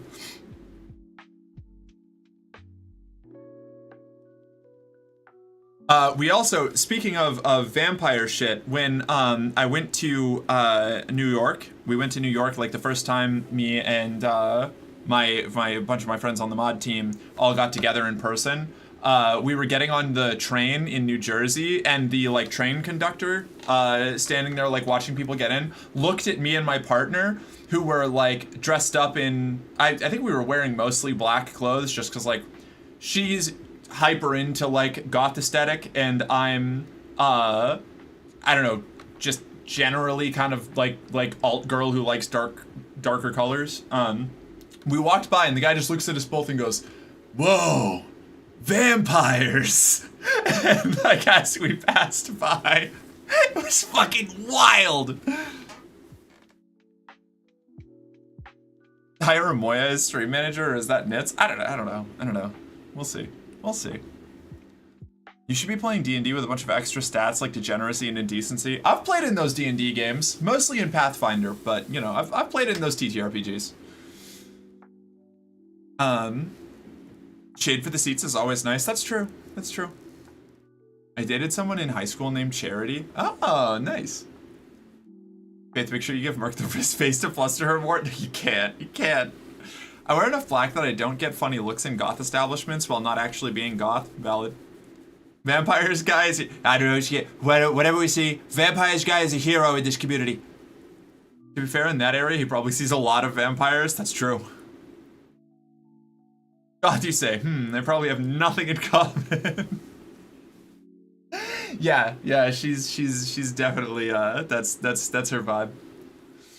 She is the hot goth GF. Awkward memory, scout camp when I was like junior high age. The guy was the Catholic junior lay clergy, was insanely hot. I remember thinking, I know people get warned about this situation, but I'm thinking it might not be as bad as described. Oh no! Morg is in the market for a used hearse. I can't afford to get my Toyota Camry should probably be classified as a used hearse because of how likely it is to be a rolling coffin. And I can't afford to fix that. You know, I'd love to drive a used hearse. It would be really cool. I don't have that kind of money though. You kidding me? I convert this twink to a poly-M femboy. I call my Subaru the she hearse. That's good. That's fantastic. The fuel economy though? You know, if there wasn't a hole in the gas tank, it would be pretty all right. Which I didn't discover that there was a hole in the gas tank until I was in Nevada on my Massachusetts to California cross-country drive to get here when I was moving in with Faith initially. What? Look. But I just, every now and then you get casual Merclore drops, you know, and they just, I forget how insane my life is sometimes. Merc, keep the Camry. If you can't afford to fix it, you can't afford gas for a 21-foot long, 6,000-pound Cadillac. Yeah, exactly. No, I absolutely cannot. You just gotta pay attention. Yeah. Okay, but if there's no hole in your gas tank, how will you get gas in there? Think, Mark!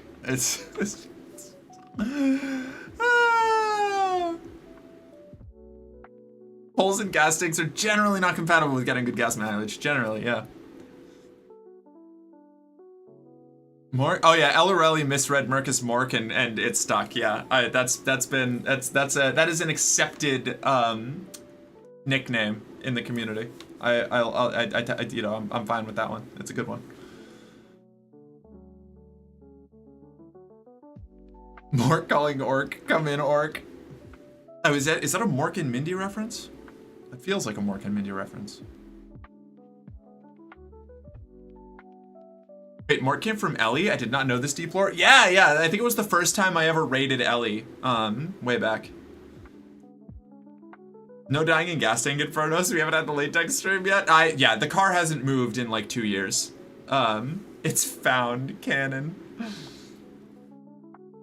I call my RAV4 the lesbian mobile because that has so much storage for moving across the continent. That is nice. Yeah, Mork and Mindy. Nice. Hell yeah. Morcanary Goral form. There's also, Cat does Morky with a K-I, which is the 40K orc name that I have, you know? Nanu. A mate of mine has all of the Mork and Mindy downloaded. I used to watch, I haven't seen a ton of Mork and Mindy, but Mork and Mindy was one of those like old TV shows that I watched before I had cable kind of deals, or like when, you know, there weren't any cartoons on anymore because it was late and I didn't want to go to bed yet.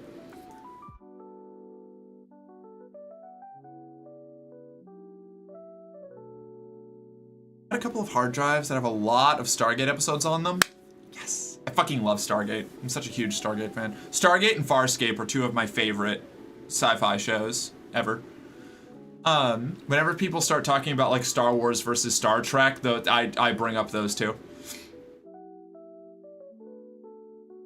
I really need to queue up a project to recover those episodes, assuming the drives still work. Yeah, damn, yeah. I found Mork and Mindy a little lowbrow. I am lowbrow. I'm lowbrow. I'm not afraid to admit that I'm lowbrow, you know? I can indulge in both. I walk between the worlds, okay? I can find a lot of joy in a lot of more sophisticated media. I also am not above laughing at a fart joke. It's not necessarily like the thing that I want to be consuming all the time, but it's funny, you know? I'm lowbrow. She spans the genres, chat. I do. It's true. Merc's a brow walker. I scale the brow from low to high and back to low. I think being a theater kid and learning that Shakespeare is a bunch of body sex and fart jokes half the time really like changed the way that I look at media in general. Because like so many people hold, or at least, you know, when I was growing up, held it as like high art, which it kind of is now in a lot of like culturally the way that it's regarded, but like you look at it in the context of the time, especially when it's performed like in original pronunciation, and it's very lowbrow. It's well written, but it's lowbrow, deeply like made for the common folk, real salt of the land comedy shit, you know. We used to call them reruns. Now with streaming, it's re-binging. But yeah, that kind of like shattered the illusions that I had about like high class versus low class art. I just watched Stargate last year and I'm extremely surprised we haven't gotten a good game in that world. Yeah, I don't know. Stargate has like a really strange, like inconsistent popularity, I guess, or like cultural relevance, I suppose. It kind of like, it's really popular, but it's never like broken through into the kind of popularity that it needed to really franchise out beyond like being a recurring TV show. I don't know, it's odd. To be fair, you're such a bottom, there's very little you're above. And that's the way I like it. If I am above people, I want to be dragged down from my high horse, you know? I need to be pulled off my throne and bound to its base. Not wanting to consume farts all the time is a very understandable behavior. Fuck. Alright, Mark, I tried to send you a wee. A wee? Wee? Were you taught about the gender subversion of Shakespeare? Elaborate more, maybe. A Stargate game would go so hard, it'd be really cool. Is normal set in face down lurker mode? Hey 99th King, how you doing? It's good to see you. There was a Stargate MMO briefly, it died off very quick. It's tragic. Back during the MMO boom, where there were just like MMOs about everything. We talking about Stargate? We sure are talking about Stargate. At least a little bit, tangentially. It's in the area. It's orbiting the conversation, you know? It's kind of swinging around. It's on one of those big abnormal elliptical orbits. Sometimes it's far away, sometimes it's close, but Stargate never leaves this channel completely. I'm a big Stargate fan. I had a wonderful time in London at the rebuilt version of Shakespeare's Theatre in the Round, the Globe Theatre. It's gorgeous. I can imagine. I would love to go there. Omric, I tried to send you a lewd comic, but Discord said explicit stuff is not allowed in this conversation. Is this something you set, which is totally fine and I will respect it, or is it Discord being an ass? I have it set to, if I'm not friends with people, I can't have explicit stuff sent to me, because I, used to get a lot of unsolicited dick pics. So I don't know, if we aren't friends on Discord, then that's probably why. Which is entirely possible. I don't really send out friend requests on Discord. I just kind of like accept them as they come in usually. If I like know the person. Are your dreams like this? Yeah, you know, they can be. David Hewlett streams on Twitch, Stargate actor. I've been in a couple of his streams in his I think he was playing Arc Raiders. He seems cool. I want to fly a Death Glider. The Death Gliders are so fucking cool, dude. I also, Stargate was kind of my first run-in with real, like, humanity fuck yeah content, you know? Where it's like, I remember, it's cheesy, it's kind of hacky, it's very, like, very rah-rah, like, human military shit, but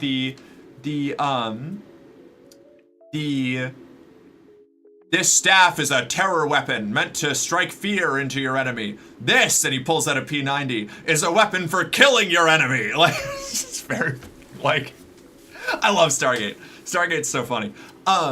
Actually, fun fact about, like, fun little thing about Faith's dad. Faith's dad looks shockingly similar to, Commander O'Neill from the Stargate TV series, especially when he's out on their property with like the sunglasses. He wears his cargo pants and stuff. It's great. Yeah, no, for real. Like, it's crazy. It's wild. It is wild.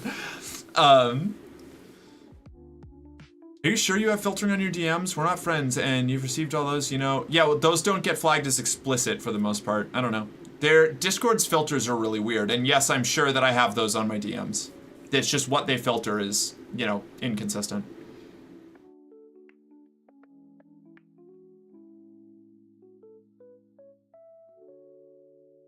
The P90s, I know, right? Stargate was one of my first realizations that I was trans. I saw Raw and I was like, damn, I wish I was a girl like her. Him? Her? Right? Yeah, that's fair. I always really liked, like, this is one of those, like, there were never any signs moments. My favorite characters that I related to that were men pretty much always wore masks and had, like, a very depersonalized or, like depersonalized aspects where they were, like, a persona more than a person. Or they had some sort of like monster side or like curse afflicting them. And my favorite characters were always shapeshifters or you know, characters like that were like men stuck in women's bodies or acted as both like men and women over the course of like a series or things. Having grown up in like the late 90s and early 2000s, like you didn't actually get trans representation, so those were always like androgynous anti-heroes. Yeah, exactly. Those were always who I was drawn to, and like it made a lot of sense after the fact, like after I realized it was either that or like the most generic like good boy like twink character possible. And this is going to sound like character assassination, but like Prince Ashitaka from like Princess Mononoke, he counted. I liked San more, and I liked Lady Eboshi the best because she's a problematic queen and I adore her. But you know, that kind of that you know, those kind of characters.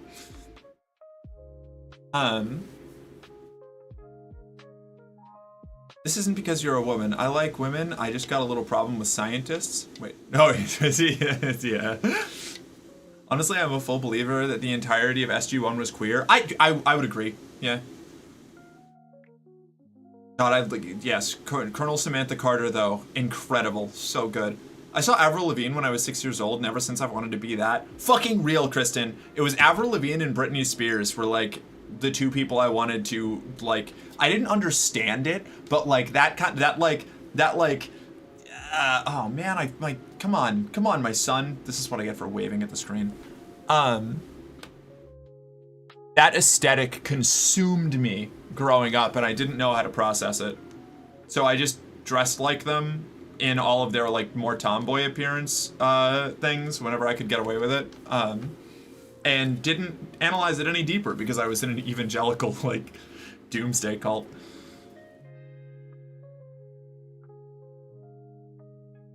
I have a new and recent thing for Destiny on the Sandman. I haven't seen that. I'm gonna have to take a peek. Like, Sam's extremely bisexual. I would believe that, 100%. How did you feel about Animorphs? Never read it. Never read Animorphs. The covers freaked me out a little bit.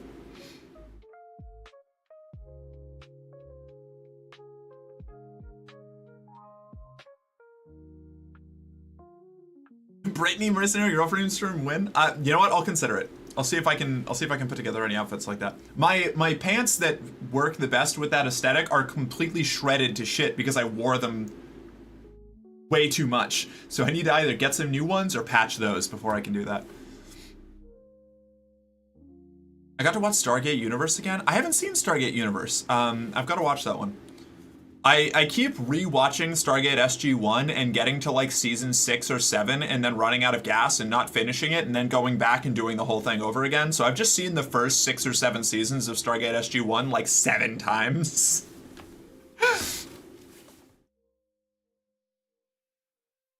Hard to compare. All I know is when Star Blazers was released in the US, the VA for the leader of the Gamelon Empire really voiced the villain in a gay-coded way, and I had one of those youthful moments where I was like, why do I like this so much? Valid.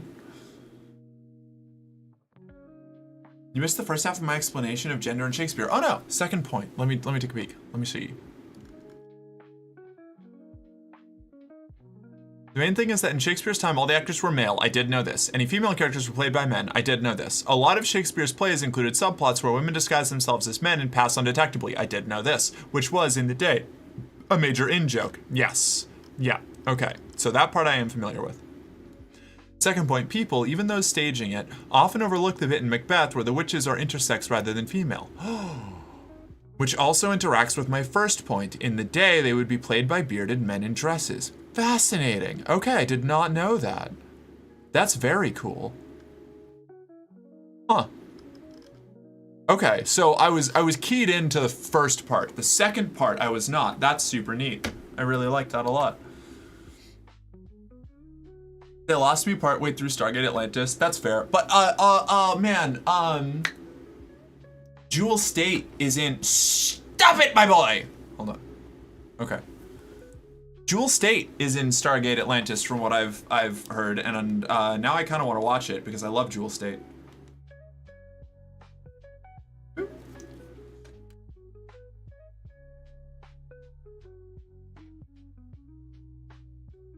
I said Destiny, I meant Desire. Oh no! The Netflix description for The Sandman is, guess what? Terrible. Okay, that's fair. Show is pretty decent in my opinion. Desire of the Endless is played by Mason Alexander Park. Okay. She is, and she's really hot. Hard agree. Yeah. Talking about Jewel State. Yeah. Definitely makes it hard for me to stay mostly straight. You know, you don't have to. I know you know that. I'm just being snarky. Loved Atlantis. We'll name it later. The relevant sentence is, you should be women, and yet your beards forbid me to interpret that you are so. Damn. Cold-blooded.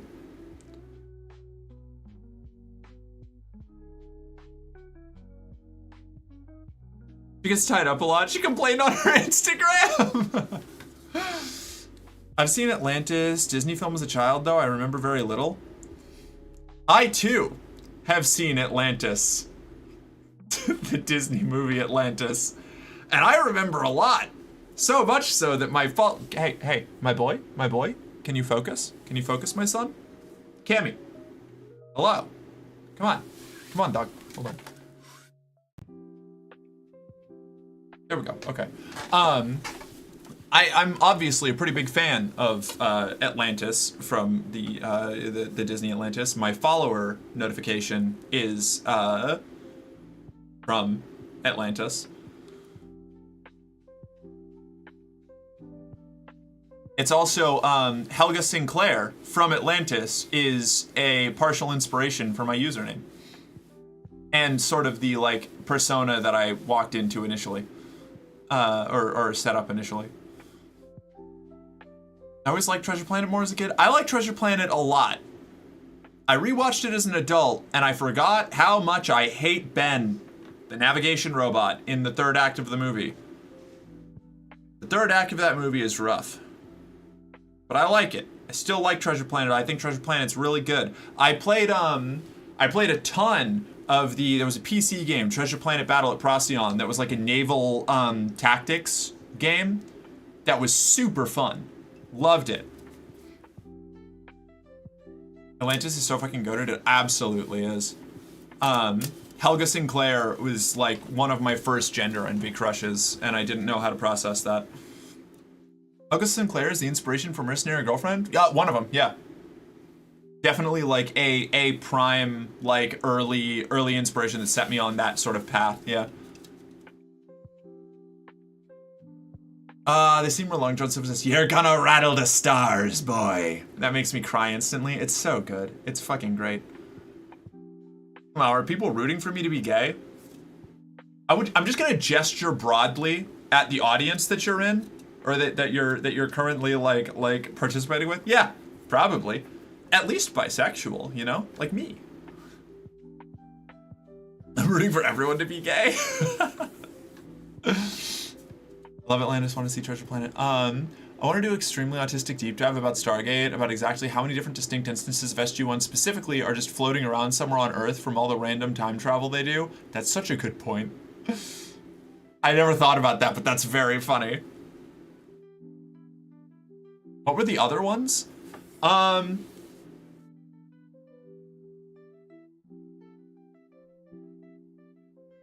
You know, I used to have, this is one of those things where like somebody asks you your favorite movie and you forget every movie that you've ever seen. Helga Sinclair was definitely like the immediate, Sun Lecter chat, yeah. That was like the first like I looked at that character and I was like, hell yeah, want to do that. A couple of Bond girls, like that sort of like general femme fatale, like spy movie aesthetic, was kind of like part of what I was thinking of. It really was just like sort of the femme fatale archetype, but then making, you know, it into the bit about being an escort as well. And Helga Sinclair was like the one that had been with me the longest in my like mental conception. Did you know Battle at Procyon was taken off the Steam store recently? Some BS about the music license expiring? No! What? Oh man, I hope I have it. I should rewatch Atlantis. You should rewatch Atlantis. It's very good. I like Atlantis a lot.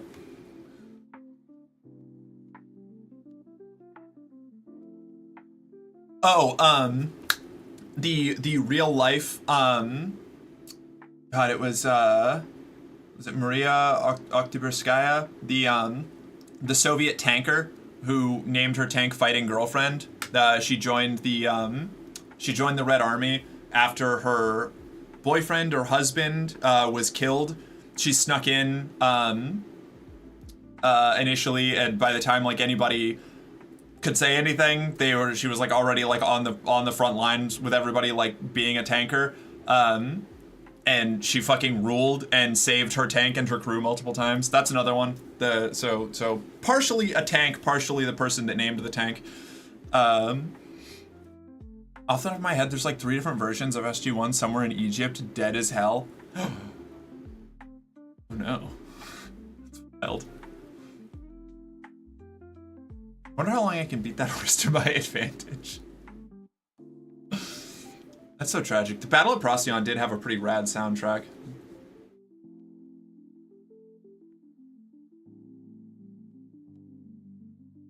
For the stream, everyone, I'm off to Sheets for a tasty wrap.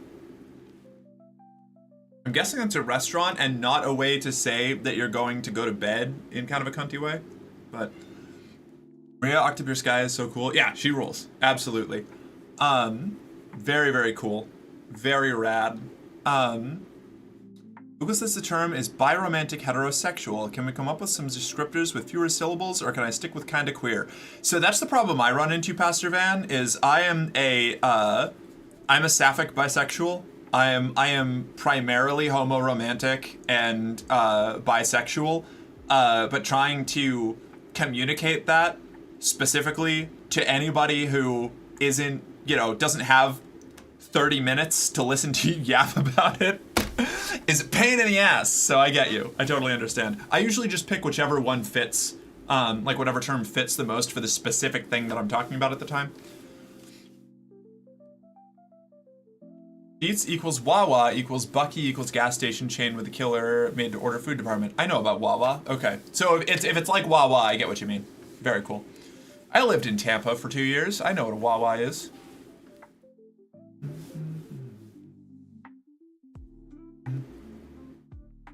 All I heard were words. Please explain. Okay, so sapphic bisexual is generally the quickest way I can accurately describe it.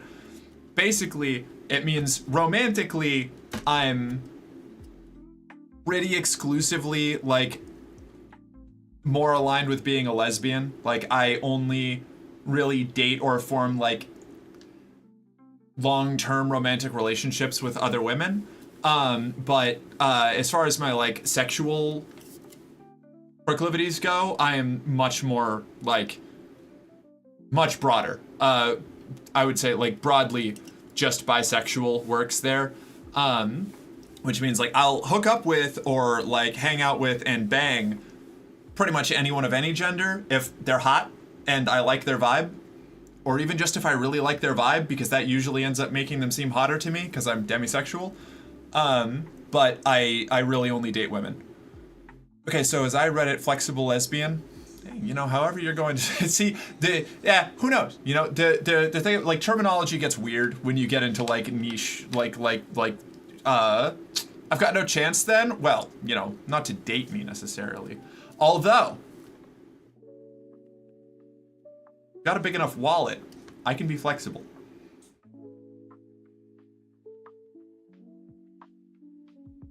Not to date, but yeah.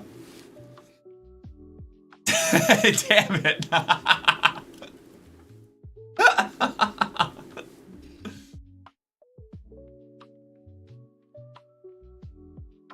To be fair though, most of that stuff doesn't matter until someone is getting interested in putting X in Y or A in B, etc. Yeah, precisely, yeah. It's one of those like third or fourth date conversations. You know, I don't generally bring it up too far because it's like, you know, unfortunately, like many people, my sexuality doesn't fit into a neat little box all the time. So you kind of just have to pick whichever box is closest for the conversation that you're having. If you're kind of glancing off of it. I tend to identify as sapiosexual, though that's not quite correct. I'm turned on by people who are good at things. Interesting. Okay, neat. Sounds like a bit, but I generally do want to deep dive on this, but the exact mechanics of Stargate are kind of stupid because their time travel storylines were not accounted for when making the show. That's so funny.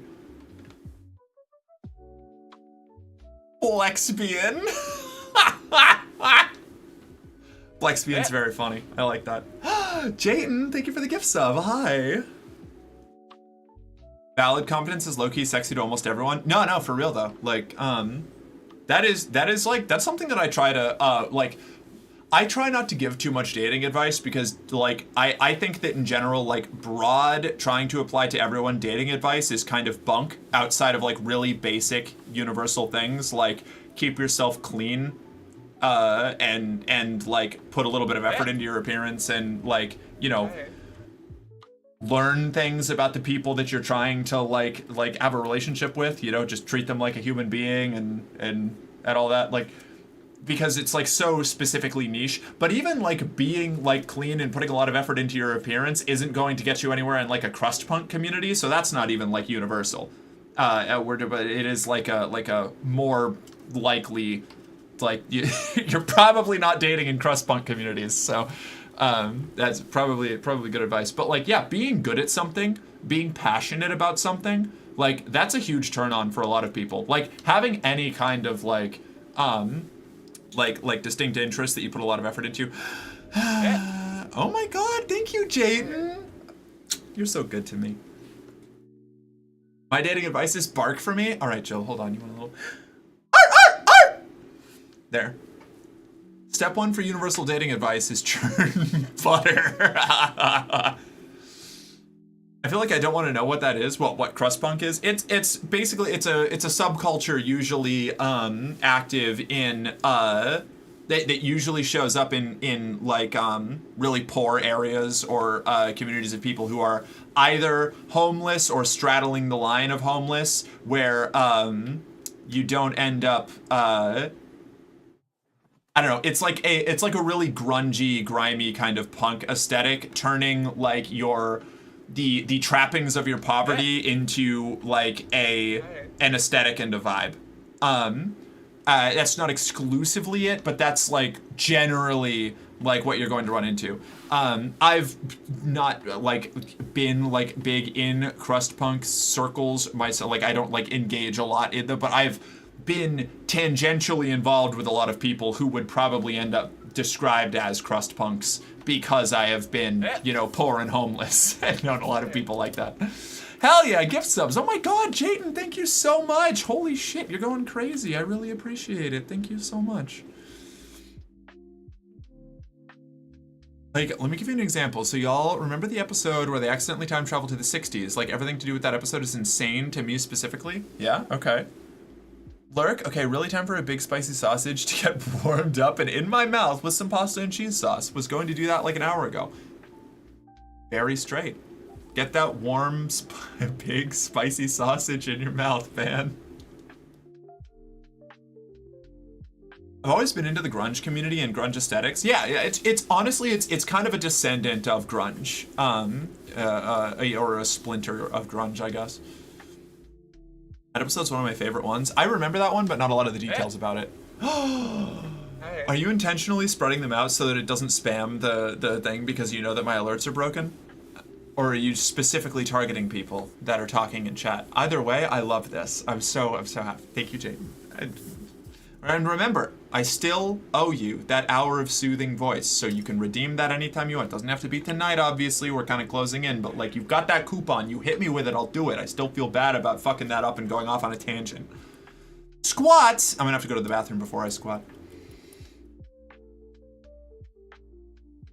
I recently found I'm rather demisexual, as much of my attraction to other women was gender envy and dissipated after I transitioned. I'm not really attracted to people until I get to know them and like them as friends. This is made ever so slightly confusing by the fact that I'm also hypersexual and primarily communicate my love through physical touch, which I reserve exclusively for people I have pre-clearance to be intimate with. Yeah, I get you. No, I understand a pretty decent chunk of that. I'm not the same, but I definitely have a lot of crossover in how I operate, you know? I totally misheard crust punk as trust fund and it put a totally different spin on it. These are targeted subs. It says they're being gifted to the community if they're random. Ah, okay, noted. Thanks for the chat tonight. Have a great weekend, everyone. Of course, Jayden. Thank you for being here. I really appreciate it. I'm so glad to see you again. I just want to be hugged. Hey, that's valid. All right, I'm gonna run to the bathroom, then I'll do my squats, and then I'll decide whether I'm going for a little longer or wrapping up soon. No. Oh.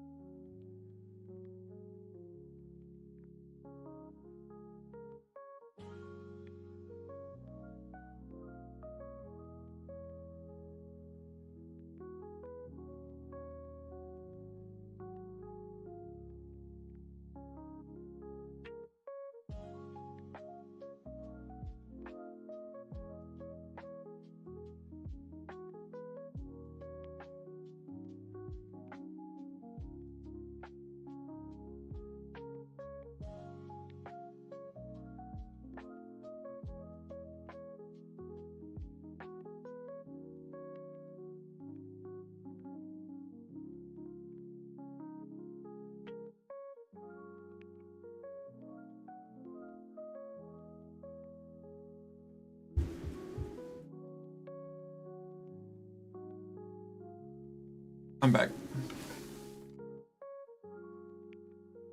What did I do? Okay. Being cynical, I assume that was a commercial attraction. Not a. Wait, hold on. What did I do? That's a good girl. On your knees for me.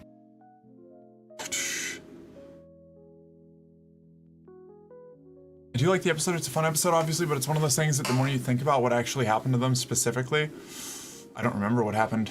I'm gonna have to rewatch that one. As I mentioned in the cut, oh, we're all out of snoozes. Darn.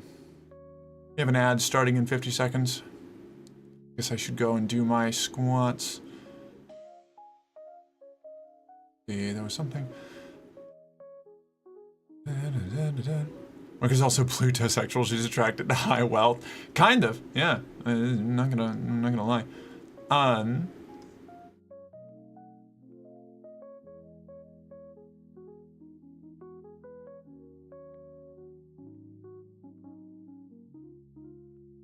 Mention in the car though, if I were flexible enough, no one would ever see me again and my preferences wouldn't matter anyway.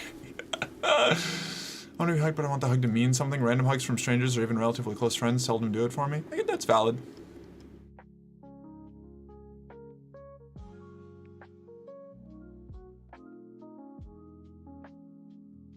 Being cynical, I assumed that was a commercial attraction, not a romantic sexual one. Oh no.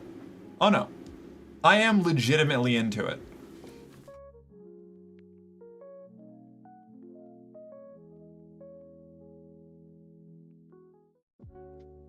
Try to do squats, so I think I'm gonna like on here, maybe. Hold on.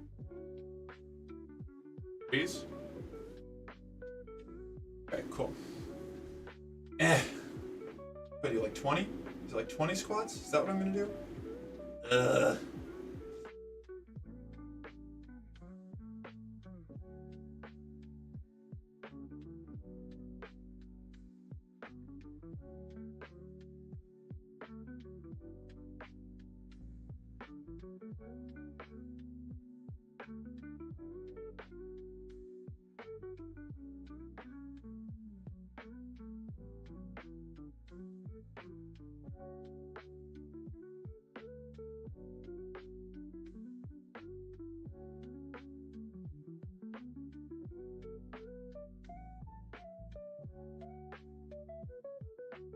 There, perfect. All right, all set.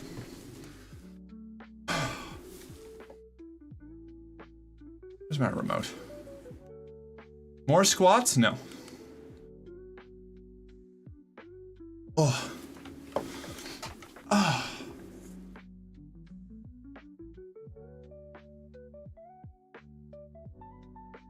Obviously, the version we see in the movie or in the episode is a time loop. Whew. But they don't establish how the loop got set up and what happened to the Stargate 1 teams that either fucked up the loops or were from before the loop got set up. Uh-oh. That's a good point. Add a few time loops things. Right, the time loop one, okay. Those trousers are green, aren't they? It's not just to trick the lighting. No, they're green. Yeah, they're green.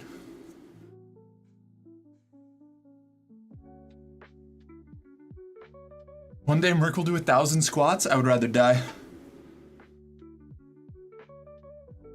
I wonder how many total squats you've done so far on stream? Oh god, I don't know. It's outrageous. I only counted 2. Shut up. Quiet, quiet you! Alright, I'm probably gonna wrap up in a minute here. So we're like the 4.5 hour mark. We'll give it another 5-10 minutes. Press ups now? No. And also go fuck yourself. Hi, hey Trash Panda, what's up? Hey Mark, what's up, Misty? Am I in trouble? What did I do? You did a lovely stream? Thank you. I appreciate that. Shadow is too big. Burpees redeem win? Never. Never, not gonna happen. Never, not once. Nope, nope, nope. Honestly, at this point, I'm gonna try and find, like, leg workouts that aren't squats, if I can. Am I in trouble? Fucking every time. I can't help it. I don't know, you know? How much money do I need to stuff in your bra to see you split a watermelon with your thighs? We'll revisit that. I'll get a price once I'm confident that I can do it. I do have to go though, but yell at me soon, please. Of course. I'll catch you around, Misty. Self-affirmation for me?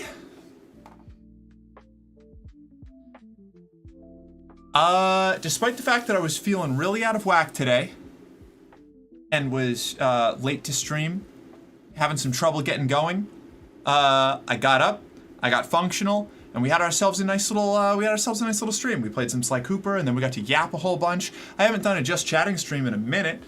And while I didn't originally plan to, you know, we ended up doing it, and it's been fun. It's been a good time. So that's my self-affirmation. Good for me. I have a list of exercises for you whenever you'd like. Interesting. After hours stream? Yeah, we're rolling right into after hours right now.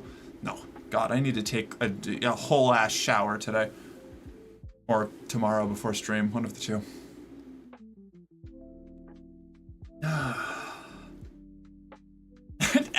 shower. Body shower, big body shower. I'm going to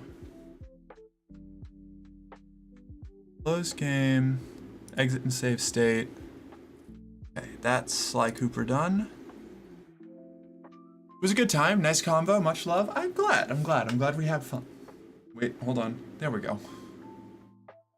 Yeah, it's not, hold on, wait. There, perfect, ideal.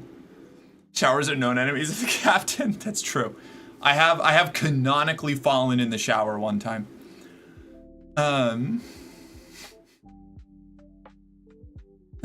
Let's find somebody to raid.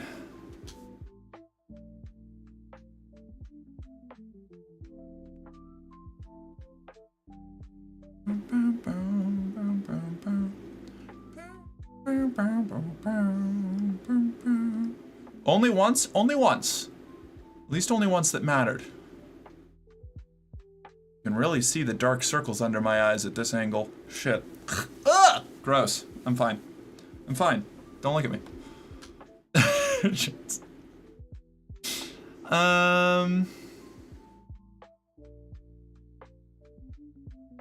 Oh, who have we got? Who am I following that we could go right into? Got a lot of people kicking around. I don't know. We could do Blossom. Blossom is live.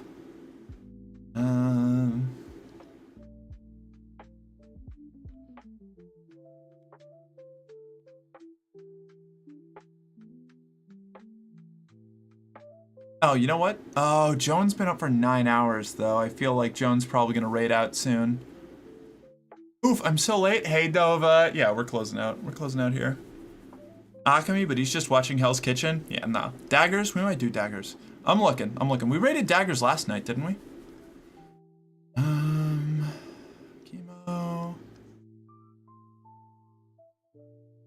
How was the stream? It was good. We played Sly Cooper 2 for a little bit, and then I got distracted into a Just Chatting stream. I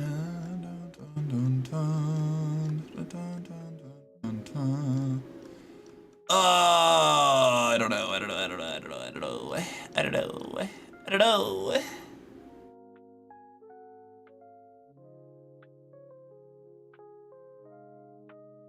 Purple Wine Tales is live.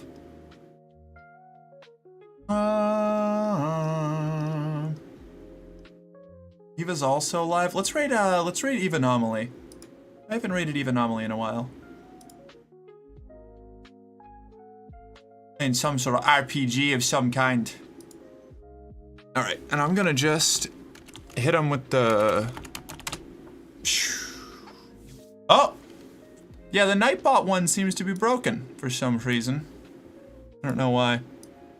Deploy works, though. Alright, everybody. Thank you all so much for being here. I really appreciate you. Remember, whether you're a regular chatter, a lurker, a monetary contributor, or somebody who just swings by every now and then, whether you're a regular or a distant orbiter, I appreciate every single one of you. Your presence always means something here, and the fact that I get to keep doing this is entirely because of all of you, and I really appreciate that. So thank you all so much, and we'll see you tomorrow. Gonna play some Slay the Spire 2 with Blacklight, and I don't know. There's a chance that he goes to bed early, so maybe we'll chat for the end again or something. Who knows? We'll see where the night takes us. Bye!